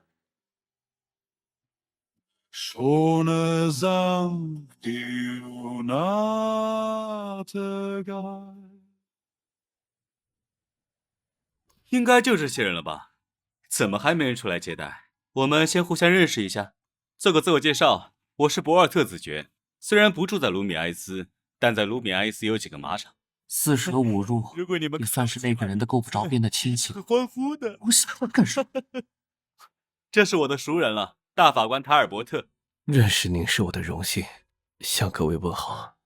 眼前的这些人怎么都不像是一个金币人引来的角色。尊敬的子爵大人，那边是奎妮女士。我就不过多的自我介绍了，你一样的女人会更吸引人，不是吗？你呢？我怎么不知道圣亚丽丝邀请你什么时候出现？嘉文，我是一名教授助理。伯爵大人。哦，你可以为我做单独辅导吗？不好意思，我的时间表已经安排满了。你呢，小姑娘？你看起来只有15、16岁，怎么会来这种地方？其实我是城堡主人的女儿。怎么都这副表情？你是扎卡莱亚的女儿？你不是？难怪有点眼熟，是你把我们叫来的。不是我，事实上我的脑袋受到撞击，只有幼年模糊的记忆。前不久有人从乡下找到我，说可以帮我联系我父亲的熟人，帮我回想一下过去的事。我并不认识这个什么扎卡莱亚。那个帮你写信的人是谁？他人在哪里？不知道，他带我来到这里之后就走了。求求你们告诉我，过去关于这城堡发生的事情。我的父母和妹妹情况如何？其实我觉得你还是不知道的好。告诉他吧，他有知道的权利。我来说吧。该死的，说完我还赶着回去，还以为真有什么城堡派对呢。我认识你的父亲，也就是扎卡莱亚伯爵，是在一个酒会上，他很慷慨地请所有人喝了古董酒。那时你的父母刚在一起，他们很快就变成了幸福的一家4口。不过一场意外改变了这一切。他在一次围猎活动中意外瘫痪，他变得喜怒无常，也不再出门了。你的母亲受不了他的脾气，带着小女儿和他的情妇私奔了。被丢下的扎卡莱亚伯爵失魂落魄，渐渐的，他赶走了所有的仆人，沉浸于制造木偶陪着他生活。直到有一天，人们发现了他留在墙上看不懂的血书，他自杀了，他的另一个女儿也不知所踪。城堡开始接连不断的发生诡异的事，没有人敢住在这里，城堡空置了下来。再后来嘛，出现特征告诉我们你失忆了，因为没有记忆了，听起来像是别人的故事。唉，事情说完了，我要回去。这地方到处都是木偶开着怪瘆人，还有那个端菜的人偶站在那里，我更倒胃口了。这么晚了，要不先住一晚？你说的是，这可真像恐怖故事的开头。想要找出寄信，还是要多问问这个小女孩最近的特征。现在太嘈杂，等这些人走了再问。我要走了。可是外面这么大的雨，谁也别想拦着我啊！除非门口出现什么雨夜屠夫。开玩笑的。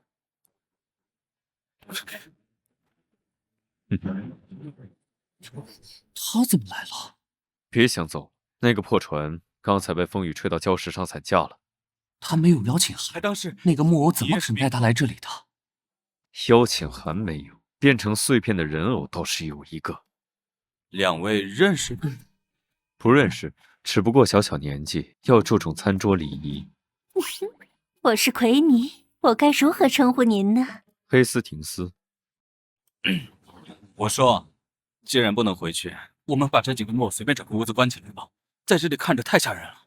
好啊，这东西好沉，这玩意儿里面都是铁的吗？这里好像是个仓库。这么大个房间，全都是……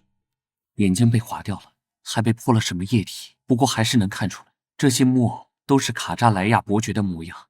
至于这位伯爵夫人，好像有点眼熟。哎，真是吓死人了！黑斯廷斯先生，今晚到底是从哪儿冒出来的？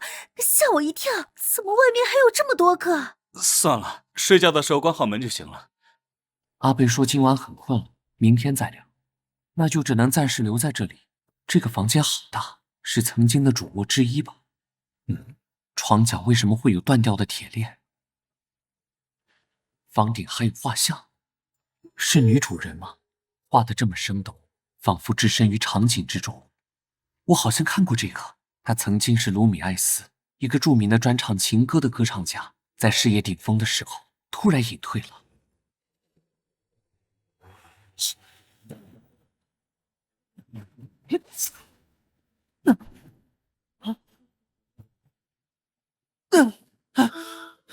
你发什么疯？啊！我真的发疯！你还有力气跑到这里来？你以为留个字条就能溜之大吉了？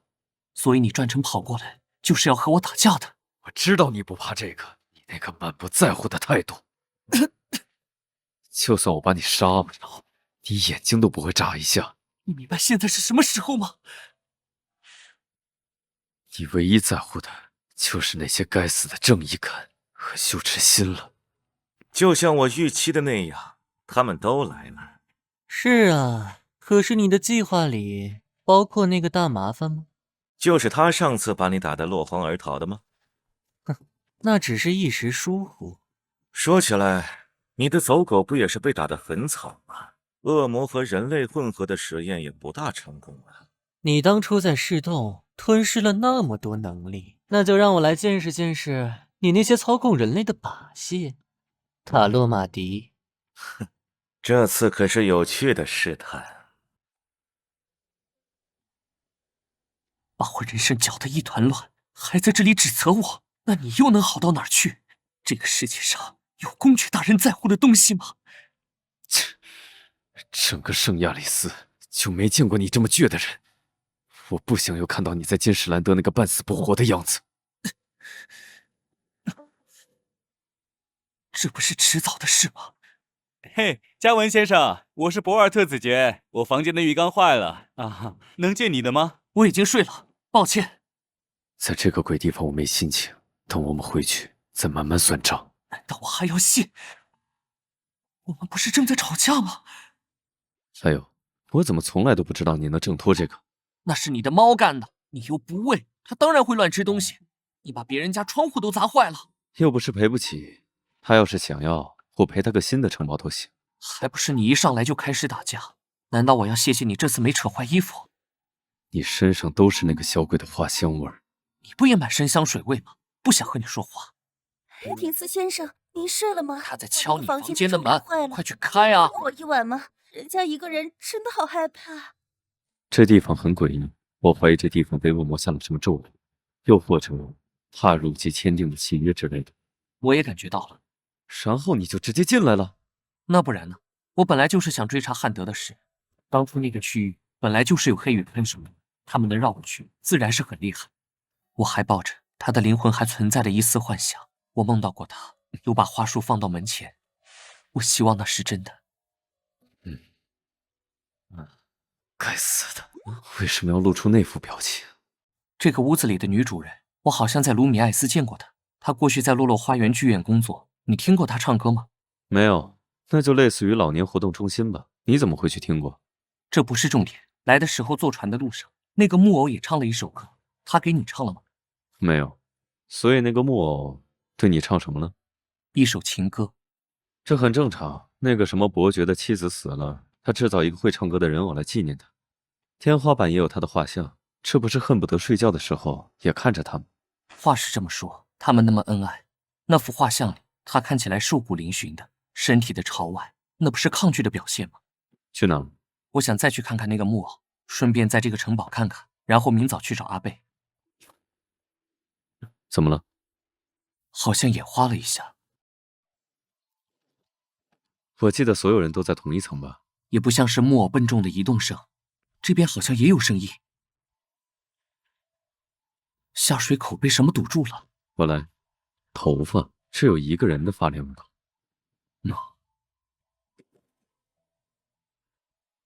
没人。怎么回事啊？谁敲的门？你们两个怎么会在一个房间？难怪会拒绝我的邀请呢。那个窗户明明锁上了，可是不知道为什么反复打开。我的天花板也响个不停，像轮子滚来滚去。我的浴缸一直在往出溢水，真是太吵了。阿贝的声音。没有啊，早就睡着了。没事，打扰你了。真麻烦，因为他是最后来人，还得带上他。那个划船的木偶大概在这边。真麻烦，果然还是应该把人带回去。在那边。真奇怪，按理说早就该被水冲走了。难道说……我试试。解气，难怪飘不出去。看来有什么人想把我们困在这里。这个结界可不是什么低级恶魔可以创造的。这下麻烦大了，把我骗过来，你可得对我负责，贾兰大人。我本来就没打算走，你才是大麻烦。扶着我。干什么？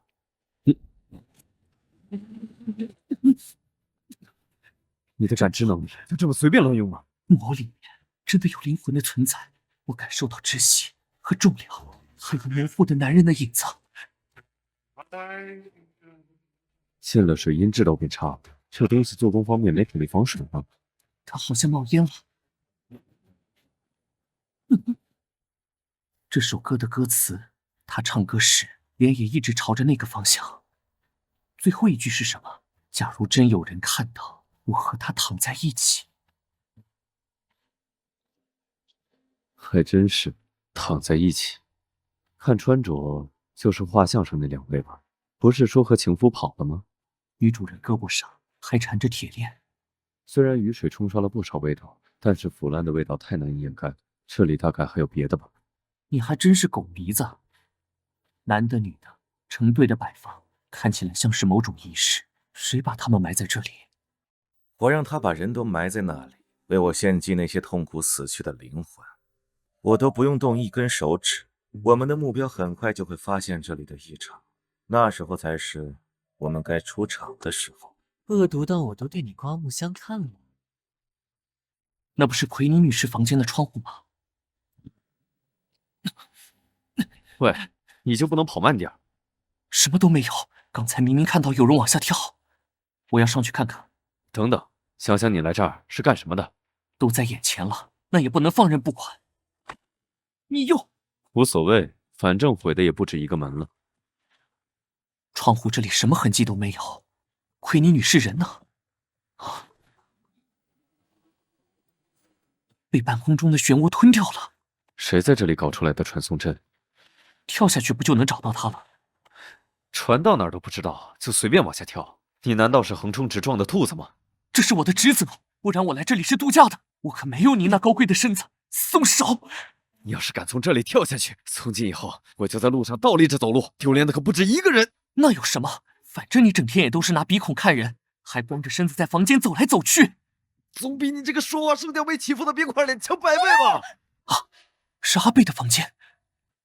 啊，怎么回事？救！今晚第2次了，我好不容易睡着。什么？那个小女孩死了？你们几个谁干的？子爵大人，您来了。我，黑羽的加兰诺伊斯，现在情况紧急，需要你们几位的配合。开玩笑，就算是黑羽又怎么样？你知道我是什么身份吗？我才不会大半夜的被当成犯人一样审讯呢。烦死了！快说快说，说完我还要睡觉。我和塔尔伯特法官、卡扎莱亚伯爵，我们3个曾经关系不错，经常一起喝酒。他对朋友的确是个大方的人。当初我们心血来潮，共同去花园剧院听歌，卡扎拉亚伯爵对歌唱家佐伊一见钟情了。我要得到他。他当时就去后台找他，我们听到后台的叫喊声，只当他是在欲拒还迎。后来他们果然结婚了，伯爵还给他买下一座岛。后来我去做客的时候见过他，他过得并不好，他把妻子的头发剪掉，还囚禁起来。天花板的那幅妻子的画像，是为了他们在床上的时候让妻子回忆起过去。我们才意识到，他是一个控制欲极强的人。他根本不是外界传言的那样大度的绅士，我其实是他的情妇。他暴力易怒，我经常被打得全身是伤。他的女儿也严重营养不良，会偷偷问我讨食。我下定决心从这里逃跑的时候，被一个枯瘦的女人抓住了脚踝。当时我很害怕，没有理会就逃走了。自从他的情妇跑了，他就经常来我的马场散心，结果他在我的马场摔下了马，下半身瘫痪。尽管医生说是他自身的问题，可他还是恨上了我。法官偏向了我这边，所以我们都成了卡扎雷亚伯爵的仇人。因为在他手上的把柄太多，我收到信后还是被迫来看看情况。你是怎么来到这个房间的？说到这个，不！再次醒来的时候，看到一堆发着光的头发在缠绕着阿贝。该死的女人，杀了我！你永远也别想离开！我发出了男人的声音，那卡扎拉亚伯爵的很像。你们来了后，他就消失在了天花板一角。眼珠浑浊，后脑的伤也开始腐败长蛆，背后已经长出尸斑，怎么看都是已经死了很久的人。黄色的眼珠。今晚和我们说话的时候，他的眼睛明明是蓝色的。是卡扎莱亚伯爵借用了他女儿的身体和我们对话。真正的阿贝早就死了。所以那幅画像上面的眼睛都被划掉了，是不想被人发现眼睛变色了。然后随着操纵者的离开，尸体开始迅速腐败。可是我们都没有察觉到异样，难道又是和恶魔签订协议的寄生体吗？那不就和那个已经埋地里死透的黄魔眼镜一样？你是说保尔森吧？如果奎尼说的是真的，卡扎莱亚伯爵为了健康的身体，不惜与恶魔签下契约，结果在今晚动手之前，被一个更厉害的恶灵吞了。有东西在外面。说动。等等，先别杀他，我感觉不到他的恶意。你的同情心非要用在一团头发上吗？他好像怕你，走开一点。我说副队长大人，你不会是夹带私人恩怨吧？你好像对自己的形象没有清晰的认知啊。又直接摸上去了。你是佐伊？啊，又是这个。没错，我是佐伊。请你告诉我一切的缘由。他对我所做的，我的尊严被践踏，身体被侵害，甚至我的骨肉也要遭受这一切。我们的求助无人理会，我早就是一具尸骸了。在河边划船唱歌的木偶是你吗？那是他的诅咒，让我活在城堡的边界，永远不能离开，直到你破坏了它。谢谢。我这么说，也是你杀死了附在阿贝身上的伯爵佐伊。我在他动手之前结束了这一切，我的痛苦也随之结束了。现在的我只有2个未了的心愿。就这么答应帮他了？他想我们把他的尸骨和伯爵分开，带回他的家乡。二是去城堡的暗道，破坏伯爵与恶魔的仪式，让所有惨死的亡灵得到安息。仪式也许和这里的结界有关系，倒也不算白跑一趟。不过你这么好心，什么时候满足我的愿望？是之前的那种漩涡，怎么到处都是？这么暗的地方几乎看不到。你扔下的那个瓶子也让我在意，我没在那个屋子里看到它。我也没看到，这说明它会传到不同的地方。这里很危险，我们还是要尽早离开这里。就是这里吗？的确是用于和恶魔交换的符文，不过现在还是原貌，仪式需要血液启动。那我来。用不着，这里还有某人导致的现成的血。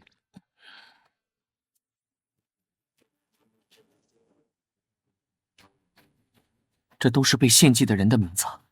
隐藏的秘密就是这些，破坏掉这里，结界也许会一起消失。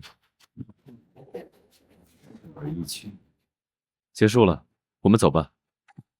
夏兰，又来一次。我等你好久了，加兰诺伊斯。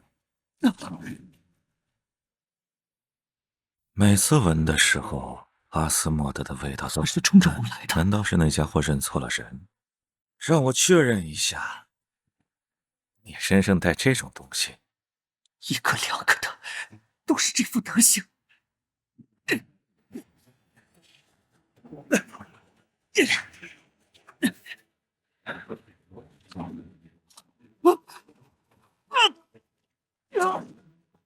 用的人类身体，这里比不上市洞。那些木偶可以派上用场，也会变成一个由我操纵的傀儡。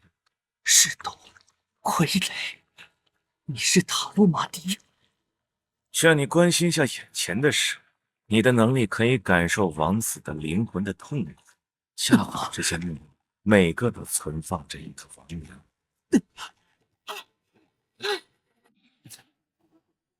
别管了，劝你别这么做，说不定不但找不到人，还会让自己迷路。我们又见面了。哟，哦，真是无情，是怎么对我的？不记得了吗？少废话，快把我的人还回来！别生气呀，寂寞的话，我怎么样？论相貌美味，可不比那个不解风情的人差吧？丑死了，真让人倒胃口。我？你眼瞎了吗？真是不会怜惜人，幸亏有这些影子挡着。不过，我在他们身上稍稍施加了一些小诅咒，猜猜这些影子受到的伤害会转移到谁身上？夏兰，我会一直拿影子拦着你，还要向我出手吗？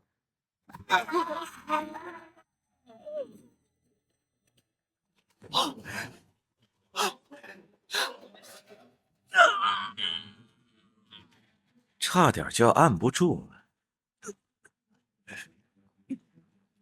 别这么快晕呐！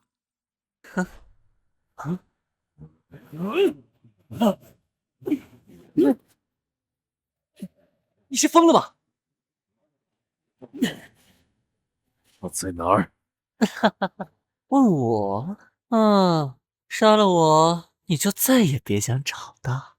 你早就知道他的名字了，一定是有什么限制的条件。你们的把戏都是在这个城堡里完成的，他还在附近，用不着你了。我说，又是个疯子，让那两个疯子去玩吧。啊，迷人的印记，还挑选了一个漂亮的身体，就如我所预料的那样。痛苦让体内的恶魔开始躁动，也许这样反复催化会让心脏加速成熟。我要等不及了。不过奇怪的是，印记扩散得很明显，我却闻不到什么阿斯莫德的味道。不是会随着时间越来越强烈吗？如果是寄生后期的话，这么强烈的痛苦可能会把人弄死。糟了，不会这就死了吧？身体怎么开始变凉了？呼吸也……这身将令逼身，我同归于尽吗？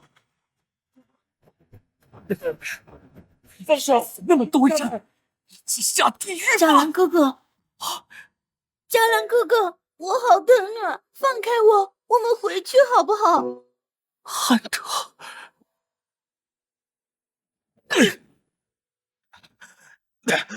幸亏及时变换成功了，在石洞之外，这个能力很不稳定。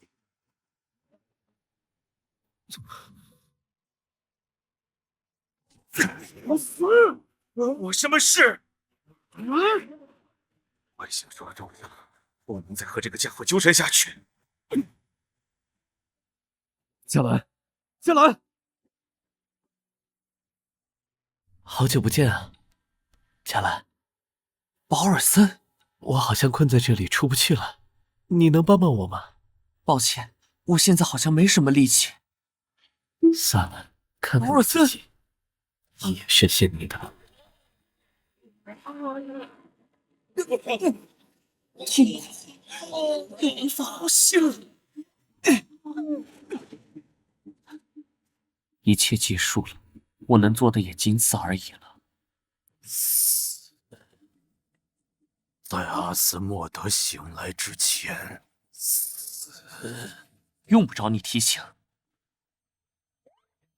佳兰，你来接我了，让我和你一起走吧，妈妈。骂什么骂？好好睁开眼，看看你身旁的人是谁。再不行，我就把你打包回卡尔纳斯去。啊！快醒！我的衣服。好冷。冷？我用的不是热水吗？醒了？你知道你活了多少天了吗？怎么不说话？是无意识的睁眼吗？水。现在知道要水喝。尤娜和我说要给你准备一块奥利维亚的墓地了。好狰狞的一张脸。活着的人才能喝到甘甜的水。还是一如既往的。你知道你这么多天吓坏了多少人吗？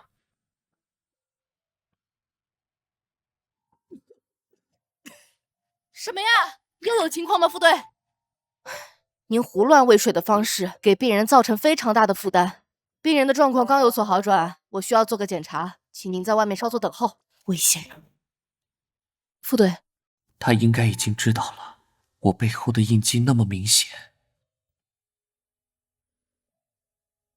整整12天，当时这双手沾满了他的血，还以为他再也不会醒过来。明明是那样的情况，怎么没有对心脏出手呢？心脏还没到成熟的时机，就对他下死手，必须弄清楚怎么回事。队长好像是去出任务吧，别告诉其他人。尤娜，醒来就先说这个，你有在乎过自己的身体吗？受伤是很正常的事情。受伤，你差点就没命了。别哭了。还有背后那个印记，一看就不是什么简单的东西。那只是暂时的，一次意外，也许很快就消失了。躺在这里快要发霉了，我什么时候能起来走走？醒来有没有觉得头晕恶心？转移话题了。检查结束，我就先走了，请您好好对待自己。尤娜。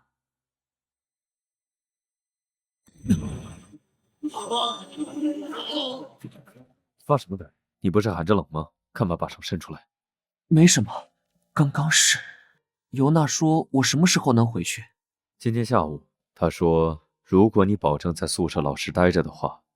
你问他们，那几个人由黑羽派人安全带了回去，和他们说了情况，歌唱家救了他们，只得到了一声哦的回答，就该让那些傲慢的家伙吃点苦头。和他们比，你都变得正直了起来。听起来可不像什么真诚的赞扬。好吧，那我收回。当时你不见了之后，来了一个用影子作为攻击方式的人。影子？之前攻击汉德的人也是。还有那封邀请函，他们之间必然有联系。我们没打几个回合他就跑了，你看到他的样子了吗？没看到，但他提到了释动，他极有可能是伤害梅菲尔德后被队长重创的恶魔。他的能力好像没有彻底恢复，也许就是他想得到心脏的原因。差点就能杀死他，可惜被他偷袭，错失了机会。战局变化太快，没法等。为阻止他再变成触手，我用减负术将他困住。可惜还是被他幻化的形态骗了，不甘心。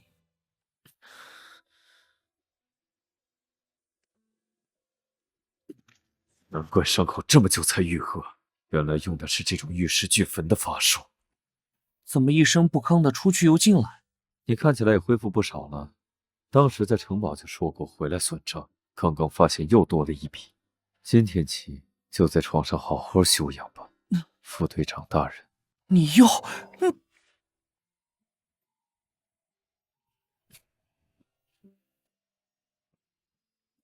你要干什么？你在找我吗？这是怎么了？从未有过的，像绵密的雨点落在身上，像躺在波光粼粼的深蓝色湖水里，静谧又温暖，似乎要沉溺于此了。啊！不！视觉被剥夺，感觉变得尤为明显。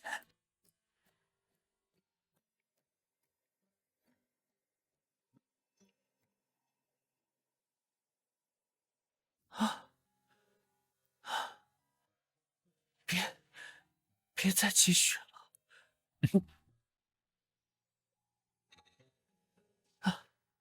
还不结束？难道他是在生气？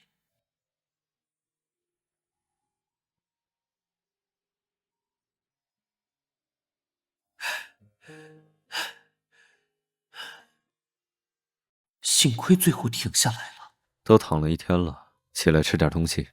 看到你我就没胃口，走开，离我越远越好。我都做好了。放我下来！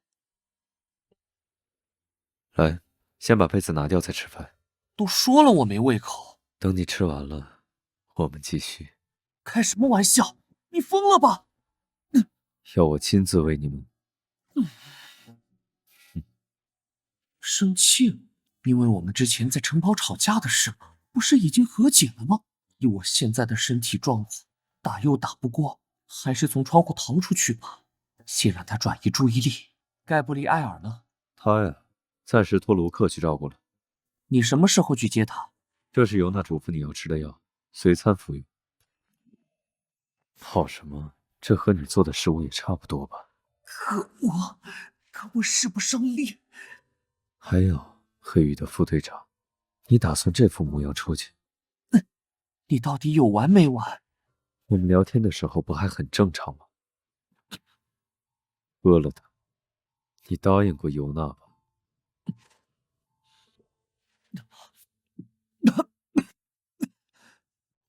好苦！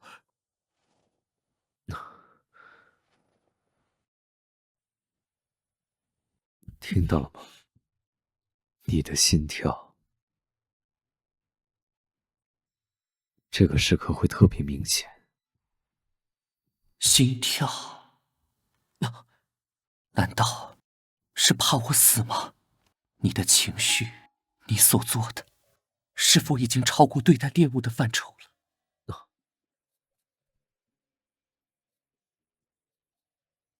这些伤，是因为心脏，还是因为我？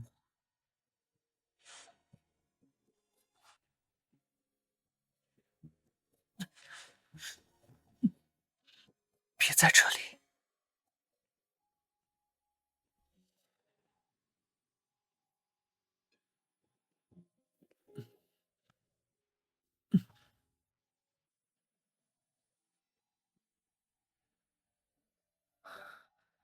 看着我，看着我，嘉兰。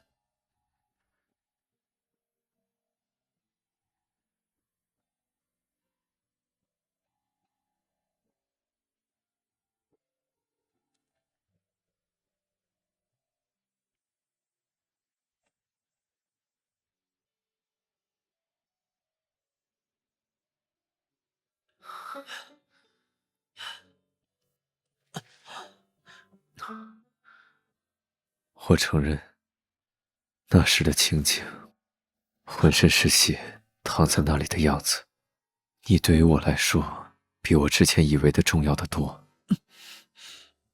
我想要的是一个活生生的人。你心跳得好快，你非要在这种时候说出来吗？难道不是一个将死之人把你拖入泥潭了？就算是，那又怎么样？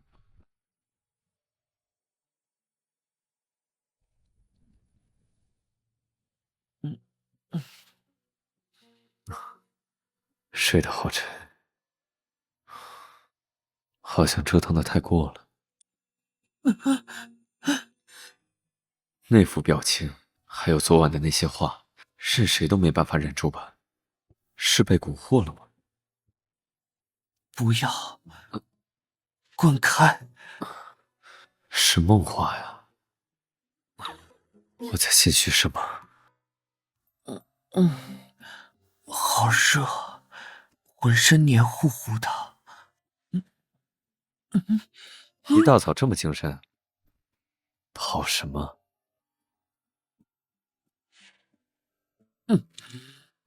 那就这样抱着吧。只是一个晚上，怎么变成这样了？我要去洗澡。还没有愈合的迹象。毕竟不是普通恶魔造成的伤口，即使不是他全部的力量，可能也要很久才能好。你的未免好的也太快了。天赋，印记扩大了一些，之前明明保持得很好。既然梅菲尔德被塔洛马蒂重伤能够活下来，那被寄生的人也一定有办法。可是，这只是时间的问题。难道昨晚说的还不够明白吗？什么？既然我做出了选择，就一定会去寻找办法。太阳总会升起。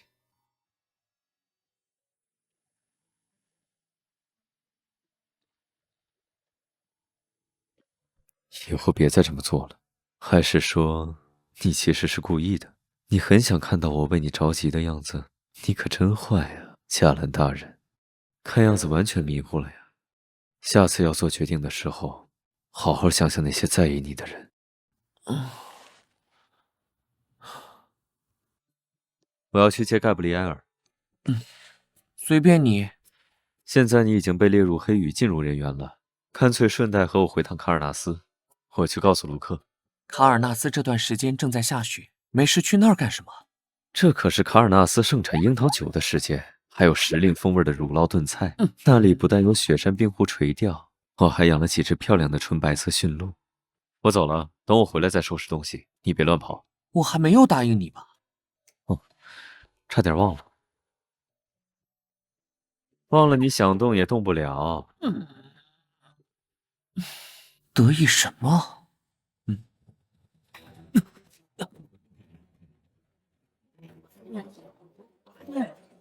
不对，怎么回事？做噩梦了吗？又是幻觉。你在这里别动，我去给你倒杯水。在没人的时候出现。尤娜说您受伤在休假，我担心你出了什么事儿，就问管理要来了钥匙。其实我是借偷看拿资料的名义偷偷溜出来的，就想看看您怎么样了。幻觉，还是先不和大家说。偷溜出来不怕队长说你吗？还是说你现在已经不怕他了？您可千万别告诉队长我偷跑出来这件事，他好像今晚就要回来呢。那是什么？任务单？厄尔利的求助来自卡尔纳斯雪山食人雪人，这么巧，那不就是在卡尔纳斯的必经路上吗？因为受伤，最近的案子都没给我通报。不行，副队，尤娜知道我给你看了这些，会杀了我的。好了，还给你，我就是随便看看，你才是。你拿这个看有什么意图？我只是对这些神秘生物感兴趣。立刻就好了。氛围总觉得不太对。卢克，我要你帮我。是主人。我继承了母亲一半的能力，盖布里埃尔以骨架的样子复活了。想他完全复活，阿斯莫德的心脏是当初想到的办法之一，只不过其他方法更加麻烦。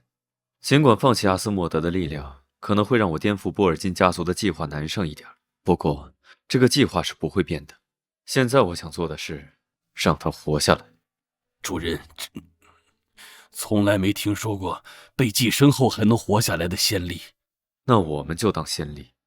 我不能看着身边珍贵的东西一个个都离我而去吧。又要去卡尔纳斯了，是和上次完全不同的心情。雪山好美啊。星星也特别的亮，可能是欢迎客人的到来。哪怕看到他对这个世界有一点赞美，我都很高兴。还有不同的关系，当时真是讨厌死了。你也不看看这是什么地方？别的车厢。等等，你就不能让我休息会儿吗？都多少次了，怎么和饿狼一样？离我远点儿！喂，你说这里真的会有雪人的存在吗？什么？堆雪人？我说的当然不是那种。为什么突然这么问？倒是听过关于雪人的传说。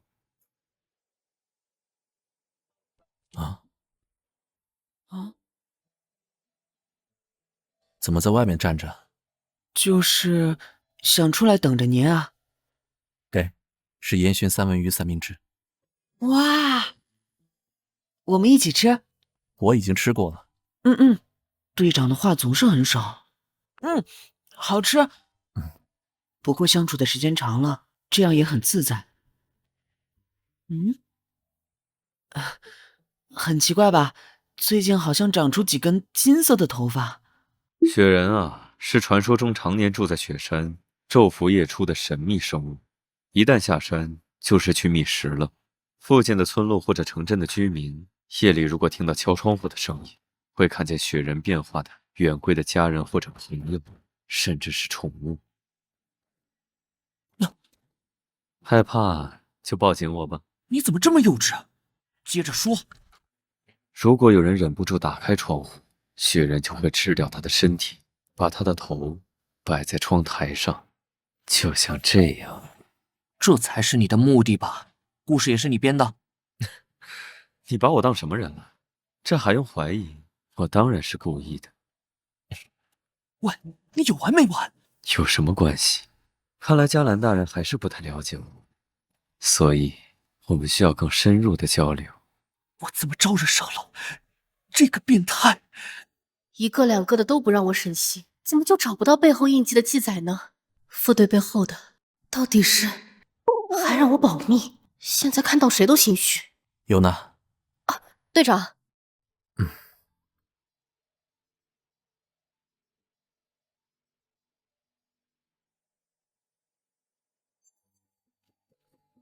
我们上次来的不是这里，那里并不是真正的住址，只是随便应付你们用的。应付？这倒是他的一贯作风。吃吧。牛奶、樱桃酒、雪山垂钓和白色驯鹿呢？你的伤还没好，哪来的樱桃酒、雪山垂钓、白色驯鹿？竟然让人给骗了！走，我带你去泡温泉，等天气暖些了再去看驯鹿。又不是立刻要回去，因为你受伤，所以只能来室内了。伤口不要碰水。又不是小孩子。其实很好哄嘛，立刻就开心起来了。我们什么时候回去？怎么突然这么说？事情还没解决，我放不下心来。看看现在，你连胳膊都抬不起来，你每天怎么操心这么多？托你的福，我的伤还要好的再慢一点。其实，卢克和我说过一些你的事。卢克，那家伙怎么什么都和你说啊？这不是重点。这么大的水池，你就非要凑这么近吗？阿斯莫德的力量如此强大，得到它就可以完成无数不可能完成的事。这份诱惑，几乎没有人会拒绝。虽然你没有直说过，但你想要心脏的理由，我多少都能猜到一些。应该不只是为了盖布利埃尔吧？你这个表情，我又不是来这儿审问你的。审问？如果你喜欢的话，好像也不错。你就非要在这个时候耍嘴皮子？我的意思是，我当时没有问你，你如果放弃心脏，就没办法用心脏做你想做的事了。那也是我的事。可是你要做的，肯定不是嘴皮子碰碰的小事。你这样，算了。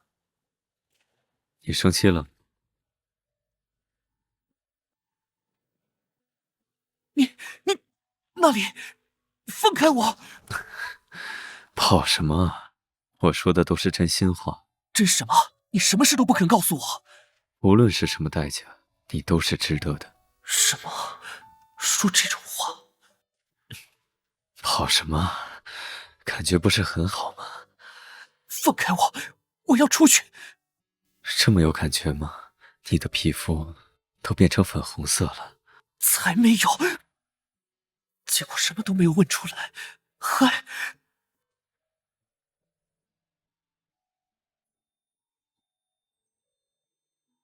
星星，这是白天，哪来的星星？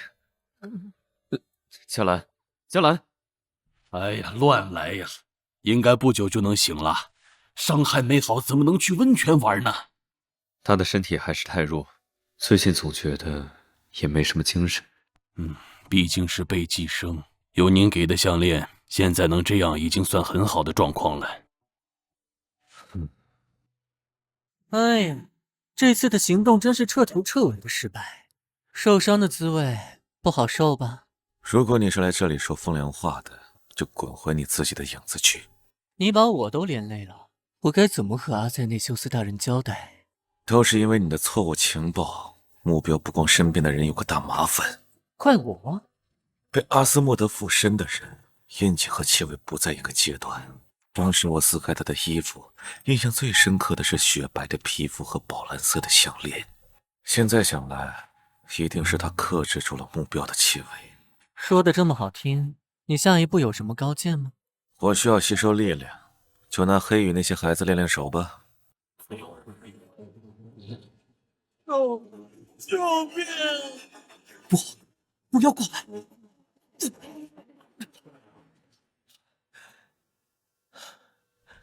这是第几次了？你怎么不多睡一会儿？这么着急见到我吗？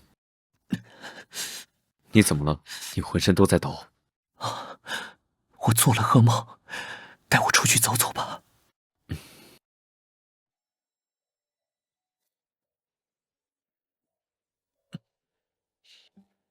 你到底是梦到了什么？无聊的梦，没什么好说的。已经不止一次了吧？从你那次受伤醒来之后，夜里你总是睡不踏实，有什么事都不和我说。你看上次没有听我的，肩膀上的伤到现在都没好。你又开始翻旧账，你不是也这样吗？白天还和我说那是我的事。我们情况不一样。怎么就不一样了？等等，我们这是走到哪里去了？你开什么玩笑？你不认识路？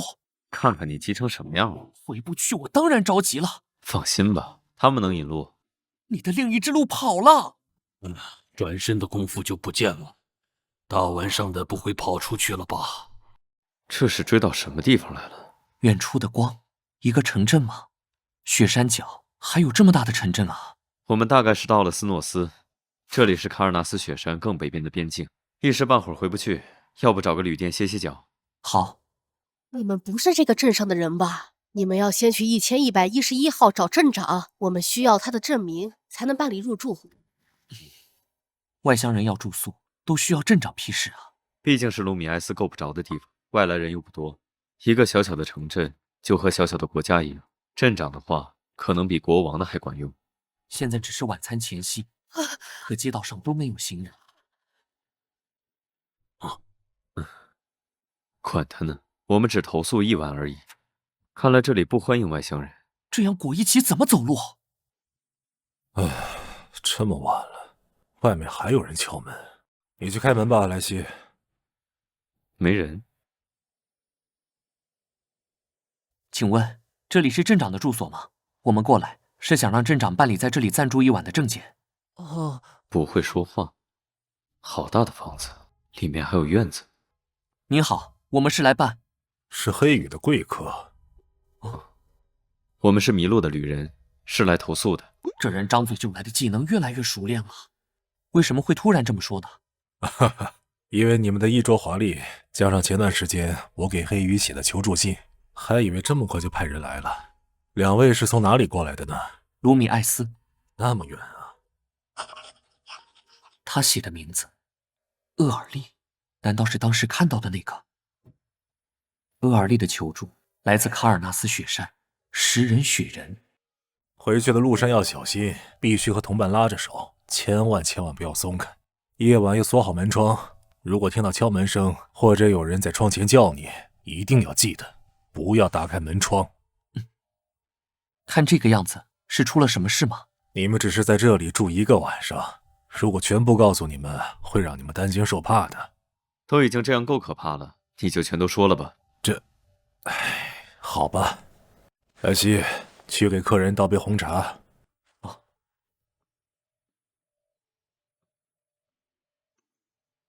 你的手哦，他是我的儿子莱西，他不会说话，他的精神有一些问题，发病的时候会伤人，镇上许多居民被他伤过。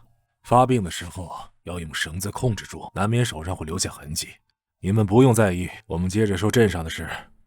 事情发生在几个月前，雅各布斯的人家和贾米森一家相约一起去几公里外的湖泊钓鱼。两家人在湖泊扎好帐篷，刚打算钓鱼，就遭遇了漩涡。雅各布斯先生醒来的时候已经天黑了，是贾米森一家把他带回了家。他们告诉了他妻女遇难的噩耗，然后默默地关上了房门。正当雅各布斯悲痛欲绝的时候，他看到窗外自己的妻女在焦急地呼喊他。贾米森一家已经在雪山遇难，他们是死人，快逃出来！雅各布斯选择相信自己的妻女，翻窗出去了，消失在风雪中。贾米森的儿子趴在门边听到发生的一切，然后告诉了他的父母。这件事立刻就在小镇传开了。过了几天，雅各布斯的头就被摆在了窗台上。那时候镇上就开始发生接连不断的怪事，很多人不幸被杀死，头被摆在窗台上。有人说看到了奇怪的脚印，大家都说是雪人的脚印。故事听听就行了，别忘了你在休假中。知道了，你怎么这么啰嗦？你们在路上必须和同伴拉着手，千万不要松开，走散了会被吃掉的。逮住这句话不放了，烦死了！离我远点。被外人打扰了，来，我们接着做刚才的事。别挣扎了，周围的人都当你是个疯子，你永远都逃不出小镇，逃不出我这里。李德那小子又出意外死了，再也没有人能救你。这都是我弄出的痕迹呢。真扫兴，今天是怎么回事？去开门，莱西。也不知道那个老头说的是真的还是假的。我看过他给黑羽写的求助信。你什么时候去的黑羽？是尼尔拿到宿舍，被我看到了。刚才就提醒过你了，我们可是在休假中，这种事也不能放着不管吧。总之今天别乱跑，不然我就连夜把你扛回圣亚里斯去。说起来，你觉不觉得他们很奇怪啊？两个人长得完全不像，镇长让他倒茶的时候还搂了他的腰，那种程度的抚摸不应该存在在亲子关系中吧？那算他们私事的范围了。快来过来躺着吧，你这样盯着窗户也盯不出什么的，雪人又不是每天出现。知道了，我把窗帘拉起来。副队，什么？没事吧？没事，倒是被你吓了一跳。别看了，那都是幻觉。加兰，这玩意儿还能跑到旅店里敲门？这也太逼真了吧！哼，保持警惕心是好事。你们怎么会突然来这里？因为那封求助信吗？可是尤娜怎么会一起？是很重要的事。尼尔他开始恢复了。虽然能有变化是好事，可现在还不是变化的时机，毕竟当年的恶魔还存在。我查阅了不少资料，传说这里的雪山附近有个叫忘却湖的地方，如果能喝到湖里的水，可能会对尼尔现在的情况有帮助。正好看到了这个委托，就立刻赶过来了。我们从镇长那儿开了证明过来，看到了副队。恐怕不光是恶魔，是不是还怕他想起来什么呀？喂，当时两个人的感情一团乱麻。客人，您点的3杯热红酒和4份意面，还有您的特制牛奶热可可1杯，配巧克力小船。就算喝不了酒，也不用给我点儿童饮料吧？很适合你，不是吗？行了行了。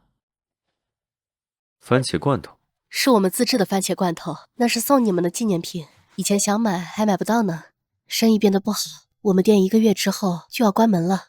因为雪人吗？是啊，自从雪人的事情传开了，几乎没有人愿意来这里了。雪人是从什么时候开始出现的？我想想，事情是从雅各布斯的遇难开始的，5、6个月前。和镇长说的一样，几乎每个夜晚都有朋友、亲人在门口或者窗户呼唤你。我们不敢随意给人开门，不敢开窗户，邻里之间也不敢串门了，除非找镇长开了证明，才能相互往来。你们的镇长就不怕雪人？为什么这么说？他可是镇子上最受人们拥戴的人，他似乎拥有魔法，轻松击退闯入镇上的狼群。会通过祭祀祈求阻拦雪崩的到来，所以小镇才这么繁华。可雅各布斯一家不是因为雪崩去世的吗？那是因为对雪山的献祭中断了。杰瑞，你怎么出来了？反正没有其他客人，后厨没事做，还不如出来聊天。你是说献祭？每年向雪山献一对少男少女，所以小镇得以平静。平静的日子过了太久，人们忘了过去的痛苦，开始抵制这种祭祀。祭祀停止，灾祸就卷土重来了。我想，雪人下山吃人，也许只是灾难的开始。可是谁又愿意献祭呢？你这么说，是因为你的家里没有适龄的年轻人吧？总好过大家一起死。你就是仗着姑妈马上来给你撑腰。你们的镇长还有个精神有问题的儿子。你是说莱西？哦，那个是镇长的养子了。他经常冲出房屋，然后居民帮忙把他送回镇长那里。镇长还有个侄子叫李德，李德和莱西一起长大。他还活着的时候，莱西的病情还能稳定一些。可惜啊，镇长的侄子在7个月前因为一场意外死了。死了？姑妈，虽然已经知道您要来，但还是请您拿出找镇长开的证明。不是明天到吗？怎么今晚就来了？镇长没有和我们提起李德的事，不过和队长他们说了一些。结合旅店老板的话，镇长来任职时就带着他的侄子李德和养子莱西。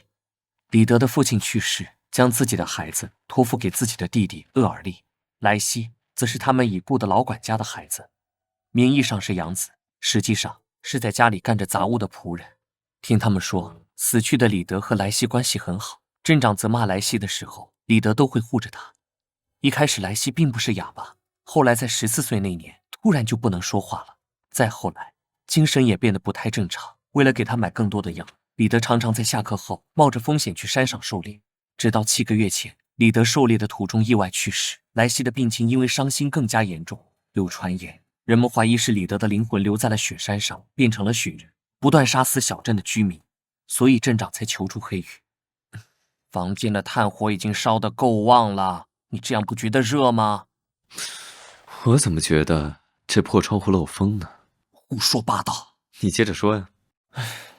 奇怪的是，明明太阳下山之后，只有拿到证明的人才能与人交流，怎么这几个月还有这么多人死去呢？这很正常，总是有人油盐不进的。就比如我身边的这位。你怎么总把话题扯到我这里？明天去山上调查的时候，你可别单独行动。知道了，知道了。你到底要说多少次？我倒是对那个忘却湖很感兴趣，要是对你也有用的话，睡吧。